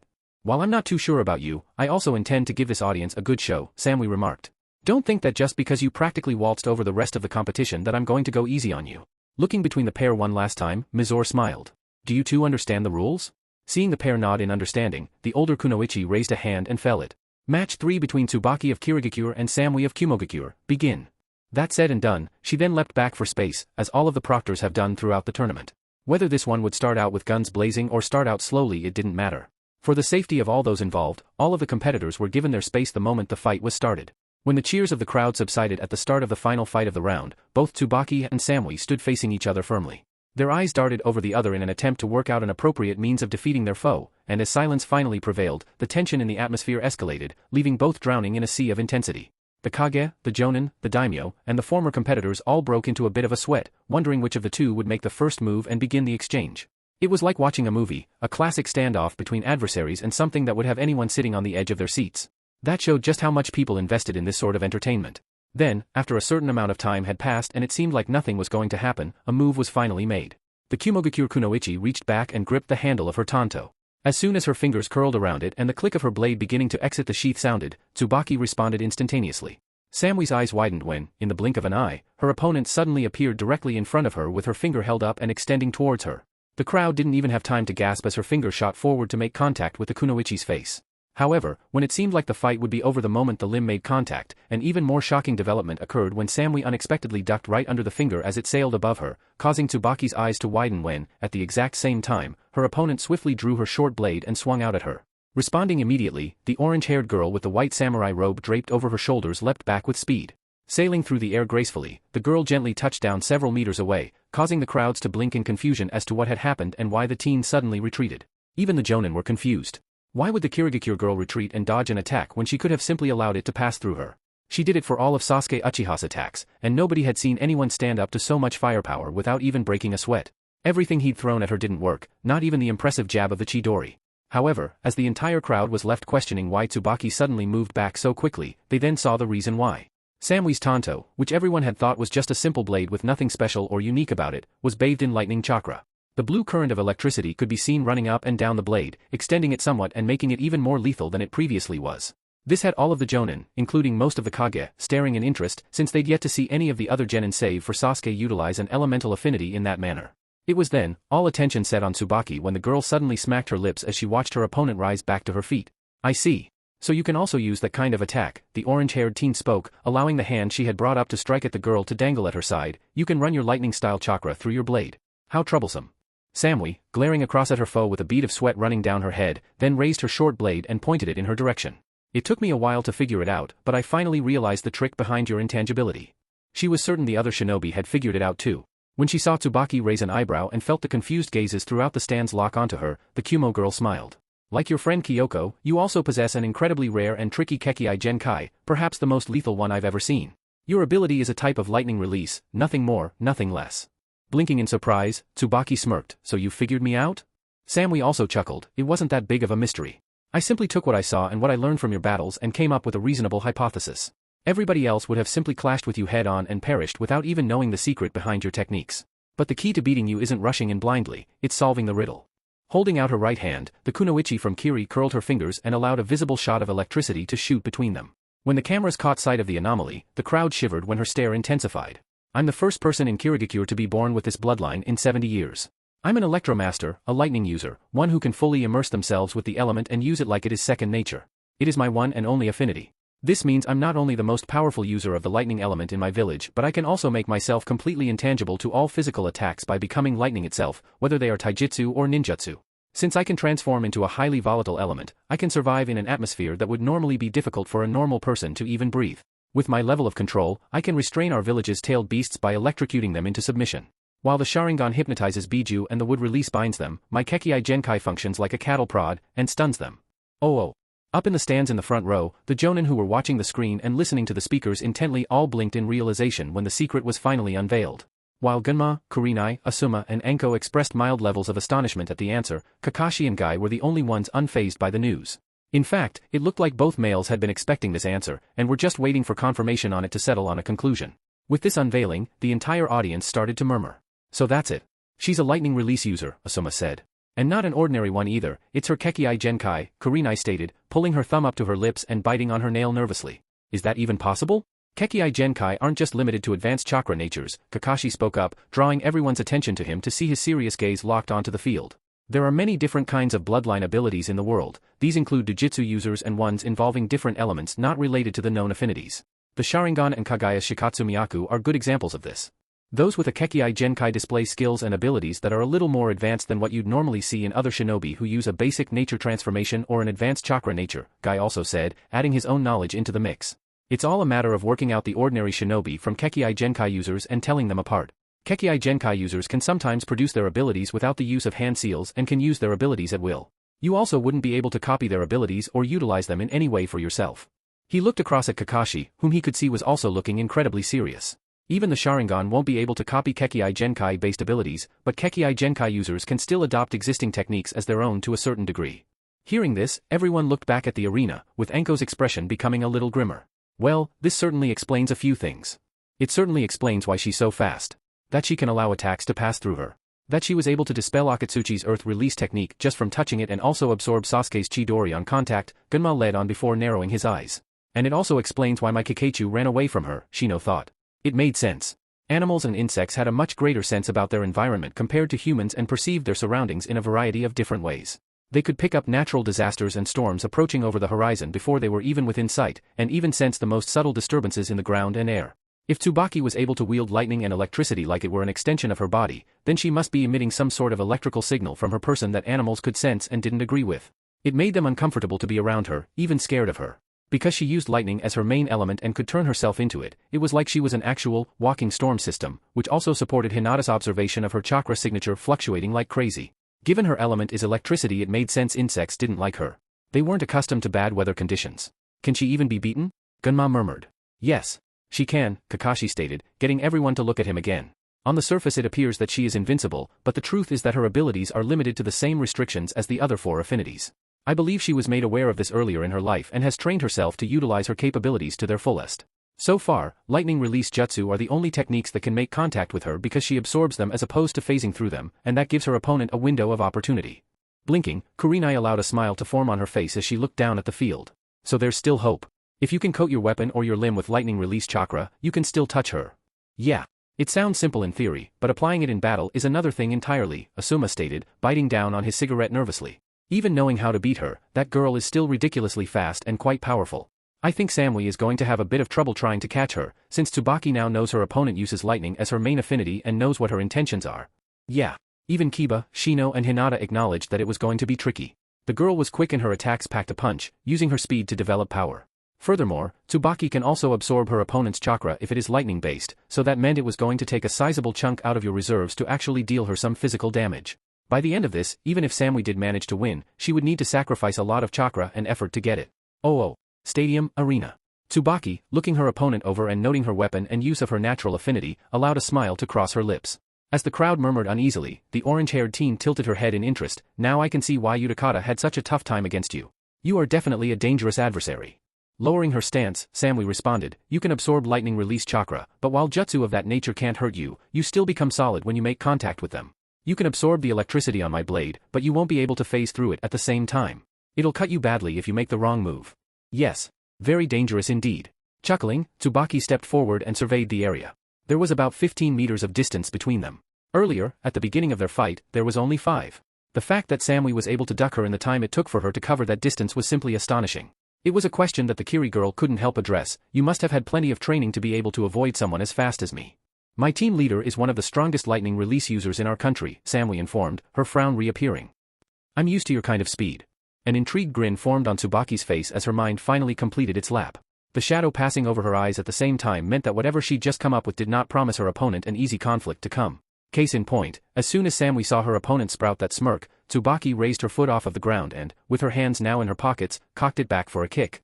Even though she was also standing over several yards away, the sight didn't bode well as everyone braced themselves for an attack. But what good use was a kick from that distance going to do? Let's see how long you can keep that up, Tsubaki said before her foot suddenly started glowing blue. Raiton, Reijiki no Yari. Lightning release, spear of lightning. Before anyone in the audience could blink, the girl thrust her foot forward in a side kick before a beam of energized blue light shot from her soul and was sent flying straight toward Samui as fast as the lightning release technique the Kumo girl had used against Utakata. Eyes widening, the blonde-haired girl leapt out of the way as the beam shot past her and, a split second later, struck the arena wall behind her with explosive force. The blast sent a fireball and a cloud of dust hurling into the air, the crowd crying out in terror at the shockwave that caused the entire arena to tremble. Samui, of course, had managed to barrel out of the way of the attack and after sliding to a stop on all fours, looked up to see her opponent lower her foot back to the ground and vanish in a flash of electricity. Tracking her, Samui sprang off of the ground and spun through the air just as a foot slammed down into the ground she was resting on, splitting the earth with the force of her kick. When she landed safely away and skidded to a stop, the blonde-haired Kunoichi glared to see her foe smiling in her direction, obviously enjoying this little game of tag they now had on. Becoming wary of her, the Kumo genin leapt away for more distance to analyze her situation, only for her opponent to respond instantly and yank her foot out of the earth. With her leg glowing blue and her face scrunched up in effort, Tsubaki thrust another kick forward with a yell, catch, and fired another beam of blue light that shot toward Samui like an arrow. Timing the attack, the defensive Kunoichi cocked her tanto and, upon encasing it in lightning chakra again, thrust it forward in a stabbing motion and intercepted the shot coming at her at full speed. The result was intense, her blade slicing into the beam of electricity and splitting it into several beams that shot out in different directions. The dispersing blasts of electricity struck the ground all around the pair, the proctors shielding themselves when some of the rays crashed into the floor in front of them with concussive force, sending blasts of hot wind and dust whipping into their faces. Spinning her tanto around in her grip after blocking the jutsu, Samui gritted her teeth and dashed forward as fast as she could. Lowering her foot in time to see Samui rushing at her with her lightning-covered blade pulled back, Tsubaki smirked and brought both hands out of her pockets. Holding them in front of her with one hand over the other, electricity began to crackle between her palms like in her fight with Sasuke to form what looked like a ball of lightning. This flow of electricity then began to course over Tsubaki's entire body before she suddenly started to glow completely blue. Raiton, Yata no Kagami. Lightning release, 8 Yata mirrors. Her now pure, energized form then broke apart into several bolts of electricity that shot into the sky, a split second before Samui struck out with her weapon and went right past the spot her opponent had been standing. Eyes widening in shock, the Kumogakure girl slammed her feet into the ground and coasted to a stop. As soon as her momentum ceased, the girl spun around and glared towards up, where she saw the photons of electricity converge several stories above and her opponent materialize out of the air again. Tsubaki was already descending while her body was reforming, and as soon as she was completely restored she threw another roundhouse kick and fired a third beam of lightning at her opponent.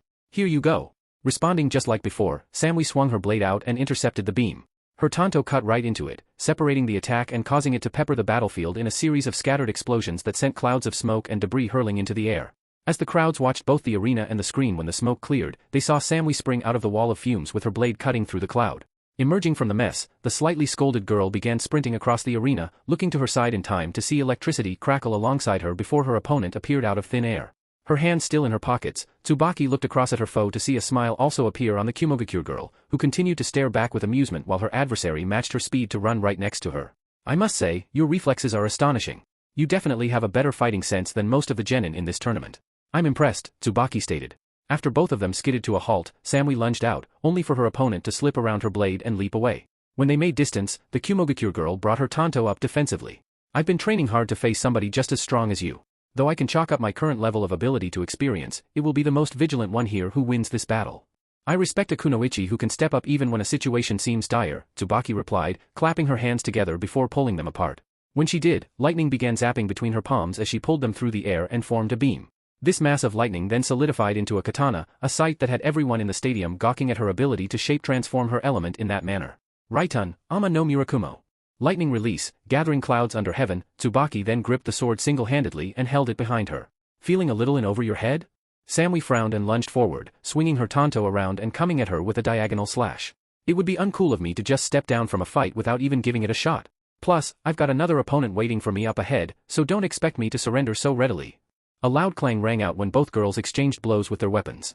Clouds of dust bellowing into the air, both opponents began hammering away at each other with everything they had, their swords intersecting in a shower of blue sparks every time they rattled the other with their swings. With barely any form or grace, the two genin traded attacks that filled the entire arena with flashes of light and the sounds of cold steel impacting against each other.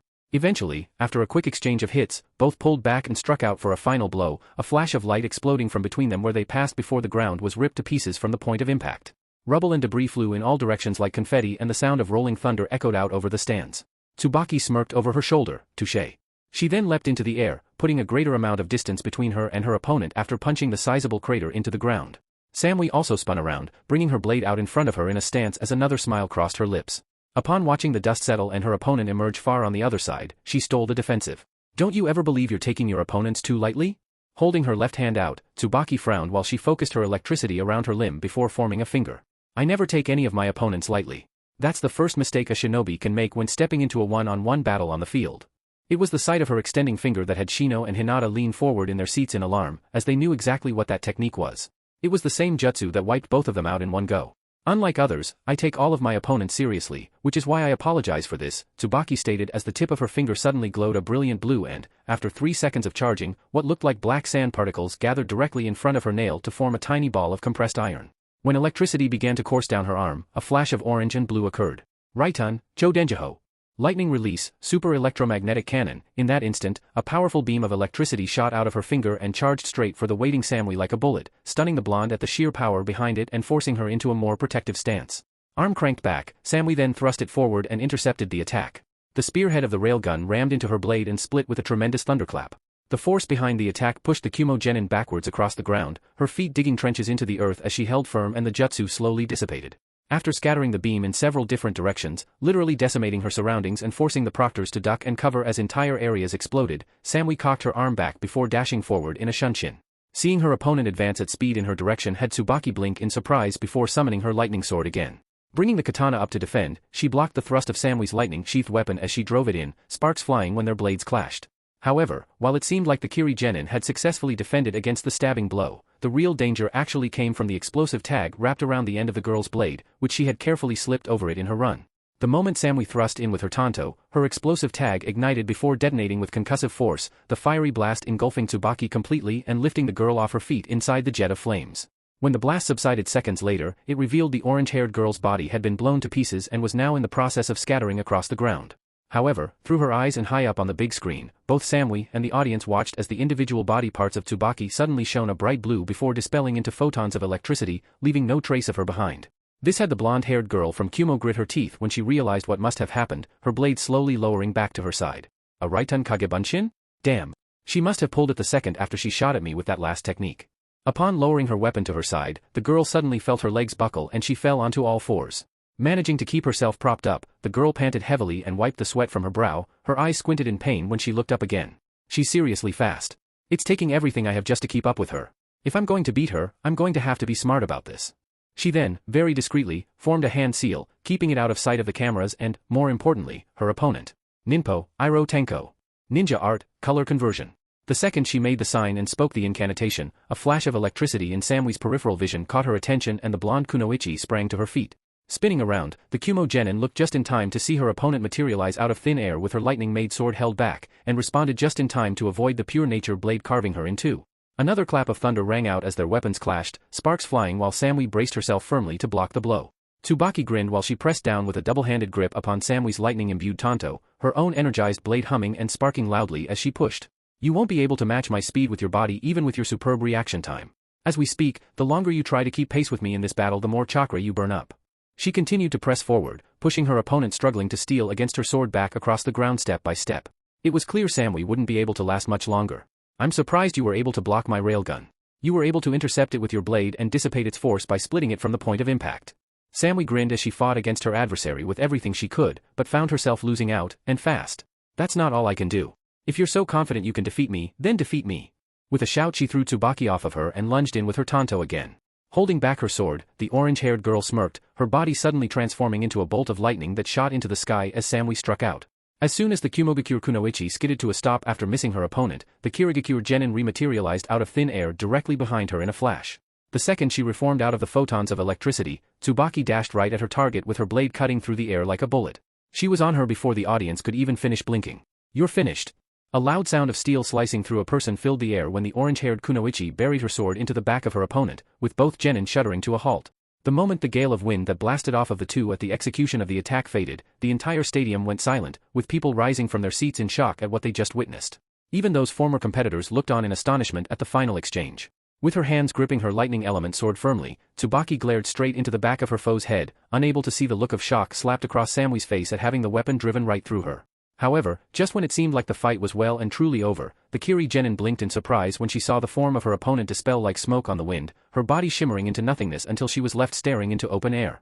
It was then, after a moment of staring, the orange-haired Kunoichi's eyes widened in horror before she suddenly coughed up blood, which dribbled down from her lips in a splatter. What? Choking on bodily fluids, the lightning user looked down to see that Samui was crouched in front of her, her tanto buried straight into her torso in a two-handed grip. The Kumo teen, eyes locked straight onto her enemy's chest and panting exhaustedly, then allowed a smile to cross her face when she finally realized she'd scored a direct hit. Got you. Oh. Leaning over the wall, Sasuke looked on in disbelief at what he was now seeing. She took a hit? What happened? Sakura blinked in astonishment, having initially believed that it was Samui that had gotten cut down. However, after a closer, second inspection of the situation, it was Tsubaki that had in fact taken damage from a blade now sticking through her all the way to the other side. How did she hit her? I thought she got her back when she shunshined behind her. Tayuya, taking a moment to process the sight, then shook her head out of its daze and grinned triumphantly. It was Genjutsu. Samui caught Tsubaki in an illusion that made her believe that she was attacking the real one. She waited for the bitch to reappear after teleporting behind her, and as soon as she did, she went for it. The timing and execution of that move was flawless. If a shinobi came across an opponent who was superior to them in both speed and strength, in order to slow them down or stop them dead in their tracks, it made sense to hit them with an attack that could take out their mobility and mess with their focus. Get them with a technique that could nullify their physical capabilities and force them into making a mistake. That was the exact same type of thinking Tayuya had and allowed her to overcome other foes with a physical advantage over her. Hell, not even she thought Samui had such a well-rounded skill set. Even though she wasn't as skilled in taijutsu as Neji, as fast as Naruto or her, or as smart as Shikamaru, she had the right balance of everything. That decisive blow may as well have won her this whole thing. Oh. Gritting her teeth, Tsubaki's lightning sword dispersed on the wind as she felt Samui continue to hold her tanto in place and buried in her stomach. Body and knees shaking, the orange-haired Kunoichi remained standing where she was, and glared down at the shoulders and eyes of her adversary staring back at her. Why you set me up, the Kunoichi choked, clenching her jaw while trying to maintain consciousness when the pain from the wound started to flood up to her. You knew that I was going to attack you from behind, so you created a genjutsu and simulated the engagement until the exact moment I struck. Since it was such a subtle technique, she wasn't able to pick up on it until it was too late. When it seemed like she'd had a victory, her opponent just came out of nowhere with a jutsu that gave her an opportunity to run her through with her blade. Now she was feeling the sting of her mistake. Any shinobi worth calling themselves one would have fallen for this. Samui, still holding her blade firm even though her opponent had naturally absorbed the lightning chakra into her body, continued to lock eyes with her now stricken foe. The trick to beating an opponent who possesses overwhelming speed is to either trap them in a corner, cast an illusion over them, take out their legs, or aim for a simultaneous exchange. In this case, I chose options 3 and 4, and it seems to have paid off quite well. Coughing up more blood, Tsubaki hunched over when she felt the short blade of her opponent dig in a little deeper. To accompany the bolts of pain running up her body from the point of the weapon's entry, a spark of electricity traveled over the girl. The Kunoichi then smirked when she reran the previous exchange in her head. So that's it, you memorized the timing of my attacks, and aimed for a counter the moment I broke the engagement. Smile remaining, the blonde went on. Thanks to your intelligence and the abilities granted to you by your Kekkei Genkai, people immediately pegged you as the strongest competitor in this exam, as well as the most dangerous. In all honesty, I think that's just a gross overestimation of your strengths. The people who fought against you were just mismatched, and didn't know what your abilities really were until it was too late. Seeing more sparks of electricity run up her opponent, Samui frowned. It's the 3 aspects of your bloodline ability that gives you an extra edge over other shinobi, your ability to manipulate lightning, and your intangibility and speed that comes with it. If people weren't able to figure out the tricks behind your techniques, then you would have been able to breeze through this entire competition. But with your secrets out, you're just like everybody else, a kunoichi with both strengths and weaknesses. You're just better than most at using the former and hiding the latter. Breathing raggedly and holding her ground, Tsubaki processed the words spoken to her by her opponent before chuckling through bloody teeth. I never thought I'd ever face somebody in this tournament who could match me, the orange-haired girl stated before suddenly grabbing Samui's hands around the blade. She tried to pull it out, but said blonde held firm and remained where she was. Here I thought only the Hyuga and the Uchiha would be a challenge for me, but your perceptive abilities are equally terrifying. Definitely, in a class all their own. Samui's frown deepened when she saw more sparks fly off of her enemy. Your eagerness to win and carelessness led you here. Now comes the part where I recommend that you surrender. Seeing blood run down the blade stuck in her side, Tsubaki clenched her teeth before using her other hand and grabbing her opponent's arm. With the pair locked together and staring at each other with fire in their eyes, they stood off. Even though she had a short blade sticking through her and the Kumo Genin had the advantage, the two of them knew it wasn't over yet. You're a dangerous and talented kunoichi without question, Tsubaki growled, blood continuing to run from the entry wound. But I'm not going to lose in this round. I can't lose. I swore to myself, after that night all those years ago, that I would not become weak prey. Seeing the confused glint flicker across her opponent's eyes, the orange-haired girl let out a growl and tightened her grip around her adversary's hands, now becoming stained with her blood. You may have neutralized my speed and intangibility, but I've still got one last element left that I can play. Raiton, Kaminari. Lightning release, God Song. The second she shouted that incantation, lightning suddenly exploded around her in the form of a bright aura before flowing straight into Samui, lighting up both of them in a literal storm of energy. With the sound of rolling thunder echoing off of the two girls, the pair became imbued in the dangerous element, with the target of the close-range technique letting out a blood-curdling cry of agony. Eyes wide open, Samui screamed in pain as her body was deep-fried by the immense amounts of lightning chakra, her opponent also letting out a roar of pain and effort as she forcefully pulled the blade out of her and threw the girl off. The audience could only watch in horror as the lightning faded from the two, with one girl clutching the sword wound in her abdomen and the other standing in place, gray and smoldering. Stunned, the kunoichi from the hidden cloud fell to her knees before dropping onto her front, lying sprawled out on the ground with smoke wafting off of her charred form. At the exact same time, Tsubaki keeled over onto her front as well, hitting the ground with a dull, heavy thud. The proctors and crowds then watched from their positions around the enormous arena as, for the next minute or so, the two competitors lay lifeless on the ring's floor. Eventually, however, after what felt like an eternity of waiting, life soon returned to the competitors when, both groaning and coughing, both Samui and Tsubaki opened their eyes and glared across at the other. Still smoking, the Kumogakure kunoichi tried to move, but found to her dismay that she couldn't. Instead, she just lay there, her body twitching, and expression showing the sting of the final attack that practically ended the battle. Damn, so, uncool. Gripping the barrier wall in front of her, Karui reeled forward with a look of desperation on her face. Come on, Samui. Get up. Get up, she screamed, slamming her fists into the concrete. If you get to your feet before she does, you can win this match. Come on. I've seen you take a lot worse than that. Get up. However, in spite of her teammates' frustrated cries, Samui could only watch silently as her opponent clenched her fingers around a clump of dirt, slammed her fist into the floor before slowly, but surely, rising to her feet.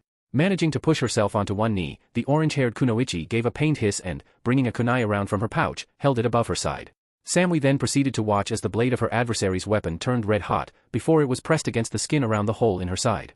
Tsubaki did this to both openings, with the heat literally sealing them up and clotting the injuries brought on by the weapon. The sight had the charred Kumogakure girl grunt in amusement and smile. You're using your electricity to heat up the blade and cauterize the wound. Smart. Sometimes, when the situation is bleak, a ninja must adapt in order to survive. With the main entry wound closed, my body's natural makeup will help do the rest, Tsubaki replied, tossing the kunai away before smirking across at her foe. With sweat dripping down her face from enduring the searing pain of fixing her own injuries, the orange-haired kunoichi nodded her head. You are the first kunoichi to ever push me this far in a fight before. For that, you have my respect. Trembling a bit, Samui chuckled and closed her eyes. Well, I did my best, but even a kunoichi like me must sometimes accept when she's been beaten. Unable to hold on anymore, the girl allowed herself to slip into unconsciousness peacefully, leaving the victory to the team from the hidden mist. It had been an incredibly close one, but in the end, it was clear who got the best hit in. Straightening up from the ground and wiping the blood from her mouth, the still-stricken Tsubaki stared down at the girl's body for a few seconds longer. After which, she then turned heel and limped off with one hand in her pocket and another still clutching the freshly cauterized wound. You put up a good fight. Perhaps the best fight she ever had. She nearly lost, an experience that she would learn well from. As she was beginning to walk away and the proctors started to converge on the area under the stares of the stunned, silent crowd, the kunoichi suddenly stopped when she heard a series of footsteps landing behind her and looked around to see Omoi, Karui, and Naruto had come down from the stands to help their friend. While Naruto checked on the fallen Samui, who was breathing lightly in sleep, Karui and Omoi turned to glare at the emotionless Tsubaki. The red-haired girl sneered, "You bitch." "That was overkill," Omoi remarked, frowning deeply with his sucker stuck in his mouth. "Why did you hit her with something like that?" Blinking, the orange-haired genin turned and glared back even harder. "The two of you are pretty naive if you believe that the world of shinobi is all roses and sunshine. When you fight someone out there on the battlefield, you put every part of you on the line, and not just your life. It's a high-stakes game that encompasses the fighters, their comrades, and their villages." She nodded towards her former opponent. "Samui fought a tremendous battle, but I wouldn't think of utterly destroying a masterpiece like her. I'm not a monster. You still hurt our friend, Karui stated, reaching for her sword. I should cut you to pieces right now. Tsubaki turned to her, removing her hand from her wound with electricity shooting off of her warningly, if that is what you want. Make that too, Omoi followed up, also going for his weapon. Don't, Naruto's voice suddenly spoke, interrupting the trio and drawing everyone's attention down to him when Samui's care was placed into the hands of Mizore. While the kunoichi was shifted onto the medic Nin's lap, the Jinchuriki stood up and glared across at the orange-haired girl with a frown on his face and an intimidating shadow over his eyes. You guys don't need to get involved in this. I'll pick up where Samui-chan left off and beat her in the next round. She's my opponent. Omoi and Karui stared at him momentarily, but after seeing his determined gaze, relaxed from their offensive stances and nodded. They then moved past him to check on their comrade as the stretcher was rolled in, leaving Tsubaki and Naruto to stare each other down. While the former remained unmoved and emotionless as she looked the boy over, the blonde kept his hands tightly locked and gaze fixed squarely on his next adversary. When their gazes met, the kunoichi from Kiri grunted. You fought an interesting battle against my teammate. She must have been tough, no? Naruto smirked, she was, but I can think of a few others who would be a lot tougher. I wasn't interested in breaking my bare hands against a walking slab of steel, so I went with an alternative route. Tsubaki chuckled. In spite of her injury, she was still able to speak incredibly clearly. Well then. I hope you also bring me something interesting to the field in the next match. I highly recommend you use it right from the get-go, because I don't plan on holding anything back. A spark of electricity ran past her face. Your tricks may have worked on Kyoko, but they won't work on me. We'll see, Naruto replied before waving over his shoulder as he turned around. I'll meet you here in center ring. Dismissing the kunoichi, he then quickly jogged over to check on Samui along with the others, leaving Tsubaki staring at his back. While the wounded was tended to, Tenga raised a hand in the air and made the announcement to the crowd, winner of match 3 by knockout, Tsubaki of Kirigakure. Once the cheers and applause started down, giving the victor her cue to vacate the vicinity, the Kumo ninja then moved on with his next set of announcements. There will be a half an hour break before the next round, so feel free to stretch your legs in that time. We'll see you in a bit. Chapter 29, Chunin Exam Arc 2, N Model Accelerates. Naruto. Drifting. The new models accelerate. Stadium, Kage section. That was an interesting match, the fourth Kazekage commented in a sort of dry tone, being sure to keep the excitement built up from the last two matches well in check. Since her opponent was so fast, Samui had to compensate for the huge difference in speed by going for simultaneous exchanges. That strategy normally, always works against opponents who have a marked advantage in agility and use a predictable attack pattern. But when she struck her opponent, she was only aiming to hit her with an attack that could stop her. She didn't know where she was going to hit, but she had to take her chance and avoid the opening blow at the same time. Inoki also spoke, arms folded and eyes narrowing as he reran the final engagement in his head. This match showed that both opponents have some very interesting assets in their resumes. While Samui possesses remarkable intelligence, patience, perseverance and timing, Tsubaki instead has speed, tact and power on her side, even if she is conceited to the point of making bad judgment calls. Honestly, talking about your abilities so openly like that. Only an Uchiha, Kage or higher could match that kind of arrogance and stupidity. Regardless, Samui still put up a really good fight, the Reikage stated while resting his head on his hand. To be able to figure out that girl's abilities and to fight a battle that targeted that specific weakness immediately afterwards was a damn good play. Too bad she ran out of juice at the end, otherwise she would have finished her off. Yeah, and the angle she landed her blow meant she wouldn't have been able to finish off her opponent even if she wanted to, unless she somehow managed to yank the blade out and come in for a second attack before her foe managed to get away.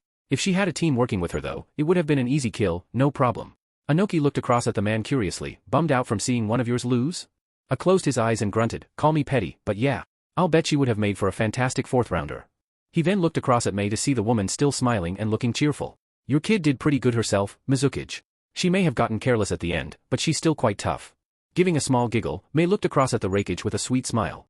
Just like what we saw in Gaara, while Tsubaki does possess the physical abilities and skills of a Jonin, I'm afraid some of her other character traits have brought her full potential down a couple of levels. It causes her to act carelessly and make mistakes, big mistakes. This got an intrigued look from the Reikage before he turned back to stare at the stadium's jumbotron, where he then decided to watch the replays of the previous matches while waiting for the next round to start. Sighing, the Mizukage looked ahead as well with her arms folded under her bust. With her experience and talent, I figured she would do better in this tournament. I know that she's smart and that she plays to her strengths well, but she sometimes relies on them too much that she misses some of the other important stuff around her. The best she can do with this performance I'm afraid is Chunin. I was going to fill in the documentation myself to have her promoted earlier, but I was curious. Catching on to this, all of the Kage looked over at her again, especially Hiruzen. Curious about what? Mei gave a small smile as she looked over the field to see Tsubaki exit the arena and into the hallway leading into the walls. I was curious to see if there was a genin of her age out there who could actually beat her, someone with insight and means equal to hers to match her, and strong enough to get her to work for her promotion. I put her and her team into this exam for the three of them to get more experience in combat and to test them against what the other villages had to offer. Her eyes twinkled when she recalled the last couple of fights. It seems that my patience has paid off. Remaining silent for a moment, Anoki then looked up at the screen again to see the replay of Naruto and Kyoko's match come on, and narrowed his eyes. She's up against that Naruto brat next, right? Yeah, the one that jumped down with Samui's teammates to see if she was alright. A grunted with an amused smirk. He may seem unorthodox and a little bit weird, but he's pretty damn smart, and strong to boot. With his face, you'd easily think otherwise. Like several other people in the audience, the man had actually been hoping for an epic throwdown between him and the blonde-haired chick from Kiri. But even though expectations had been set on high for the two of them to take their bout into a bloody brawl, the brat took an alternative route of action and exploited one of the many weaknesses associated with the once thought to be indomitable Kyoko. This showed that you could have all the strengths of a particular field in the world, but still fall short in so many other areas. Every single jutsu in existence had a weakness. The same fact could be applied to people, which Naruto had not been afraid to exploit. He's plucky that one, the Kazekage said while watching the screen intently. However, strategy and grit can only get you so far in a fight, and against an opponent like the one he's about to face, I highly doubt he will last for very long. While he's got a terrific brain inside of that head of his, it may not be enough against an adversary who's probably already decided to change her entire approach and fighting style for her next match. Hiruzen wasn't too sure about that. Unlike the other Kage, the leader of the Hidden Leaf wasn't going to call it so readily when the round hadn't even begun yet. So far, Naruto had shown brilliant tact and skill as a shinobi, one worthy of both commendation and promotion. There was a small chance that the wily, blonde-haired troublemaker would be able to win his match. However, with what everyone had seen so far, it made sense that they would doubt his ability to do so, because all he'd shown in his previous performances was some splendid taijutsu skills, some strange earth release technique that didn't look like one at all, the shadow clone technique, and a penchant for pranks. Being the wise old man that he was, the third decided to wait and see what would happen, and popped his pipe into his mouth to sit out the half-an-hour break. Oh. Sometime later? Samui unexpectedly woke from her peaceful slumber to a warm, soothing sensation gliding across her body from the top of her head to the tips of her toes. Blinking in confusion, the kunoichi still in the midst of regaining full consciousness looked down her chest toward her feet to see the unexpected sight of two sets of glowing green hands running a few inches above her immobile figure. Watching the phantom limbs scan her for a few moments, the blonde's vision eventually cleared completely, allowing her to identify two unfamiliar faces looking her over from the sidelines. On her right she saw a woman with short, brown hair adorned in a dark kimono, with the sleeves of said robe rolled up her arms and a kind look on her face. To her left, Samui also saw a blonde-haired older woman in a green coat, top, and a necklace worn over a rather sizable, incredibly bountiful chest, the envy of probably a lot of women, suspended in full view of both parties. Saying nothing, the Kumogakure genin simply stared silently at the two strangers as they worked on her, before the blonde with the two ponytails lifted her hands away and brought her sleeves back down at the end of a job well done. A serious expression appearing on her face as she looked towards the teen, the temporary surgeon then realized right then and there that her patient was in fact awake. Not at all surprised to see the youngster staring back at her, Tsunade smiled and tugged on the trim of her sleeve. You took quite a big hit at the end of your match, kid. How does it feel being deep-fried by a bolt of lightning? Remaining quiet for but a moment, Samui breathed in and out deeply before running damage control on herself. She wasn't in quite so much pain anymore, which was a good thing, and she could feel everything was pretty much still in the right place. So for the most part she was alright. Knowing there was a question that still needed to be answered though, the blonde shrugged a bit as the other kunoichi continued fixing her up in silence. Not as cool as I was hoping, Samui said in a notably chipper tone. Chuckling at her response, Tsunade backed up and placed her hands on her hips. Smart and tough. I'm actually quite impressed you managed to give your opponent such a runaround. You made her move about the arena as opposed to your target getting you to follow her rhythm like she had been her other opponents in her matches. That was some bout. Sighing, Samui stared up at the ceiling blankly. As flashy as my performance was, I know for a fact that she wasn't even using all of her skills against me. Even though I pushed her into working hard to try and get around my guard, I'm certain that there's more to her than what she's shown to us so far. The girl then tipped her head at another fact. I took advantage of her direct approach. She won't make the same mistake twice or use the same attack pattern, not in her next match. All of you are top-class competitors, there's no doubt about that. Though your opponent is easily Jonin level in terms of speed and power, you're not too bad yourself, brat. I'd say, intelligence alone, you're easily a Jonin level kunoichi yourself, the Sannin responded with a small grin. You really gave us one hell of a show out there. Good job. Frowning a little, Shizun looked up from her work to stare at the Sannin. You say that, but I know for a fact you bet against this poor girl, Tsunade-sama. Shamefaced expression coming into play, the Sannin glared back at her apprentice who continued to heal the various burns still covering Samui. Though her state didn't look as bad anymore from the few minutes of patchwork they'd already done, the girl's condition had improved considerably from when she was first dragged into here. The medic Nin that had been on station had actually moved out of the way to allow the most famous and proficient medical specialist and her apprentice to do the work themselves, since compared to the two wanderers from Konohagakure, their skills were only second best. I try to keep my business separate from my personal lectures, Shizun. Please acknowledge that invisible line and stand on either side of it, Tsunade stated crossly. Breathing out in exasperation, the brown-haired kunoichi nodded. Yes, sensei. Samui blinked as she looked between the pair before turning to the more elevated of the two. Not that I'm not happy to be receiving treatment from the legendary Tsunade of the Sannin, but why are you here? Hearing the question loud and clear, the bombshell formerly of the Hidden Leaf glanced down at the teenager gazing up at her before stepping back a bit. Well, for one, I'm a professional. It would have been awfully tactless of me to just sit back and watch a seriously injured Kunoichi get carted off to receive half-baked treatment for such grave injuries. You weren't just burnt by an ordinary attack out there. Your nerves received a direct shot from a hit of lightning chakra. I recommend not moving about for the next couple of hours or so, not until the electrical signals from your brain leading down to the rest of your body have calmed down. Receiving a bit of a look from her apprentice again, Tsunade waved her off and stepped away some more, before gesturing to someone behind her. Secondly, if I didn't come down to help you then this brat wouldn't have stopped pestering me. Curious, Samui fixed on the figure that emerged from behind the Sannin and smiled when she saw Naruto step into view. The Jinchuriki grinned at her and waved, relaxing the Kunoichi somewhat and earning a headshake from Tsunade and a warm smile from Shizune. How are you feeling? The Jinchuriki asked. Samui moved her arm up and flexed her fingers. Prickly, like my skin is being prodded by thousands of needles, and I'm sore. Those are just your nerves reconnecting with the rest of your skin, Shizune informed. You're lucky your opponent knew exactly how to attack your body with her lightning so that she didn't kill you. She used just enough to knock you out of the fight. Any more and your heart would have shut down. This earned a grim smile from Samui as she looked up again. Well, I guess a chakra monster like her would definitely have that kind of trick up her sleeve. She isn't a monster, just a really good Kunoichi that people mistake for a monster, Tsunade stated with absolute certainty in her tone. If she really was a malicious creature of some kind, then that would make me some sort of monster too. Naruto smirked at the woman beside him. Well, you sort of are a bit of a monster, Bachan. This immediately had the woman's eyes lock onto the Jinchuriki. Killing intent poured down on top of him like a shower, causing the boy to shiver somewhat. Watch it, brat. I came down here out of the goodness of my heart to help fix up your number 2 girlfriend, so the least you can do is thank me. In response, the boy waved a hand dismissively at her. Yeah, whatever. He then brushed past her. Thanks for that, Bachan. Now shoo. What a cocky, smart aleck punk, Tsunade growled in her head, wanting nothing more than to strangle the little bastard with her bare hands. Unfortunately, considering the circumstances, where they were and the competition they were still in, it would have been incredibly petty to throttle the kid into the next world for his brazen attitude when there were still 2 more rounds left to go. Instead, she left herself a note to clobber the youngster later onwards when the rest of the tournament was over, mostly out of curiosity and the need to see the brat's ass kicked. Don't get smug just because you've made it this far into the contest, kid. You skinned by mostly on nerve and luck. By the end of the day, you're still going to lose. Looking up from Samui, the boy glared over his shoulder at the Sannin looking down at him, both literally and figuratively. Seeing her chest puff out, the blonde's knuckles tightened. Oh yeah? Yeah. Okay then. How about a wager? Naruto asked, spinning around and pointing up at the medical Nin. If I make it to the final round and win, I want you to stop acting like a bitchy old lady and hand over that pretty little necklace around your collar. His eyes fell on the crystal he could see sitting above her well-endowed chest, which immediately had several eyes widen all around due to the bet he was now making. Folding his arms, the boy grinned smugly. You want to take that bet, or do you want to back down? Clenching her jaw at the boy's nerve, Tsunade folded her arms as well. And what will you give me in return if you lose? If I lose? Seeing the woman nod, Naruto chuckled and, with his finger, poked at his headband. I'll give you this? Your forehead protector? Tsunade asked, looking at the silver plate with the Konoha symbol emblazoned upon it. Snorting at the return bid, the Sannin looked at the youngster irritably. Why the hell would I want your stupid headband? Meeting her glare, Naruto continued.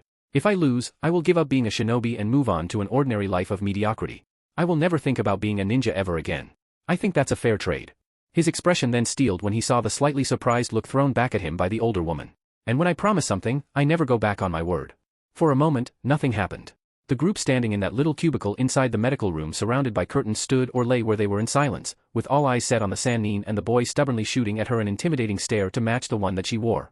Eventually, once a certain amount of time had passed between them, Tsunade smirked and stepped forward, at the same time holding out her hand. Since you're so confident, I'll take that bet. Brightening up in triumph, Naruto also stepped into the light and took her hand in his. He actually winced at how hard the woman squeezed, figuring she would be this tough considering the stories he'd heard about her from Jiraiya. After exchanging grins and shakes, the pair broke off with both turning to see the stunned expressions of both Shizune and Samui respectively. The former had actually stopped in her healing of her patient to gawk at the pair and the deal that they'd just made between each other. Did you all see that? Tsunade asked, pointing down at the runt and watching the others nod. Good. She then grinned confidently at the teenager. Don't come crying to me when you eventually get the snot beaten out of you. Shinobi with big dreams and no talent are always the first to get killed. Your next opponent is going to turn you into chopped liver. You know, I'm getting really tired of that negative perspective on life of yours, Grandma, Naruto returned boldly, crossing his arms. When I come around to pick up my prize from you and you're still frowning and acting all moody, I'll slap you across the face and take that necklace from you by force. Heh. We'll see, you little bastard, Tsunade replied, turning heel and marching out of the room. Ripping the curtain away, she left the chamber and slammed her fist against the archway exit at the same time on the way out. In her haste, she unintentionally cracked the concrete with her fist and left a deep impression in the wall, which had everyone except Naruto stare after her warily. Once she'd left, Naruto turned back to see Shizune looking at the blonde uneasily. You shouldn't have done that, Naruto-kun. What? Make a bet that I'm totally going to win? He rolled his eyes and chuckled. Nah. You're right, Shizune-chan. I shouldn't have done that. That's not. Look, I wouldn't have made that bet if I didn't think I could win it. Since now I've got more than just winning this whole damn competition and getting a promotion riding on the line, I have an even bigger reason to keep pushing forward. If I stop now, then I'd be letting a lot of people important to me down. He stood beside Samui's bed and grinned at the girl, who looked at him with a perplexed visage in play. I've also got to pay that Tsubaki girl back for doing what she did to you. Since you didn't advance, I'm just going to have to make do with beating her ass into the ground. Gazing momentarily into the dashing smile of the boy standing beside her, Samui smiled as well and shook her head. You must be the craziest ninja I've ever laid eyes on. She then shrugged her shoulders and rolled her head, except for maybe my team leader, Gaara, Lee-san and Kyoko.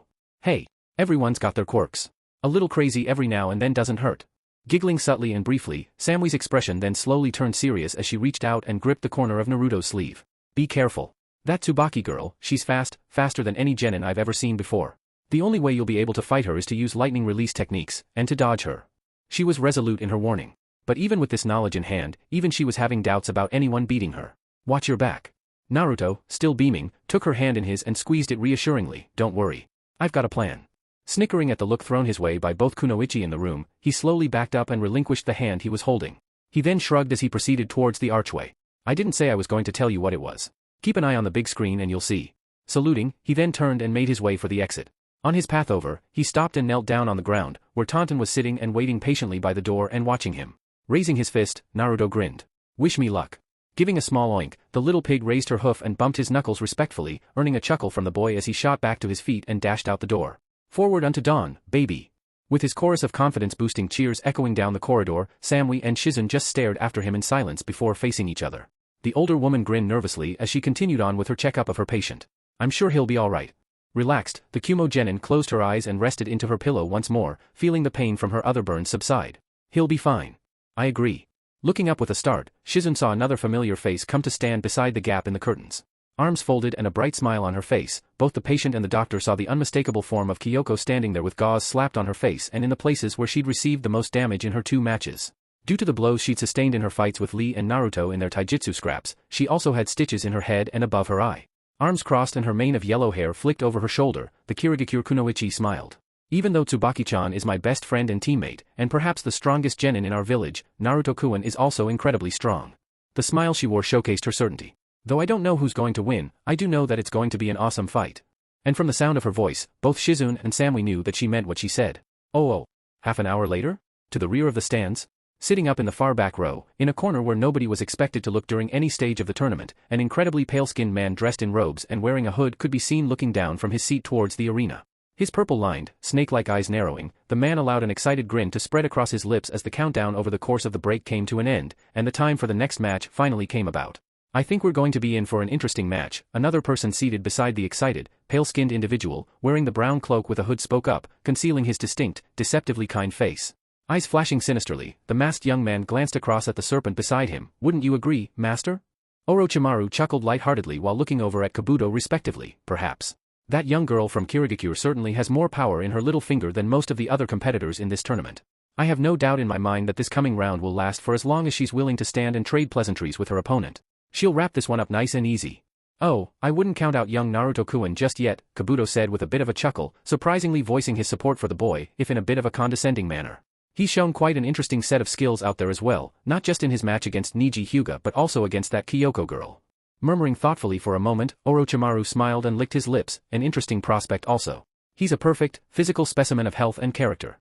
With such a coarse and wild outlook, he would make for a fascinating test subject if I was to add my own little addition to his system. He may even survive the cursed seal process, given the opportunity. It could amplify some of his more useful techniques considerably. Kabuto turned away in amusement. So, you're also thinking of adding him to the list alongside Sasuke-kun. Is there anyone else who you would like to recruit sometime later in the future from this batch?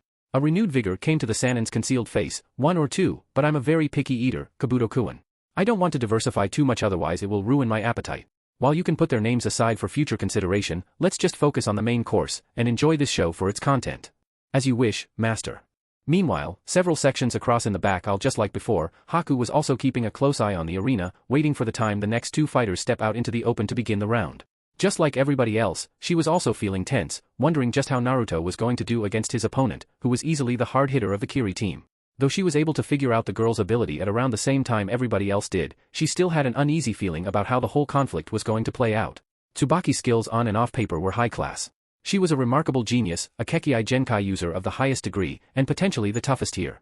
Depending on she was matched up against, a fight could go either way, but it would definitely see the orange-haired girl taking the lead right from the get-go and holding steady throughout most of the battle. It filled the ice user and many other people in that stadium with a sense of dread. Irika shifted uncomfortably in his seat in the gradual build-up to the match just as several of his fellow villagers and Naruto supporters did too, his eyes locking onto the screen above to see the two names of the next competitors and their photos flash into view. Not too far from his seat, Hayashi and Hanabi also glared towards center ring, and watched the proctors stroll into view. Next to them, the Jonin in the team instructors section for the Konoha contingent sat on the edge of their seats, along with the genin with them, whom shared the same feelings of unease and nervousness as the former competitors near the balcony. Tayuya massaged her hands together uneasily while she remained in place, still a little sore from her fight but resolute in her decision to remain. Shithead, be careful, and don't fuck this up. I don't want to have to take your body home in buckets. Though Samui was able to match her opponent, Tsubaki was still no pushover. There was no telling what she could do when injured. Gaara and Temari had remained in that balcony, with the former not really bothering to move and his sister sticking with him, just to keep him company and to make sure he didn't do anything rash. While the sand user seemed to be the most composed out of those in the stadium expressing concern and sweating, he too was actually feeling restless. With his finger tapping against his bicep and killing intent flooding the area, Gaara magnified Temari's own woes over the next match and the period leading into it.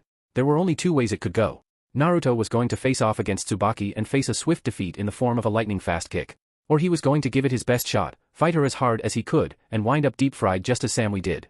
Either way warranted fears from those watching, wondering how far his orange-haired opponent was going to take it. The big question, how many seconds was this bout going to last? Stadium, arena. Once Hayate, Mizore and Tenga had returned to the center ring and gotten into formation, they drew the camera's attention back to them, which in turn silenced the crowd once their faces appeared on the screens. Clearing his throat and making sure his mic was still operating as normal, the head proctor proceeded to address the audiences, ladies and gentlemen, it's time to begin the second to last round of the tournament. This semi-final match will determine who goes on to fight in the finals, which will then decide the winner of this tournament, so let's get this started. Will the competitors Naruto and Tsubaki please make their way down to center ring, please? Under the cheers and hollers of excitement from the many thousands of people still present, both genin came marching out of the main entrance from the waiting box. Deciding to enter with dignity and poise, they approached the middle of the arena side by side, hands either in their pockets or behind their head, before pulling up next to the staff. Once they found an appropriate place around the center, which had been utterly ruined from the past dozens of battles that had already taken place, the pair faced each other down with serious expressions on their faces and a competitive air wafting off of them. Looking his adversary over, Naruto clicked his tongue when he saw the bandages wrapped around her side. Damn. Her body's weird structure from her Kekkai Genkai gives her a good healing rate too. What a convenient insurance policy. Not like the Kyuubi's, since she was clearly still feeling the sting from her last match. That spot looked a little bit tender. Maybe he could exploit that later on. Soon enough, the entire arena started to flood with intensity. This did not go amiss by the referees, two of whom stepped away nervously while Hayate held the floor, looking between the pair cautiously. I don't need to explain the rules to you two again. Seeing them shake their heads, the man nodded in understanding. Good. Then it's decided. The semi-final match between Naruto from Konohagakure and Tsubaki from Kirigakure. The man brought his hand up to stand between them before dropping it decisively. Begin. Jumping away, Hayate and the other proctors backed off, giving the pair enough room to exchange blows. As the chorus of excited cheers rang out, both Naruto and Tsubaki faced each other with whatever expressions they deemed were appropriate for that kind of standoff. Squaring with each other in the center, the Jinchuriki matched his opponent's aura with his own, before cracking his neck and rolling his shoulders. I've been waiting a long time for this fight, Naruto chirped with a smile in play. You wouldn't believe how excited I've been. I couldn't even sleep a wink last night. Not a wink. Remaining silent for but a moment, Tsubaki smirked, so that's why you were dancing around like a fool during all of your matches. You must have a lot of energy and stress running through your system, knowing that eventually you were going to face me in this round. Stress? Ha! Naruto held up both fists and took a fighting stance. I can be a whole lot of things. Angry, yes. Pissed, yes. Stressed, against you, no way. His grin widened considerably. Being who I am, I'm always looking for a good challenge, a way to test myself. After seeing your strength and how awesome you were, I was thrilled to know that I was going to fight somebody so powerful. Come on. Show me what you've got. At that, he stomped his foot on the ground and a gust of wind kicked up, picking up leaves and grass to spin around him. This phenomenon brought about a raised eyebrow from his opponent, who merely shrugged it off as something coincidental as his Ayu no Kaze, Hero's Wind, was kick-started into gear.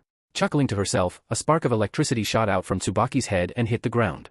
After which, she then raised her hand and held it up in a manner that she had her palm aimed towards her opponent. Immediately after which, she vanished in a flash of lightning, where she then reappeared several dozen yards away from her target but still standing in his line of sight. From the way she held the exact same stance, it was almost like she'd teleported. My normal dashes won't work on him, since he was quick enough to dodge the Hyuga's fastest attack, and I've used it too many times that he's probably got the timing down. And I won't make the same mistake I did against Samui. I'll take him at long range and be done with this. In that case, I'll reward your courage with an appropriate send-off. You may have beaten the Hyuga, the Wind User and my teammate in superb succession, but against me, you don't have a hope in hell, Tsubaki spoke, lightning beginning to course down her arm wildly. Seconds after charging, her hand started to glow a brilliant blue while crackling bolts of electricity. Naruto saw this and immediately crouched down, blasting off from his spot in a dash.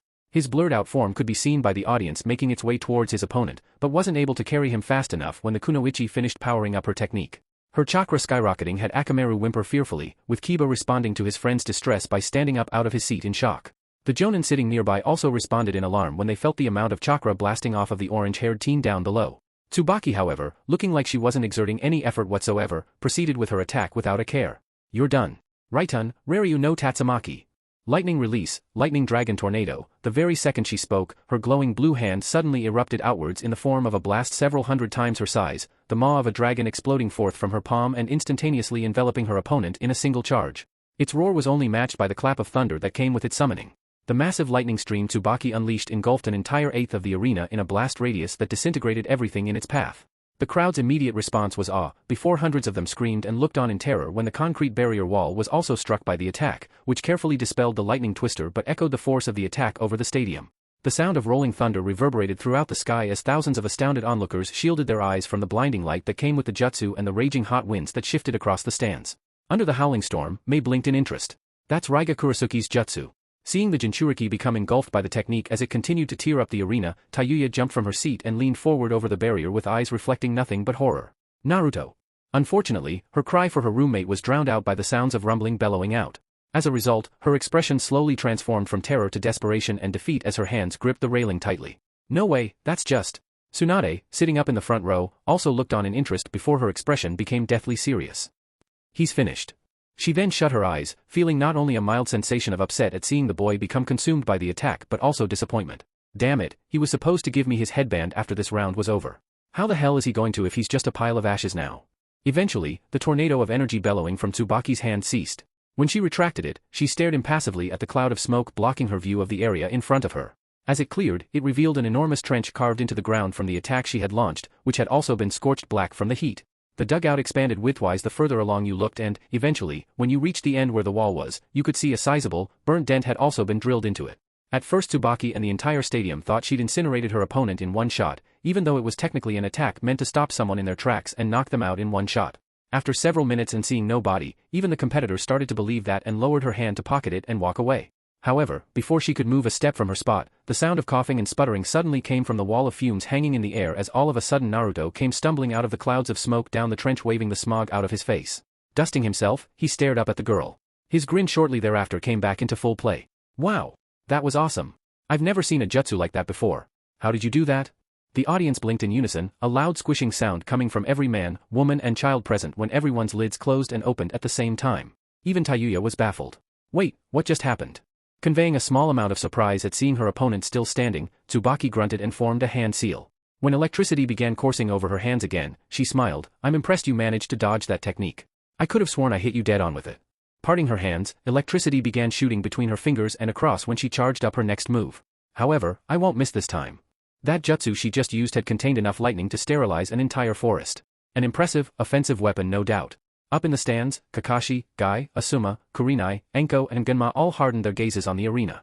As surprised as all of them had been before at seeing such a powerful attack, which would have been considered overkill no matter the circumstances, even if it was A rank, there was one thing that the Kunoichi said that struck them as odd.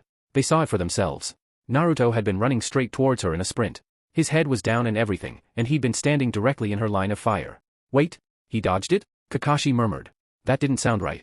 They all saw it, well, at least they think they did. Naruto ran headlong into it. Raitun, Reiju Hashiri no Jutsu. Lightning release, lightning beast running technique, Tsubaki shouted, thrusting her hands outwards as another bolt of lightning exploded from her palms, which curled through the air before forming into an enormous tiger. With speed that could match Samui's own lightning release technique, the attack let out a tremendous roar of a wild animal before charging Naruto down. The boy stood staring at the approaching tiger in awe, seconds before realizing that the attack was heading straight for him and responded accordingly. Throwing his arms up with a terrified look on his face, a cry of terror came from the blonde when the jutsu slammed headlong into him, engulfing the Jinchuriki's body in a blast that scorched the ground around him and sent another series of thunderclaps echoing throughout the arena. Cutting off the feed and silencing the attack, Tsubaki once again straightened up and watched as the smoke cleared, expecting to find her opponent lying belly up on the ground and burnt to a crisp. However, when the cloud did part, it revealed Naruto with his arms still up and still crying out in terror with his eyes shut. Taking a breath and continuing to scream, he then opened his eyes and looked around. He eventually stopped screaming when he glanced over his shoulder and slowly turned back with a rather befuddled expression. Nothing happened. Again, another blink from the audience. Shikamaru, gripping the railing of the balcony, looked down at the field in shock. What's going on? Okay. That time nobody missed it. Naruto was hit smack on by that attack and was completely engulfed by it. In all good conscience, he should have been on the floor burnt from head to toe just like Samui had been. Why wasn't he? It was a question that had apparently filtered out to Temari and Gaara, both of whom were also gawking in surprise at what had just transpired. Even the young sand user was conveying a sense of astonishment and uncertainty, as opposed to his normally poker-faced expression. The amount of firepower that was being thrown around down there was just biblical. Tayuya, still wrapped in confusion, suddenly began piecing things together carefully. Lightning release. Tsubaki was a powerful lightning release user. It was her Kekkai Genkai, so that much was obvious. From watching her previous matches, as powerful as she was, her jutsu fell under the same principles as all of the other elemental affinities. Earth was susceptible to lightning release techniques, which was why Akatsuchi's jutsu dispelled the moment it made physical contact with her. And, just like all other affinities, if a lightning release technique was matched up against another of the same affinity, if they were of similar strength, they would cancel each other out, dispel or clash for a brief moment before one of them succeeded. They were the rules that covered the system of chakra that shinobi used on a day-to-day basis. Wait a second, Tayuya spoke up, catching the attention of everybody else around her, Sasuke and Neji included. Naruto used his hero's wind technique at the very beginning of his fight, right? She figured it was just for show, and that it was only meant to stir the air around his environment for effect. However, the principle behind it was that he expelled wind chakra from every pore of his body to mix in with the atmosphere, so, if all of Tsubaki's attacks are lightning-based, then that means. No way, could he have? Clicking her tongue, Tsubaki narrowed her eyes and held up a hand. The moment she did so, she vanished in a flash of electricity. Surprised, Naruto looked up when he tracked his opponent's route and saw her reappear hovering directly above him and, as opposed to flicking him like she had the others in case he had a counter waiting for her, she instead held her hand a couple of feet over his head. The smirk she wore on her face was all too obvious as electricity began crackling violently around her fingers. Let's see you dodge this at point-blank range. Raiton, Hiration. Lightning release, lightning rod. In a flash of blinding blue light and a loud clap of thunder, Naruto was suddenly engulfed in millions upon millions of volts of electricity that shot forth from Tsubaki's hand at close range. The noise that bellowed out and the amount of chakra the kunoichi blasted at him was absolutely tremendous, so much so that her attack caused the audience to nearly duck and cover out of reflex. The proctors and those people sitting in the front row once again had to shield their faces from the electricity that spewed out from the impact center of the attack, with everyone who was watching glaring through their fingers to see what the hell was going on. Tayuya, her mind racing a mile a minute, looked up in shock as the attack continued bellowing out with the sound of a thunderstorm echoing across the stadium. That's it. It had to be. The reason why none of Tsubaki's attacks were working on Naruto. All of her techniques are lightning release techniques. Tayuya shouted, an ecstatic smile forming on her lips as blasts of hot wind from the middle of the arena washed over them. If I thought about it sooner, I would have realized it before the start of this fucking round. Apparently, the disease known as stupidity and blindness was contagious. Lightning-based ninjutsu won't work on Naruto. He's a wind user. She knew this. His teammates knew this. His teacher knew this. Everybody else didn't. And he was using Ayu no Kaze, one of his first original wind release techniques. And, right on cue, just as Tsubaki was pouring lightning upon her foe right in his face, she suddenly saw Naruto glare up at her through the storm with eyes that reflected nothing but unbridled fury and anger. Stop fooling? Aruuyuwind. With an almighty bellow matched only by the atmospheric sound of epic music playing in the background of his mind, Naruto threw both of his arms up and out and, with a single toss, knocked Tsubaki flying off of him. The streams of lightning blasting from her palm immediately died when the orange-haired girl was knocked through the air and away from her opponent. Upon descending from her brief flight, she then back-flipped across the open ground before skidding to a stop several yards away. The instant she was thrown away from her foe after performing what would have been the ultimate finishing move, the entire stadium was stunned into silence. All around, every single man, woman and child, no matter how stoic or hardcore they were, or how damaged they were as human beings, were gawking down at the arena with their mouths hanging open and eyes bugging out of their skulls. While the sight was priceless to see on the faces of the normally calm and collected Enko, Asuma, Kurenai and every other jonin in the arena, including on Hayashi and Irika's faces, it was even more priceless to see it on the Kage's faces. Inoki, the fourth Kazekage, Mei and Hiroto were leaning forward in their seats with saucers for eyes and jaws just hanging a few inches above the ground. Having expected the fight to have lasted only a few seconds from the techniques they'd seen performed, all those Kage that had said words against the blonde-haired Jinchuriki were now in the process of eating those words at the shocking development they were witnessing. Believe it or not, even Kisame and Itachi were gawking up at the big screen. If they hadn't seen it for themselves, neither of them, not even Tsunade in the front row, would have believed it. After seeing someone survive an onslaught of attacks that would have killed a person 100 times over, it made sense. And of course, the most stunned of all those present in that stadium, back down on the arena when the cameras eventually panned up to Tsubaki's face, you could see the look of utter shock and disbelief pulled across her once stoic face. Out of every single member of the audience, Jonin and Kage alike, her eyes were bugging out the furthest, her mouth was hanging open the widest, and she had sweat pouring out of every orifice on her body. The only thing that could possibly complete the image of bewilderment she was conveying was if froth started to gargle out of her mouth. Unfortunately, it didn't. All she could do was stare and gawk. Her lightning release techniques were completely and utterly useless on her opponent. How in the name of all 7 levels of heaven and hell was that even possible? Kakashi, knowing exactly what was happening down there, I smiled brightly. That's my student. Cracking his neck and taking a stance, Naruto crouched down before blasting forward at full dashing speed. Ready or not, here I come, the Jinchuriki roared, letting out a battle cry as he charged towards his still thunderstruck opponent. Gritting her teeth, Tsubaki quickly shook her head furiously at the ridiculousness at what she'd just seen. Alright, calm down. Physical attacks won't affect my body. Yeah, that's right. I'll just let this kid pass through me like everything else. As long as I've got my intangibility, then I can Ju-BAM. A loud shockwave rang out when Naruto unexpectedly buried a flying sidekick deep into Tsubaki's stomach, bending the girl over and bringing a stunned look to her face. Eyes widening, the girl spat out both blood and saliva that splattered across the floor behind the Jinchuriki when she was sent stumbling backwards.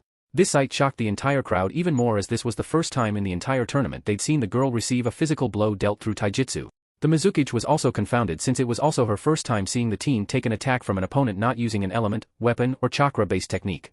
Or so it seemed. What in the world was going on? Gripping her stomach and backing up, hunched over, the shocked Tsubaki coughed and choked up more blood before glaring up furiously at her opponent. A look of agony, anger and fear etched across her face, the girl straightened up just as the Jinchuriki came flying at her once more. Attempting to guard, the Kunoichi instead took a punishing right hook to her face that knocked her stumbling backwards again, followed shortly by a second one, and then a third one with the same punch. These blows racked her body and sent more blood and sweat blasting off of her in clouds from the force of each hit. As the crowds watched in astonishment as the once untouchable Tsubaki was pummeled into submission, the bewildered girl could only think of one thing. What the hell is happening to me? How the hell am I getting damaged?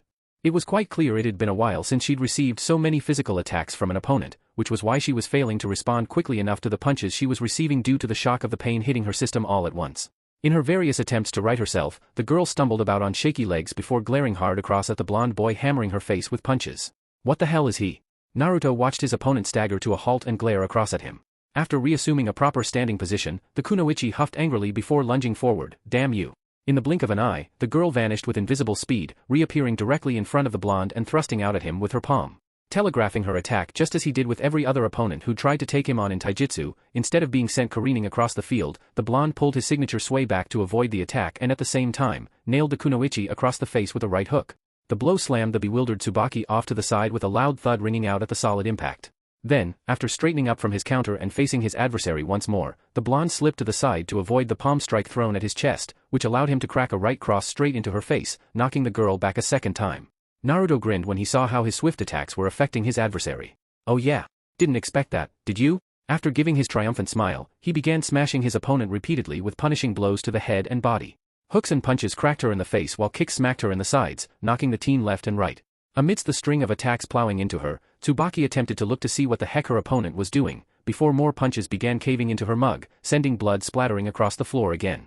Several seconds later, after receiving a hook that sent her spiraling away following the dozens of strikes that already made their marks, the orange-haired Kunoichi quickly vanished using her lightning as a means of escape before reappearing a safe distance from her target, who stood out of his fighting stance to stare at her with his characteristic grin in play. Panting heavily and wiping the back of her hand over her mouth to clear the blood, which smeared across her cheeks and chin, Tsubaki glared hatefully at her enemy. What the hell are you doing to me? Naruto chuckled and raised a fist. What am I doing to you? I'm hitting you. That's what I'm doing. What? Have you never been punched in the face before? Seeing the girl's eyes narrow, the boy rolled his shoulders and smirked. Well, if you haven't, then that's what it feels like. But how?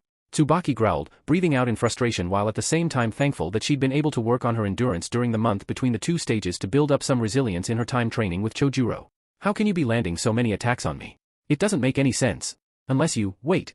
Her eyes widened when she looked across at him, where she then saw a mischievous smirk cross his lips. No, are you? Figured it out? Naruto asked, raising his hand and producing a small rotation of wind that picked up a few grains of sand and grass blades from the ground, which hovered around him momentarily before drifting away. The shocked gaze his adversary threw at him was more than enough to tell him she got the message. Yeah. Now you're in trouble, Ms. Lightning User. Expression becoming serious again, the girl took a more defensive stance. It was funny seeing her actually ready herself, since the entire time she'd just been standing normally throughout all of her bouts. The audience didn't think they'd ever see the Kunoichi take a fighting pose. He's a wind user. That must be it, Tsubaki thought hard, her expression darkening. Wind is a natural insulator of lightning and can nullify lightning-based attacks when applied correctly, and with my Kekkai Genkai, I'm absolutely vulnerable to wind-based techniques. Her biggest Achilles heel. That small gust that shrouded him at the beginning of the battle must be part of his defense. Somehow he was bleeding wind chakra out from his body to create some sort of invisible armor or barrier. It changed the air density around him enough to repel and completely dispel lightning-based attacks like rubber, but not enough for his opponents to notice. It was a simple mechanism, but also incredibly troublesome for her.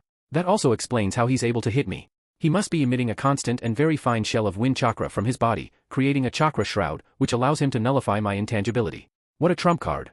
I never expected to fight such a high-level wind user in this tournament. The Hyuga and that girl from Sunagakure with the fan she anticipated, but not this boy. He was something else entirely. Naruto chuckled as he flexed his fingers.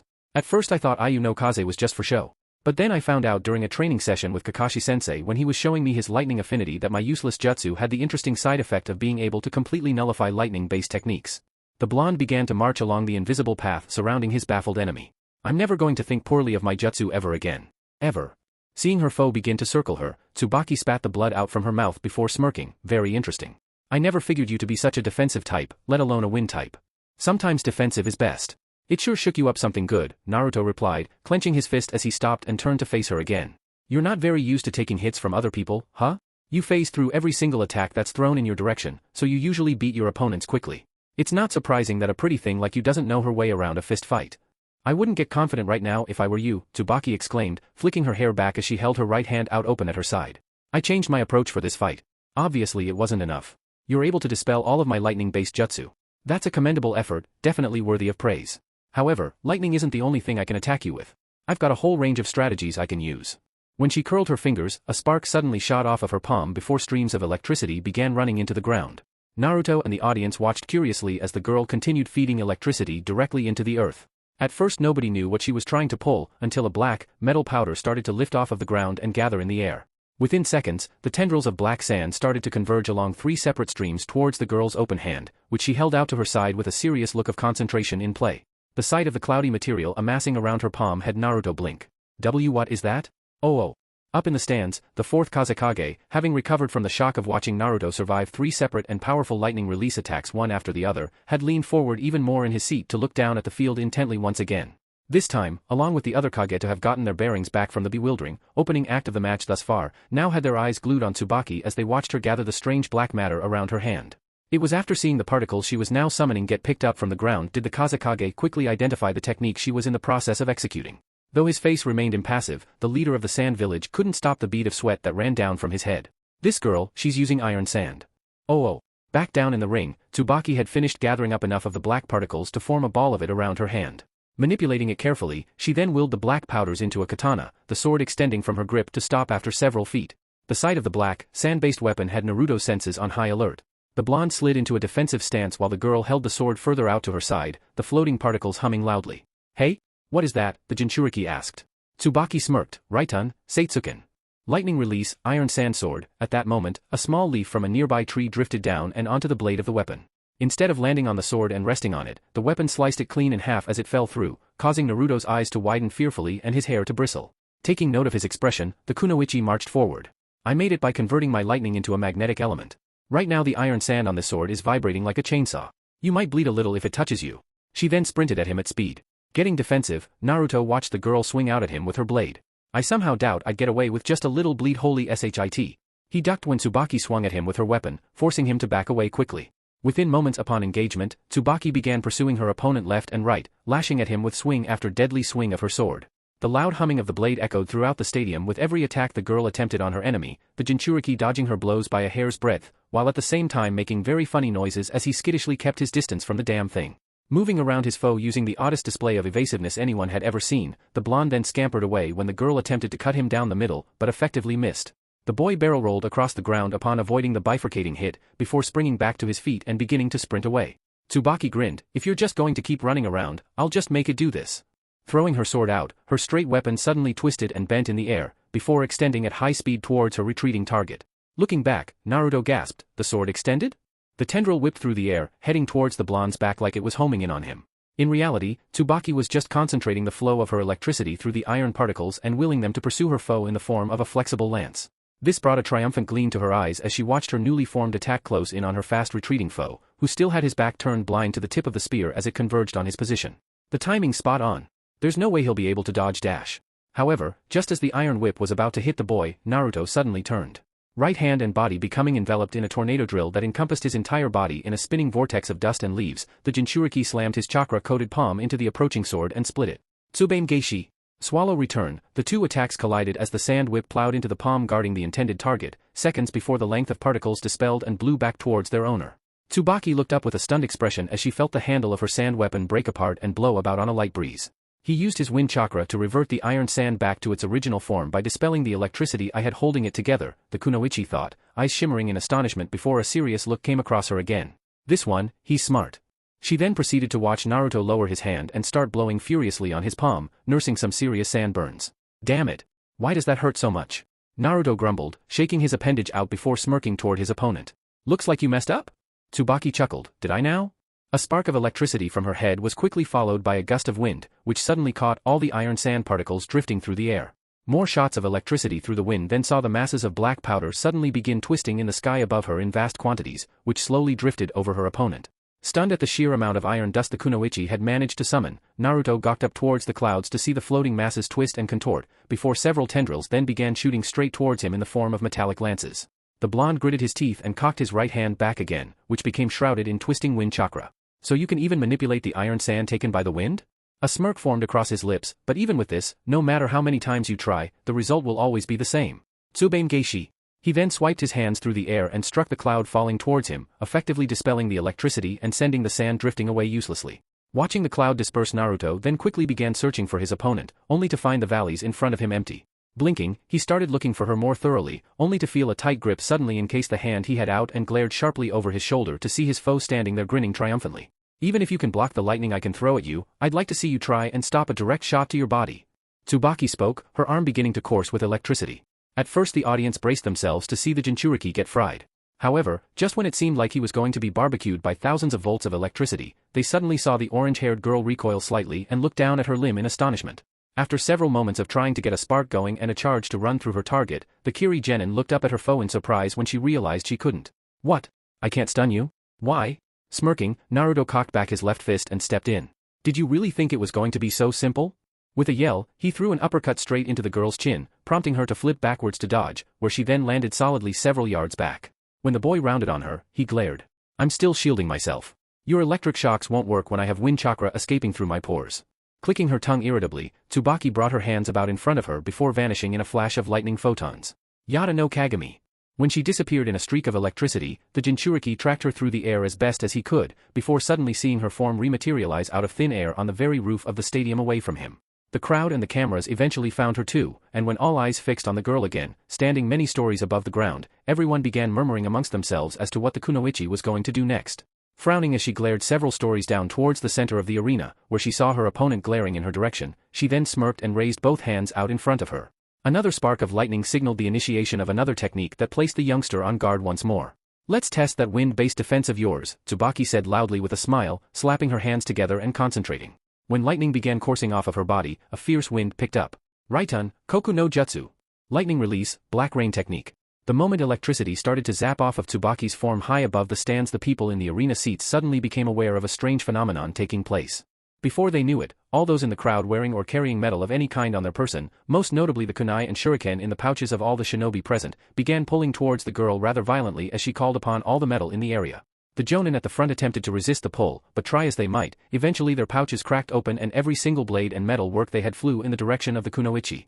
The audience clamored in panic as they watched countless weapons and items with the potential to cause serious damage fly up towards the girl, shooting off the electric currents. Thankfully, Asuma was able to react in time to stop his knives from joining the escape. Several seconds later, a cloud of deadly weapons the size of a 10-story tower formed up behind the kunoichi and began to arc and curl into two separate formations. Naruto watched the gathering of weapons in surprise, before gritting his teeth together and forming a hand seal. When he did, he slammed his foot into the ground, causing a gust of wind to shoot off of his body as he prepared for the assault that was to come. Hien's not going to work on that. There's just way too many. There's no other option. I have to dodge. Tsubaime no Mai. Dance of the Swallow. Tsubaki grinned when she saw the boy act. Taking a stand? Very well then. Consider this your last one. With a shout, the girl threw her hand forward and, in a flash of lightning, sent the clouds of magnetized, floating weapons flying towards her target in a hail. The cloud trailed close to the ground as it homed in on her adversary, traveling at such a speed it would have been impossible for a single shinobi to avoid all of them. The range and spread of the attack was just too great. However, when it seemed like the audience was about to witness the most brutal death ever, in which the blonde-haired wonder from Konohagakure was going to be skewered by countless kunai and shuriken, the people then watched another startling turn of events occur. Just as the weapons came to within feet of the boy, the audience suddenly saw the hail of weapons fly right past the spot Naruto had been standing in, the first barrage missing by several meters, as if the target had veered off course. The Jinchuriki stood off to the side of the barrage as the thousands of blades peppered the ground and ripped it to pieces. When it died down, the results revealed just how far off the kunoichi had been in her attack, as the blonde stood safely outside the area riddled by projectile. The sight had Tsubaki's brow furrow and the collective audience scratch their heads, wondering what exactly was going on. Glaring down at her opponent to see him still set in a defensive stance and looking up at her seriously, Tsubaki once again sent another hail of weapons flying straight at the boy. Using the other cloud of metal she'd gathered, the thousands of blades cut through the air towards her target in a sweeping arc before once again riddling the floor space with deadly throwing weapons. However, instead of hitting their target, the Jinchuriki had suddenly shifted off to the side like he'd been instantly displaced, causing the attack to miss by a couple of yards.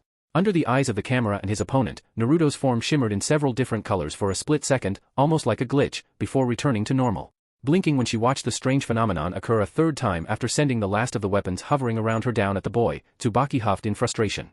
This technique, is it a genjutsu? No. I would have noticed.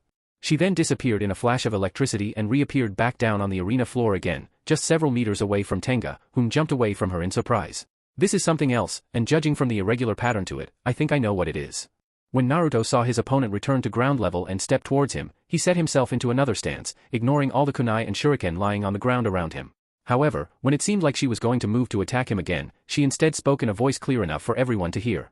That's an interesting trick you're using, displacing yourself instantaneously about the arena, Tsubaki exclaimed with a thoroughly entertained glint in her eye. On first glance it looks like you're using a cleverly executed genjutsu, but in actuality it's a physical technique disguised as an illusion-based one, an optical illusion to be exact. The girl pointed to the space around him.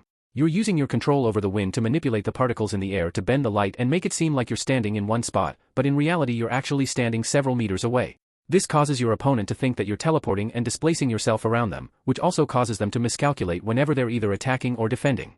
Surprised that the girl was able to figure it out, Naruto smirked. Wow! You were able to figure it out from just one look? A light chuckle escaped his lips. You really are a genius. The theory is complicated, but the execution is relatively simple, Tsubaki responded before smiling. What a troublesome technique. I can assume the wind also distorts a person's sense of smell and hearing because of all the slipstreams converging around a single point, and because you're expelling chakra in the form of a barrier in the same way you're using to nullify my lightning release attacks, optical-based genjutsu or visual jujitsu trying to gauge your chakra network wouldn't work either. When she saw his expression change again, she let out a sigh of exhaustion and rubbed her head. You truly are an incredible opponent. Though this defense of yours certainly does have its benefits, I've noticed that it has about 4 weaknesses that I should point out. Looking across at him again, the girl frowned. 1. Any shinobi with a sharp enough sense or ability will be able to read the wind currents and know that the technique is active, which means they can actively avoid it and counter with a fire release technique, since wind release jutsu are susceptible to flames. But I'm guessing you've already worked out that little discrepancy. Seeing him glare at her, she continued. Secondly, the technique is purely dictated by your control over it, which means you have to exercise concentration while keeping both an eye on your opponent and moving at the same time, which limits your combat effectiveness. Thirdly, you can use the technique to avoid attacks that have a certain spread to them, but how about attacks that encompass an enormous range? Case in point, Tsubaki suddenly threw her hand to the floor and fired a bolt of lightning at the ground beside her. All of a sudden, before Naruto could question what she was doing, she then threw her hand forward. At the exact same time a huge portion of the ground next to her exploded upwards and an enormous rock the same size as the boulder he threw at Kyoko in the previous match was flung in his direction by a gathering of iron sand particles, which the kunoichi had pushed underground. Alarmed at the sight of the massive tower of rock falling towards him, Naruto threw his hand forward and slammed it against it. Jet hand. The instant his palm made contact, he slapped an enormous ejection point against the surface and sent it barreling the other way, where it landed safely in an open area with an earth-shaking crash. As an enormous cloud of dust rose into the air, Naruto returned his attention to his opponent to see her smirking at him. Just as I thought. You're still here, Tsubaki continued before raising her other hand. When another spark of electricity shot out of the girl's palm, Naruto took a stance in preparation for a second attack. That's only your third weakness.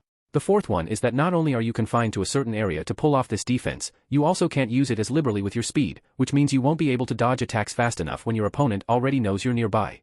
All of a sudden, Naruto suddenly saw currents of lightning chakra begin coursing around his opponent's hand, which then prompted the many fallen weapons around him to be picked up and drawn toward the magnetic field.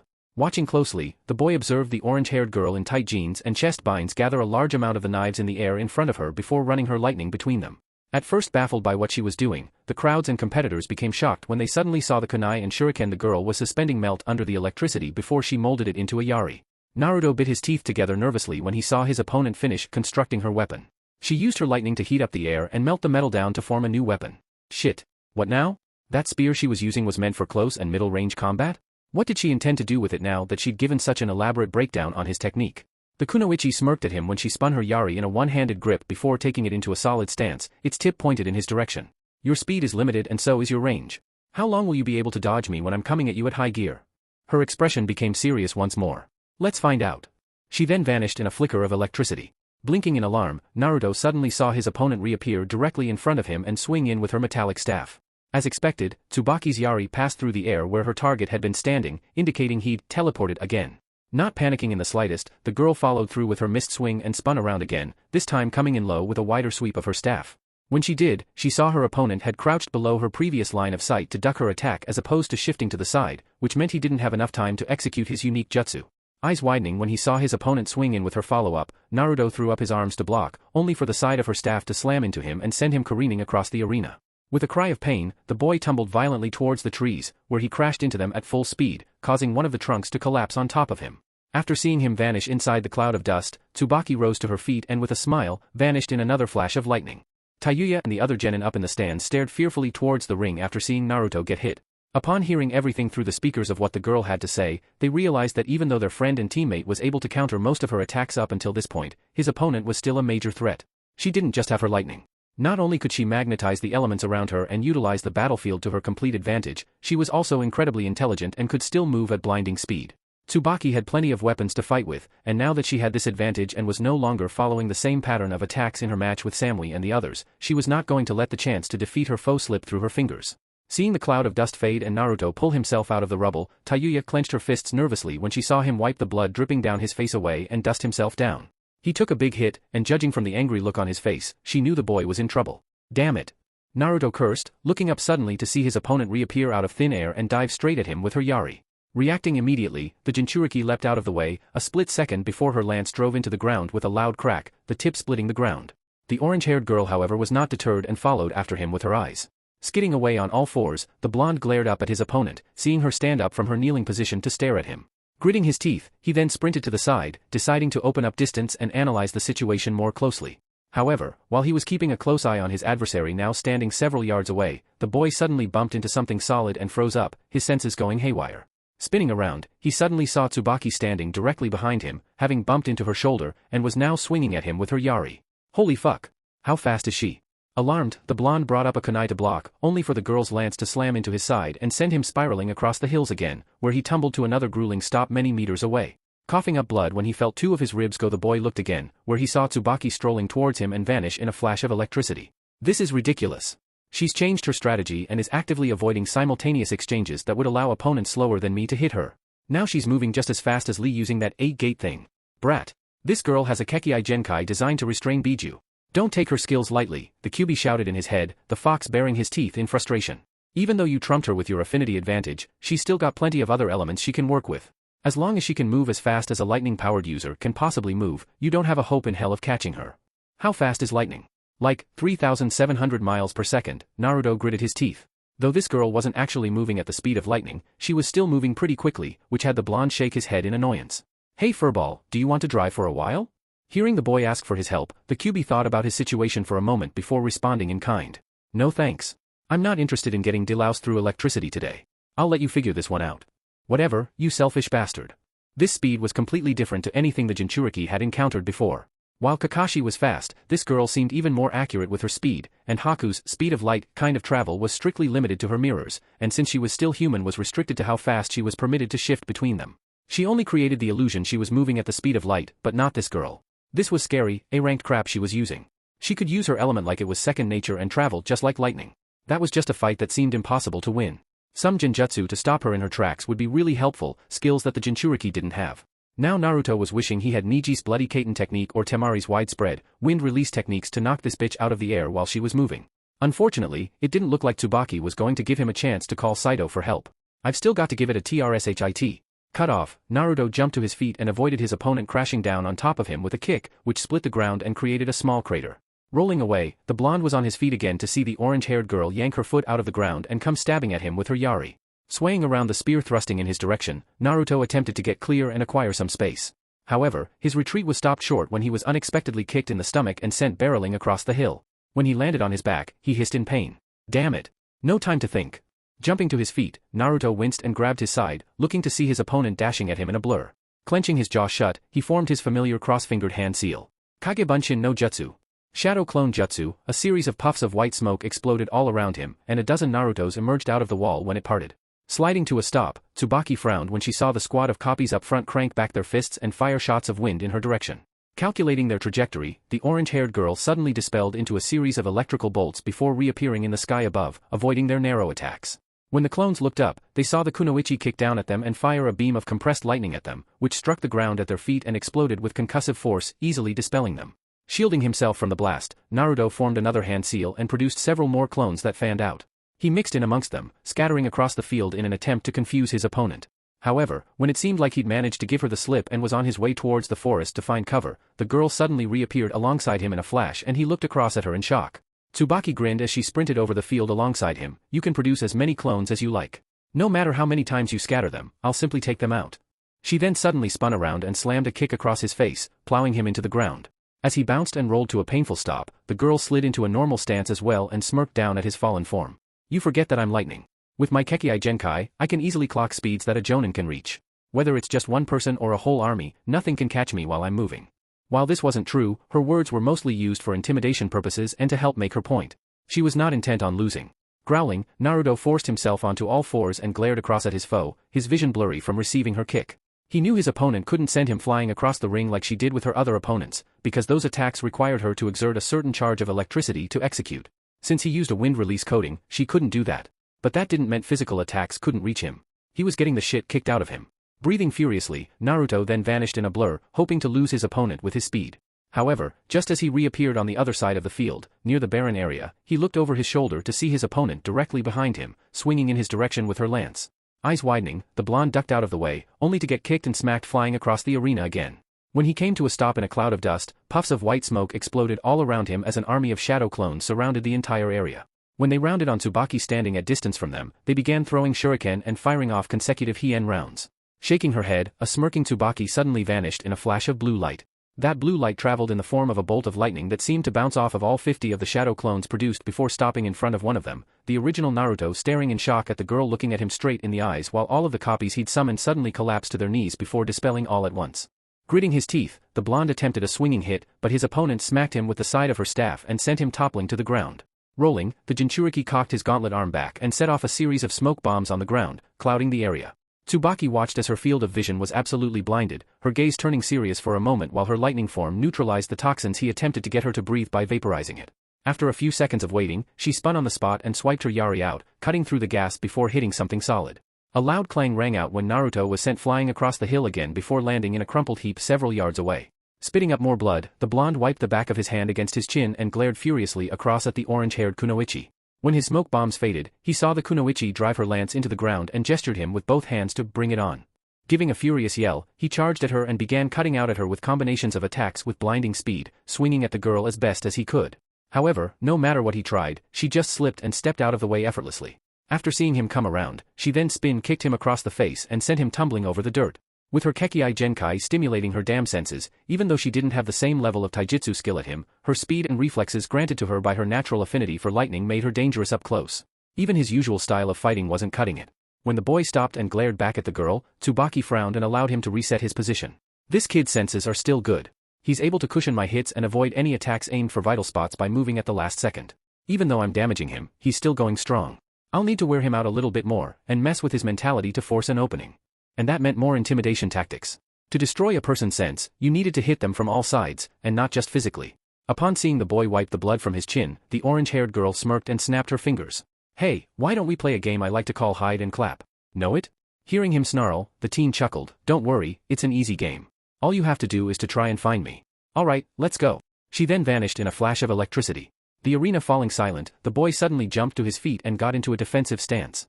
Looking around furiously, the youngster attempted to find his opponent, keeping an extra ear and eye open for any signs of a sneak attack. However, when several seconds ticked by and nothing happened, Naruto then stiffened when he heard two distinct claps echo out from behind him and spun around, where he saw his opponent standing right next to the proctor Hayate. The referee, not even knowing she was there, jumped in surprise and looked at her in shock. She'd just gone from standing just several meters away from her opponent to over 50 meters in the blink of an eye. Grinning when she saw Naruto round on her, Tsubaki nodded and held her Yari casually at her side. Very good. But how about now? She then vanished in a flash of lightning once more. Growling in frustration, knowing that he was being toyed with, the Jinchuriki looked around again. This time, nothing happened for about a minute and the entire stadium was left searching in confusion and wondering where the girl went this time. Of course, when the clap came sometime later, causing Naruto to freeze up, the boy looked towards the balcony box where all of the former competitors were sitting alongside. All the genin sitting in the front row jumped, with a couple of them yelling in shock when they spun around and saw Tsubaki standing on top of one of the chairs. Rocking her Yari in her arms, Sasuke, Niji, Lee and everybody else stared fearfully at the girl to see her smirking darkly down at her opponent in the center of the arena, as if the act of getting from where she was before to here had been a breeze. Wow! It took you about a minute to try and find me this time, Tsubaki giggled while giving a shrug. You're getting slow, Uzumaki. Try it and keep up. This is your last go, so give it your best shot, okay? She then vanished in another flash, leaving everyone staring at the spot she'd previously been occupying silently, as if they'd just seen a ghost. Eyes widening, Naruto searched one last time, wondering where on earth she was planning to pop up next. She was darting all around the arena at such a speed ordinary people just couldn't keep up with her. Even the chunin in the stands were struggling to follow her. After another minute of looking around, the entire stadium then heard a clap from up above and looked into the sky above the arena.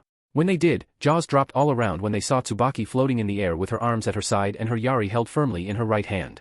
Upon seeing every set of eyes turn to stare up at her, the kunoichi gave a frown as she glared down at the boy beneath her.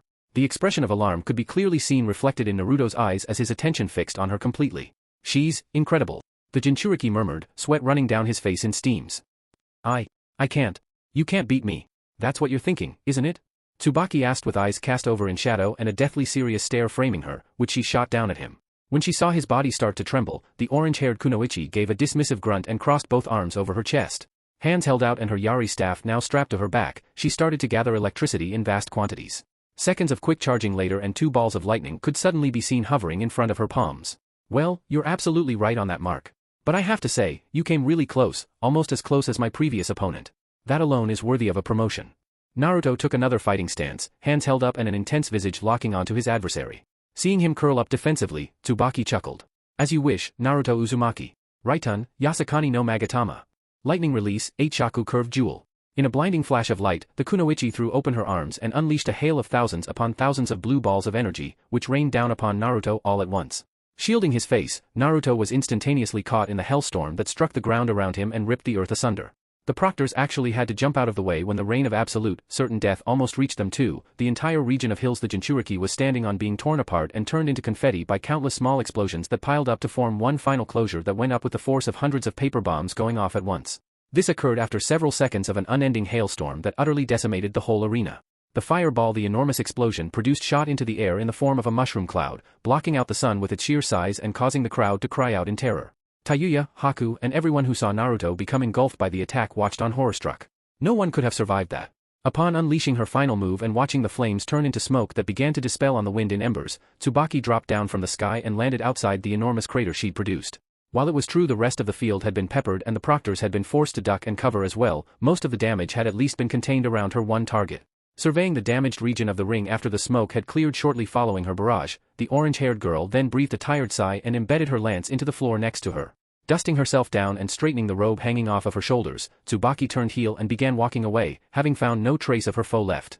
It was done. This is the first time I've ever had to use so much chakra in a fight before, she muttered to herself before chuckling in her head. You were one hell of a ride, Naruto Uzumaki. That beating at the beginning had been one hell of a surprise. While ordinarily she would have dodged, after seeing her opponent stand through all those attacks just left her speechless.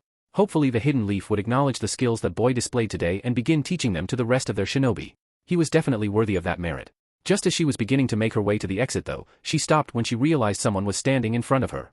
Looking up, she saw the Suna Proctor Mazor looking at her or, more precisely, looking over the Kiri girl's shoulder. Wondering why the woman had come to stand in front of her, the genin frowned. What's the big deal? It's over. Staring at the woman for a moment and receiving no response, Tsubaki then decided to see what all the fuss was about and turned around. When she did, her own eyes widened when she saw the familiar, battered form of her opponent standing in the center of the smoking crater. Air clear and dust settled, everyone saw that the boy was alive and well.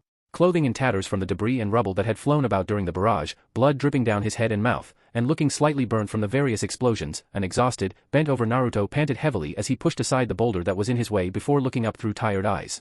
His own gaze fixing with his foe's glare, he showed to her that he wasn't done yet through body language and raised a hand to gesture her over. He was in a poor state, but the slight smile he cracked said the opposite. I'm not through with you yet. Tayuya's face lit up when she saw her boyfriend was still alive and well. Stunned to see her opponent had survived, Tsubaki then remembered an important detail she'd overlooked and slapped her forehead. Right. Wind coating. He's resistant to lightning release techniques. Breathing in annoyance, the girl marched forward and yanked her yari out of the ground on her way over. Twirling it in a double-handed grip, the girl refocused all of her attention on her enemy and prepared for one last bout. You really are a stubborn opponent. I'll give you that. But looking at you now, I doubt you'll be able to survive even one more kick from me. Setting herself into a stance with her lance held at her side, the kunoichi grinned. Come on then. Bring it. Panting slightly and gulping down saliva that had gathered, Naruto straightened up with his hands at his sides and caught his breath. Breathing, breathing, breathing, that's all he did for the next few seconds, before he closed his mouth and concentrated. Lowering his head back down, he fixed on his opponent through the bangs that covered his eyes and shook his arms out.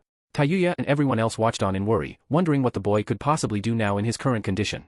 Even Shizune, Kyoko and Samui, all of whom had come up from the medical bay below, were watching anxiously from the entrance to the arena stands with concern for the teen's safety. Even with his affinity advantage over his opponent, Tsubaki still held an advantage in terms of skill, reflexes, and experience. Not only was she smart, but she could also use her abilities in ways no one could have even imagined and had the best agility of all the competitors, on par with Lee's. Even the Kage acknowledged her speed as being top class. None of Naruto's tactics or jutsu worked on her either, and her level of agility allowed her to overcome him in basic hand-to-hand combat. From that perspective alone, she was seemingly superior to him in every way. So what else could he possibly bring to the table that could help him win this fight? For a full minute nothing happened and everybody was left watching silently from their seats and waiting for a new development. However, when it appeared that the Jinchuriki was just going to throw in the towel or Tsubaki was going to bring him down, the sound of feet tapping suddenly echoed out around the stands and the crowd began looking about in confusion. Realizing that the sound was coming from the arena, everyone looked on to see, much to their bewilderment, Naruto shuffling and skipping on the spot. Arms at his sides in his usual fighting form and head still lowered, the boy shifted left and right, his feet switching orthodox and southpaw repeatedly as he began to, in a word, dance. It took a few seconds of watching for Tsubaki to process what was happening before the girl eventually dropped her own arms in shock as she proceeded to observe her opponent begin to shuffle at high speed on the spot. Even the proctors and audience gawked at the boy, the question of, what the hell is he doing, flowing over each and every one of them. Oh. Shikamaru blinked, wait, is he? Sasuke's shoulders fell in disbelief, you're kidding me? He's doing that at a time like this? He looked over at Niji when he remembered seeing his teammate do this very same thing in their fight. The Hyuga obviously recalled this scenario too from the way his jaw dropped. This isn't the time to be doing that. He should be backing up and getting distance so that he can figure out a strategy, Keed remarked. Frowning, Tenten glanced across at the boy and gestured down to the field. Have you been watching this crap as closely as I have? He can't get away from his opponent. No one can. She just chases him down wherever he goes. But Shiho also looked over at the kunoichi, taijutsu doesn't work on her. How is dancing going to help Naruto-kun? Bookworm is right. This isn't the time to be screwing around with his opponent. He's getting his ass kicked out there, Karui spoke up. Tayuya, mesmerized by the boy's shuffling she could see on the big screen, suddenly felt an unsettling feeling come over her and straightened up. Eyes shimmering with intrigue and intensity, she brought her hands up to her chest. No. I think, this is the perfect time for it. Oh. Stadium, arena. After staring in bewilderment for about a minute longer as her opponent continued to dance around on the spot, Tsubaki then shook her head and took a solid stance again. Yari held firmly in hand, she pointed the tip directly towards her foe, planning on running him through the moment she sprang forward. I don't know what you're planning to do, but that bogus dance isn't going to save you. Not from me. She then dashed forward in a blur, vanishing from the proctor sight. It may have served you well in your fight against the Hyuga, but it's useless against me. She then jabbed out with her spear. Just when it seemed like she was going to cut her opponent down with a single swing, Naruto unexpectedly swayed back and avoided it. Jerking slightly in surprise at missing but still not breaking her rhythm, Tsubaki pulled away and struck down at him, only to see the blonde slip around her attack and the combinations that followed. Swing after swing, the Kunoichi attempted to corner the boy, chasing him a full circle out of the smoldering crater before lunging in with a lightning-fast strike. However, instead of nailing her opponent when his head popped up again, the Jinchuriki suddenly ducked under her attack and dashed off to another part of the hill. When he skidded to a stop and spun around, he began skipping and shuffling on the spot again, going through the same weird footwork as before, with only one slight difference. Instead of letting his feet do all the work, he started to move his arms a little more. With his left swinging at his side, his right was brought up to his cheek, the hand of which he started to flick and twist around at random to go along with his odd dance moves. A little bit frustrated at watching the boy get away, Tsubaki vanished in a flash of electricity and reappeared behind him on his blind spot, her spear cocked and ready to take him down. Nice try, but I've got you now. She then thrust forward, only to see her opponent once again sway under it at a ridiculous and almost painful angle and skip backwards away from her. Blinking in surprise, the girl bit her teeth together and pursued, lashing out with a few more strikes and watching the blonde weave around them by a hair before he unexpectedly ducked under one of her swipes and scampered away at speed. Springing across the field, Naruto skidded and stopped. He stopped for only a moment, watching and waiting for his Kunoichi opponent to lock onto him to give pursuit, before starting to dance and skip on the spot once more. Seeing him blur from side to side with his quick and impressive shuffling movements, Tsubaki stared at him for a good, long moment before beginning to look him over much more seriously. With her battlefield-made lance in hand, she brought it up defensively and narrowed her eyes, tracking the Jinchuriki's shifting, back and forth, over and over again. She even noticed his feet blur out of focus, showing just what gear he was running on. I'm keeping cool and my chakra levels are still good. I've got plenty of juice to spare but... Her expression scrunched up in confusion. What is this? This is weird. I should have caught him by now, yet, he's evading me so easily with these odd movements. Granted he'd used this weird bobbing, swaying and shuffling style of fighting before, there was just something off about his evasiveness and subtle increase in agility that was starting to get to the Kunoichi. Hell, even she was having trouble counting the times he shifted. Breathing deeply, Tsubaki relaxed and turned to face her skipping opponent. Focus. Keep calm. Watch him closely. His speed isn't difficult to deal with. Just follow him and nail him when he stops. However, she wasn't able to get that far when her opponent suddenly tapped against the floor before beginning to walk backwards quite quickly, but doing something that had everyone's jaws drop. Naruto started moonwalking. Sliding one foot back after the other, he made an impressive line across the field before beginning to dance and shuffle again, busting out some more moves while waving his arms about some more. While shifting and skipping, he pulled off another moonwalk, baffling Tsubaki and the audience, before the Kunoichi took a deep breath and snarled. I am not going to get annoyed by this, the girl growled in her head. You're trying to provoke me into missing you and screwing up. Well, too bad for you, I can see through your little game. She then vanished in a flash of lightning, lunging at the boy using speed she knew he wouldn't be able to track. You're out of time. Reappearing in front of her adversary, Tsubaki struck out at the youngster with her spear, aiming to go right through his skull. However, just as her lance was inches from making impact, the boy slipped under and around her attack. Pulling back, she began striking at him with swift thrusts and swipes of her staff, her movements a blur as she used a series of elaborate and aggressive attacks that would have taken out anyone standing in front of her. But for some startling and unexplained reason, Naruto kept dodging her blows, the spear's attack speeding up to that of a machine gun's rate of fire as she began peppering the air in front of her, trying to hit the Jinchuriki. However, just as she was coming in for one last sure hit to catch him through the chest, Tsubaki's eyes widened when she saw something strange happen to her opponent. His body became transparent, beginning from his chest before working its way up to his head. When her Yari shot out and hit him, his form completely faded out of sight, revealing to the Kunoichi that she'd struck nothing but air. After throwing her last attack in the combination, she remained standing in place momentarily, wondering what on earth had just happened before she heard the sounds of tapping behind her. Eyes widening, Tsubaki spun about to see her opponent had been standing directly behind her with his back turned to her. It was when she turned to face him completely she then saw the Jinchuriki sprint off and coast to a stop several yards away, his feet beginning to skip and shuffle about in place. The sound of his feet drumming along the ground echoed throughout the quiet stadium, giving background noise to an already baffled crowd. Tsubaki blinked in astonishment, eyes dilated and conveying her disbelief. Did I just lose sight of him? My speed is good and my attacks are precise, but he just evaded all of them. Sweat breaking out on her face, the orange-haired Kunoichi looked to see her foe's eyes reveal themselves from under his hairline and shoot towards her. How come I can't catch him all of a sudden? Watching him start skipping for another engagement, Tsubaki bared her teeth and timed herself accordingly to his weird rhythm. As his feet blurred and he began to dance, the orange-haired girl charged forward in an invisibly fast dash, aiming to cover the many yards of distance between them for a scrap. He's still injured from that last attack. Even though the lightning didn't affect him directly, he's still winded from the explosions. Focus. Take him down. Tsubaki thought, watching him move and wave his arms about erratically. When her eyes looked right, his left lifted up and twisted. When his shoulder twitched, his right shot out, with the orange-haired girl struggling to keep track of each of his individual movements. Approaching at high speed and still in motion, it was now an effort for the girl to determine where he would dodge next. Right? No. He'll slip left. Focus. Observe his movements. His eyes will give him away. Watch him closely. Watch him close dash.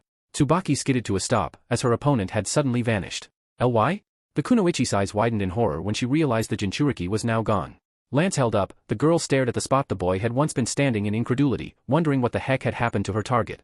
Even the audience was stunned, as they too could no longer see the boy. Tayuya, Samui, Kyoko, Sasuke, everyone was stumped. This can't be, Tsubaki thought in alarm, looking left and right repeatedly. Glancing over her shoulder, she looked towards the proctor Hayate, whom she saw was also baffled by the turn of events. When she saw him looking around, she realized that he too had lost track of the Jinchuriki and stared ahead of her again. Where the hell did he go? It was then, a shadow darting beneath her line of sight caught the girl's attention, and the Kunoichi's eyes shot down to suddenly see Naruto materialize out of the air beneath her, his left fist cocked back and swinging in. Her eyes widened in shock when she saw the course of his attack and attempted to evade it, only to receive a sharp body blow to her liver. The attack rang out with a loud thud, followed shortly by Tsubaki grunting at the impact before she swung out with her lance, attempting to hit her opponent. Naruto, using deft footwork, darted out of range of the Yari before blurring out of focus again. His opponent attempted to track him, coming around and thrusting her spear a second time. When the Jinchuriki ducked low, evading the blow, he then rammed 2 more body blows into her side, staggering the girl who then attempted to kick him.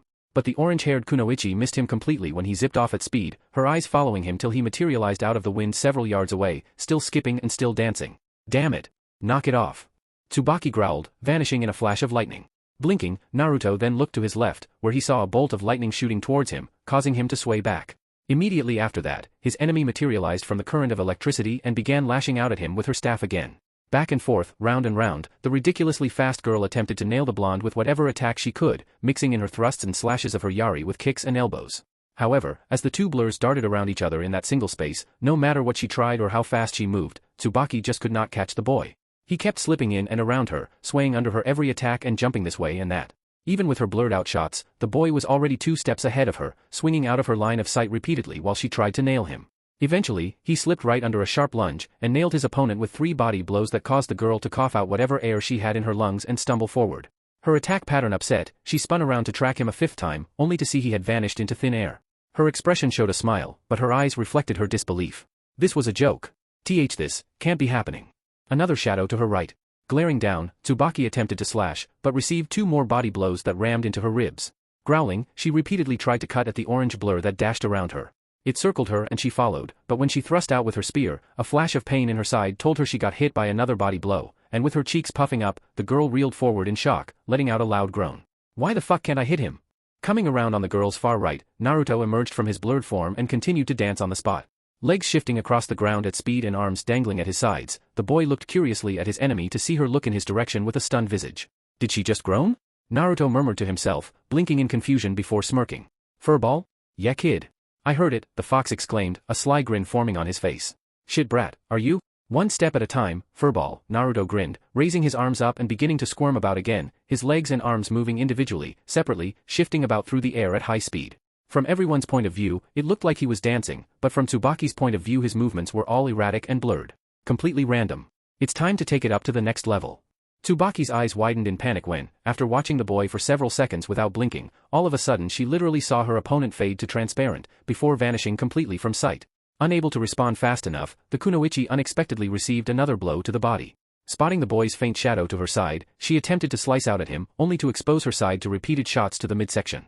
Grunts escaped her lips as she was nailed again and again and again, before managing to drive the boy away with a kick. That's it. Tsubaki spun around, electricity running down her arm when she used her magnetic capabilities to pick up a cluster of kunai lying on the floor in front of her and hurl them in a wave straight at her opponent now standing at her back. However, instead of impaling their target, the rain of knives passed straight through the Jinchuriki when his body became transparent, seconds before her attack ended and he became solid again. The Kunoichi's eyes widened in astonishment. What? He's still standing. Naruto stared blankly back at the teenager, moments before a smirk crossed his lips and he began to skip. The Kiri girl just couldn't comprehend it as her eyes shimmered with disbelief, those kunai went right through him. Seconds into her thinking over the situation, Tsubaki was knocked out of her reverie by her opponent vanishing from right in front of her and her side caving in from another body blow, followed by another. From that point onwards, the entire process started all over again. Kyoko, seeing her teammate stagger after her opponent vanished, suddenly saw Naruto pop up again to her friend's left and approach her from there. Spotting him, the blonde-haired girl stepped forward and shouted over the bewildered crowd while slamming her fists onto the concrete wall in front of her. He's right in front of you, Tsubaki. Hit him. After taking another hook to the side, the bewildered Tsubaki gritted her teeth in desperation. But I can't. He keeps vanishing from right out under me. Glaring ahead of her at the empty space of the ruined grassland, she then suddenly saw her opponent moonwalk past her, which brought an irate growl from the girl as she took on another offensive stance. "You think this is funny?" It was then her attention perked when she saw the boy look across, before beginning to move around again. Just like before, his hands began moving independently of their own free will, along with his feet, hands, wrists, and legs. His head also began cocking left and right, his gaze landing everywhere else but on her. The sight of his limbs blurring out of focus and his form taking on that of a person with multiple limbs flailing around in all directions had Tsubaki's gaze reflect her panic. His dancing around isn't my problem, it's this thing. He always disappears immediately after he does this. It was completely random. Hands, feet, legs, knees, shoulders, head, every single part of his body was moving around on their own. He was throwing punches and kicks that weren't really meant to go anywhere, moving about on the spot, looking everywhere with a blank look on his face, and making no expressions whatsoever to reveal his intentions. It was like a full-body feint. Tsubaki gritted her teeth and shook her head, refocusing on him, only to see he'd vanished again. The girl spun her staff around and swung out, but ended up hitting nothing when the orange blur that was her opponent shot past her line of sight. This is bullshit. Every time I look at him he just vanishes. If I try following him he just shoots off in the opposite direction as fast as he can. I can't work around it, the kunoichi cursed while glancing about as fast as she could, her senses unable to pick up anything. With the reflexes and timing granted to me by my lightning release Kekkei Genkai, my eyesight is better than even the Sharingans. But I can't work around this. Nobody can. There's no way a person can respond to feints that aren't being thrown intentionally. Getting annoyed, the girl waited for her opponent to reappear again. However, when it looked like he had just up and vanished, the girl froze when she heard two claps echo across the field, drowning out all other clamor and action. Claps? Not tapping? Startled, Tsubaki turned around, where she saw her opponent leaning against a tree 60 meters away. A smug grin on his face, Naruto looked across at the girl confidently. His eyes flickered with a sense of deviousness and, slowly but surely, he pushed himself off of the trunk. "You thought before that I had given up, that I was thinking to myself that I couldn't beat you when you thought you had me cornered." He shook his head. "That wasn't what I was thinking at all. What I was really thinking was how happy I was to fight someone as unbelievable as you, someone who could move as fast as a bolt of lightning. I was excited and thrilled to be fighting a kunoichi so powerful." A chuckle escaped his lips when he saw the stunned look in her eyes. "All the more reason why I'm going to beat you at your own game, so let's play." His grin widened considerably. "Hide and clap. Try and find me." Letting out a growl, Tsubaki vanished in a blur, reappearing directly in front of her opponent and swinging in with her staff. "Don't fuck with me." In a single slash, she cut down the oak, missing her target when he just up and vanished. As the tree collapsed to the ground, the kunoichi began looking around wildly, wondering where he'd rushed off to this time. All he was doing was pulling feints and tricking her eyes into following shadows around the confines of the ring. That was all. He couldn't travel long distances and he couldn't travel faster than her. It was all an illusion. All she had to do was find him and gut him. For the next minute she stood there looking around, with the audience and cameras also unable to track him. Hell, even the experienced Jonin had lost sight of him.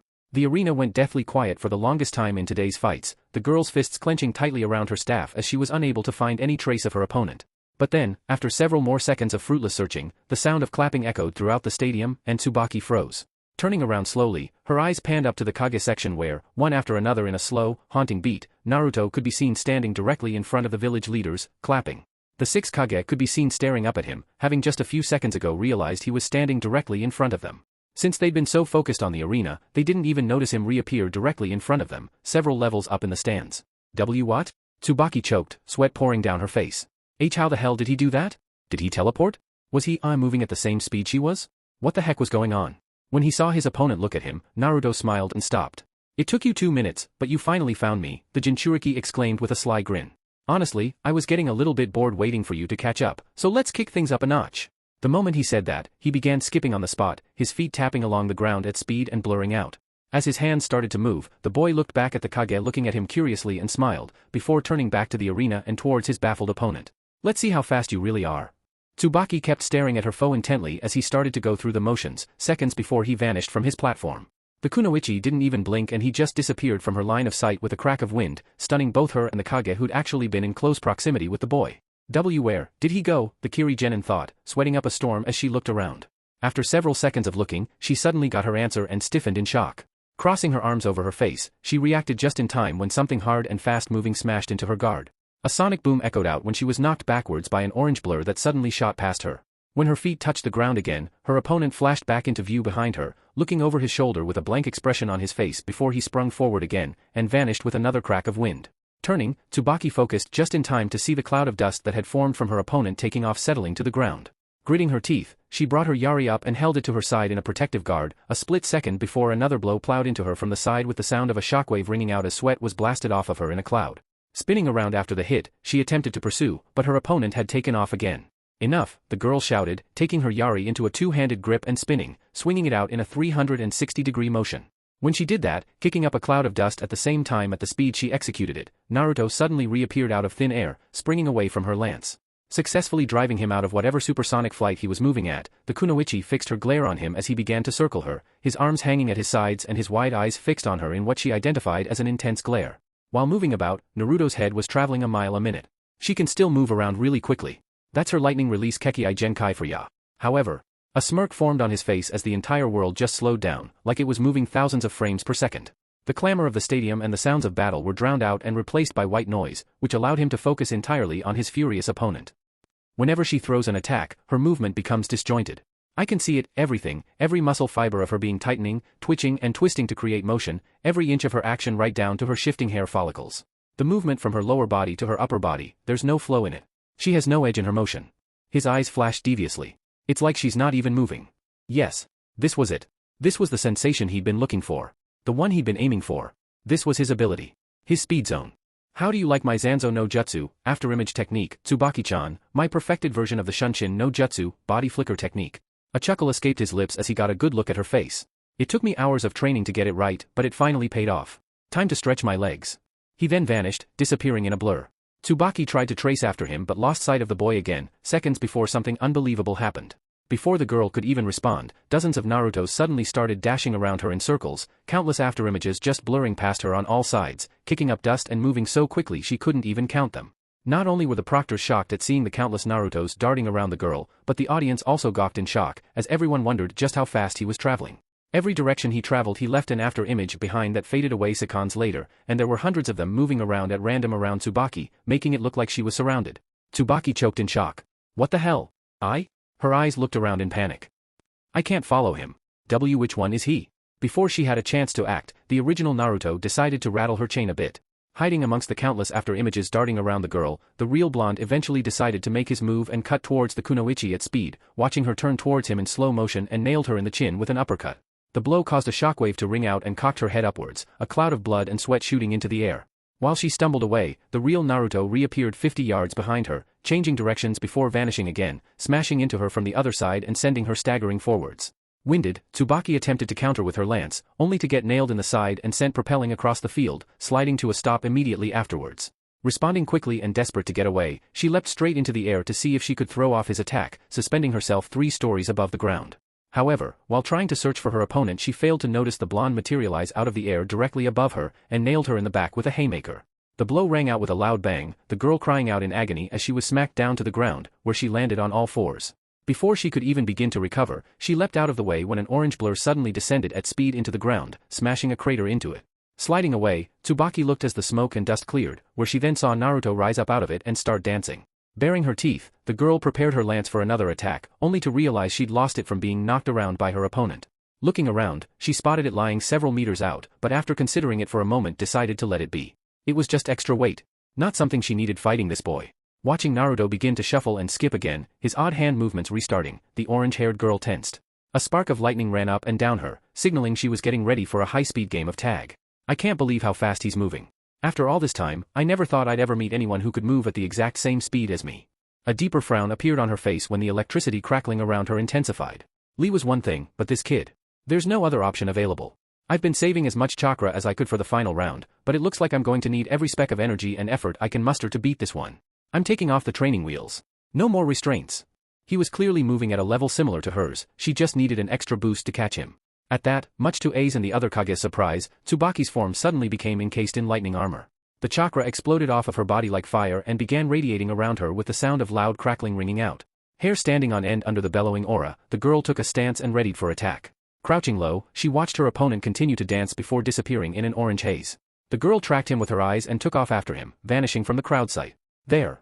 From the audience's point of view, all they saw was a bolt of lightning streak across the arena following after a small orange blur that was also darting around it. About several seconds later, the two peculiar anomalies mounted the top of the barrier wall and began chasing each other along it, running several laps of the entire stadium until they shot off and began crisscrossing over the ring like fast-moving beams of light on the grid. Shockwaves rang out like thunderclaps when the two streaks of light engaged several times before the lightning bolt pulled ahead. Glaring behind her while she was still traveling at Shunshin speed, Tsubaki's eyes widened and she dodged to the left, avoiding a right cross thrown by her opponent, who was somehow keeping up with her step for step. Cocking his fist back, Naruto let out a growl and advanced yet again. He launched a 1-2 combination that his opponent barely slipped around, watching the armor-covered girl desperately slip around them, before he set her up with a right cross. The punch cut out at the kunoichi, who slipped to the side in time to avoid the cannonball that flew past her, causing her eyes to widen when she felt it graze her cheek. Even though they were moving at speeds untraceable for ordinary people, to them, they were both moving at the same rate. What the hell? Feeling the heat from the punch scorch her, the girl suddenly threw up both her arms and blocked a killer left hook that crashed across her guard. The attack exploded against her with the sound of an artillery battery firing, resulting in another thunderclap from the 2 glowing blurs shooting across the field. Feeling her arms go numb from the sheer power of the attack, Tsubaki could no longer hide the expression of horror and shock on her face as she retreated even more, only for her opponent to stick to her like fucking gum. Impossible! How can he keep up with me? She retreated, only to see him advance on her even faster, his intense glare fixed on her as he closed in inch by inch. Despite moving at such high velocity, Tsubaki was confounded. The longer they fought at this speed, the faster he seemed to get. And unlike Samui, who used patience and illusions to counter her agility, this boy was taking her head-to-head in the exact same field. Trying to pull away, the girl bit her teeth together. Speed. Am I lacking speed? Seeing her opponent cock back his right, the kunoichi brought hers up as well. If that's the case, then I'll speed up even more. Tsubaki loaded her counter at the same time her opponent let out a roar of effort and struck out with a swinging overhand. The girl responded in kind, "Can you keep up with me, Naruto Uzumaki?" Just as she threw her shot, Tsubaki was nailed clean in the face by the boy's chopping right. The attack smashed into her with the force of a mule's kick, causing a sonic boom to ring out and blasting the girl back in a traveling mass of electrified light. Eyes reflecting her shock, blood flew out of her mouth when the girl barreled across the field in her glowing armor, tearing a trench through the earth at incredible speed. After traveling a countless number of yards she eventually stopped, where she then rolled back onto all fours. Panting heavily with blood dripping out of her mouth and nose, the kunoichi let out a growl of anger and powered up, her aura exploding outwards at a higher rate. As soon as her chakra output increased, she disappeared in a blue flash and reappeared in the center of the arena a split second later. When she stopped, she leapt skywards, just in time to avoid her opponent reappearing out of the air in front of her and swinging at her with a hook. Looking up, both Naruto and the audience saw Tsubaki reappear several stories up, hovering in the sky and panting exhaustedly.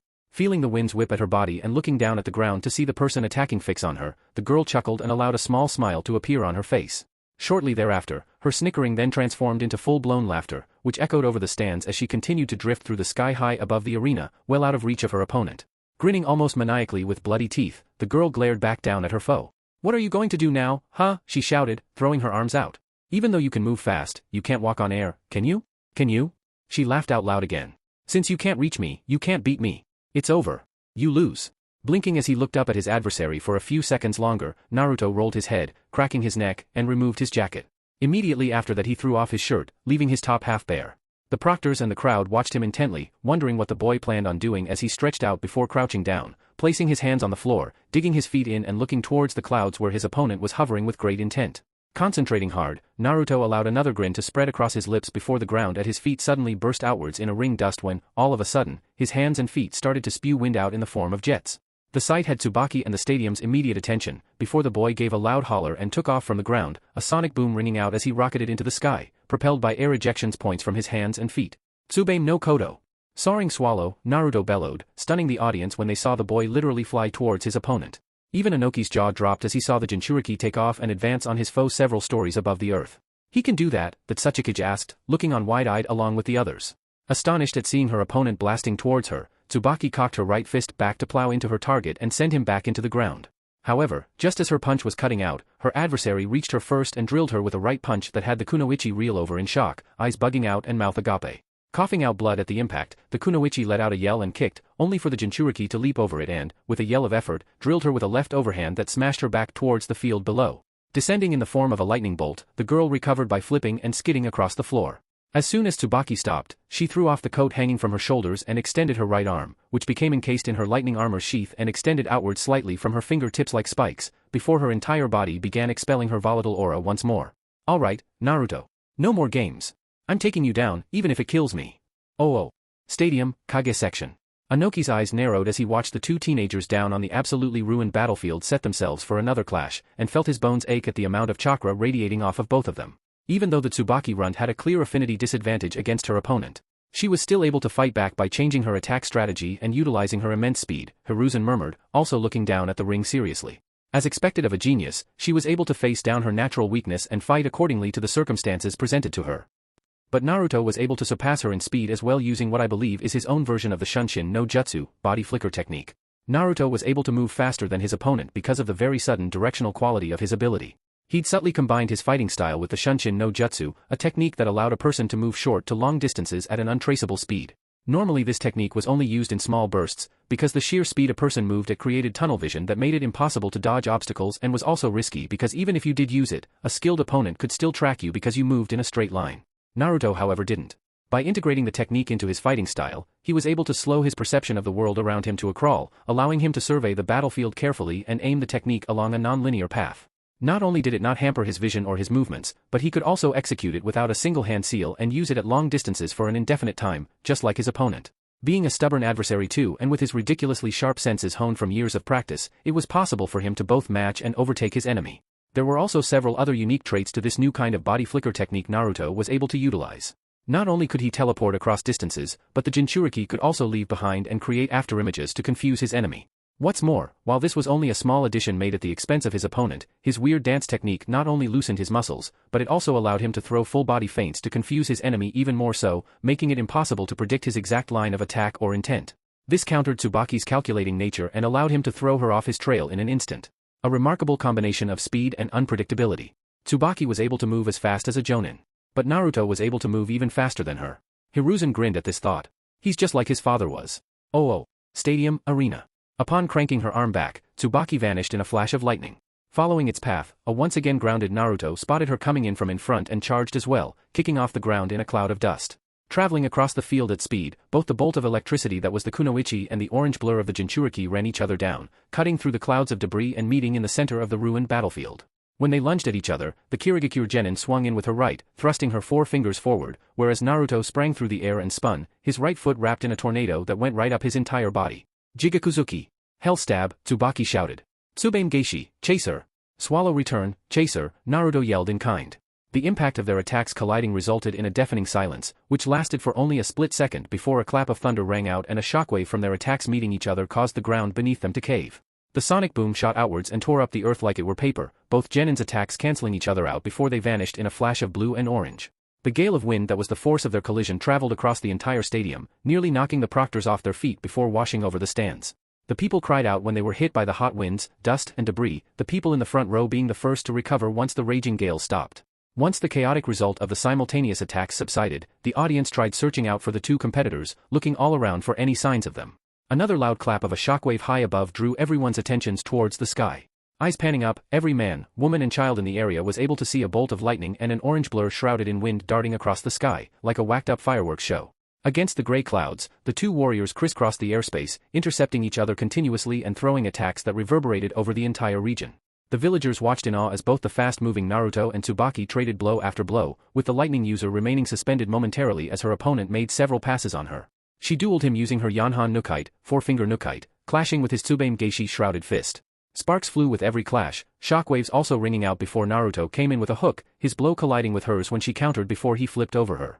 The jets of air on his feet and blasting from his back keeping him airborne, he attempted to swipe down at his adversary, but the kunoichi slipped around his hand and plowed a left straight into his face.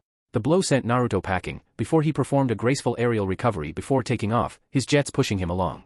Tsubaki growled and gave chase, both of them breaking the sound barrier when the Jinchuriki used his wind to rocket him at speed while his opponent reverted to lightning again. Still feeling the kunoichi was after him, Naruto spun around and flew through hand seals. Immediately after performing them, he threw his right hand out and fired a cloud of white smoke, which began filling the air and expanding at an alarming rate. Futon, Oroshur. Wind release, wind blowing down from the mountains, the Jinchuriki shouted, the gray clouds blocking him from view of his opponent, who stopped and looked on as the enormous sea of white and gray smoke began flying towards her. The cloud collided with Tsubaki headlong, knocking the lightning-enveloped girl about before the rest of the stadium was hit by the technique. The crowd braced themselves when Naruto's attack expanded in rings, forming a mushroom cloud in the sky like a nuke had gone off, blasting the observers with gales that also picked up dust and nearly knocked some observers out of their chairs. Everyone had to shield their faces as the attack washed over them in waves, with Kakashi recognizing this as the smokescreen Naruto had used against him before on their very first training session as Team 7. Caught in the middle of gray and white smoke clouding around her, Tsubaki clicked her tongue and brought her right hand up. Switching from her 4-fingered Nukite to the 3-fingered Nukite, she cocked her arm back and took aim. Was that meant to buy you time? Coward. She spun on the spot, chopping out with her arm and, with a blast of wind from the increased power of her attack, blew the clouds away. The air cleared up seconds later, revealing to both the stunned crowd and the kunoichi that Naruto was gone. Sasuke, Sharingan activated, looked around nervously. Where is he? Did he run away? Omoy asked out loud, his own question being shared by a few of the others. No. Tenten shouted, looking up into the sky anxiously with narrowed eyes. Naruto wouldn't turn his back on his opponent. He's not scared of her. Shithead's not afraid of anyone, Tayuya also spoke up, asserting her own confidence in her boyfriend's character. For the next minute, silence reigned over the entire battlefield. But then, just as everyone was beginning to wonder whether the Jinchuriki had fled and left her opponent floating there, waiting for a ghost, a sudden, chilling sensation caught Tsubaki's attention and she turned to the sky above her. When her eyes fixed on the heavy white clouds above, at the same time the Kage and everybody else did, a gust of wind fell upon the stadium when, out of nowhere, a glowing blue light could be seen radiating from behind mass in the atmosphere. Seconds later, the clouds above Tsubaki parted violently and continued to do so, revealing the sun and the blue sky behind the ceiling when Naruto made his grand re-entrance. His ejection points propelling him in a fast descent and blasting off of him at full power, the Jinchuriki dove towards his opponent at speed. An intense glare on his face, the boy let out a heroic war cry as he picked up speed in his fall, aiming to attack his foe with everything he had. Clicking her tongue irritably, Tsubaki's lightning armor flared up, switching from the three-fingered Nukite to 2 fingers before blasting up towards her enemy in a bolt of lightning. Zipping through the air, trailing fire or electricity in this case, the Kirigakure Genin let out a roar of anger as she cranked her right back and plowed it forward, aiming to cut the boy down in a single swipe. You're finished. However, just as her fingers were inches away from slicing into him, the spear of her lightning armor having extended much further than before, Tsubaki's eyes widened in shock when her arm was unexpectedly knocked away by Naruto's left, which he'd held forward in his dive towards her. With her arm deflected, the girl's rate of ascent was upset and she was blown back from the sudden redirection of her attack, her expression conveying disbelief. Naruto's grin came back full force and his eyes widened in a frenzied expression. A straight-ass jab like that can still be blocked, no matter how fast it is, the boy yelled out at the top of his lungs, the left hand he'd used to block also igniting with compressed wind chakra, meaning that both his fists now had tornadoes spinning around them. Setting his form above the kunoichi and taking aim, the Jinchuriki lunged in with a yell, his cry echoing throughout the sky. You're mine. Tsubaime Renden. Swallow barrage? The Kyuubi, watching closely from inside, sat up from his spot where he was lying and grinned determinedly, get her, brat. With a bellowing roar, Naruto drove his right fist into his opponent's stomach, nullifying her lightning armor and striking the girl directly. Immediately after the following hit, the Jinchuriki then began laying into his opponent with punches that rattled her very core one after the other. His blows plowed into her repeatedly and continuously, shockwaves ringing out with every hit as he began smashing her towards the ground at an alarming rate. He fell with her, continuing to punch into her again and again and again. Blood flying out of her mouth, Tsubaki let out a cry of rage and agony as her lightning armor expanded, smashing into Naruto's next fist and causing a fiery explosion that knocked both of them away from each other. Smashing through the flames and still falling, seeing his opponent now several stories below, the blonde cut off the chakra feed to his hands and brought his right back. Concentrating energy around his palm, Naruto then let out a growl of effort and, in a blink of an eye, formed what looked like a miniature twister between his fingers, the winds of which expanded several times in size and literally whipped in front of the sun behind him, which had since revealed itself when the clouds in the atmosphere parted. Tsubaki, seeing the enormous attack appear behind her opponent, looked up in shock when the boy shot towards her, swung it forward, and drove the enormous, spiraling collection of wind into her. Jet hand! Naruto shouted, slamming his attack into his target's chest.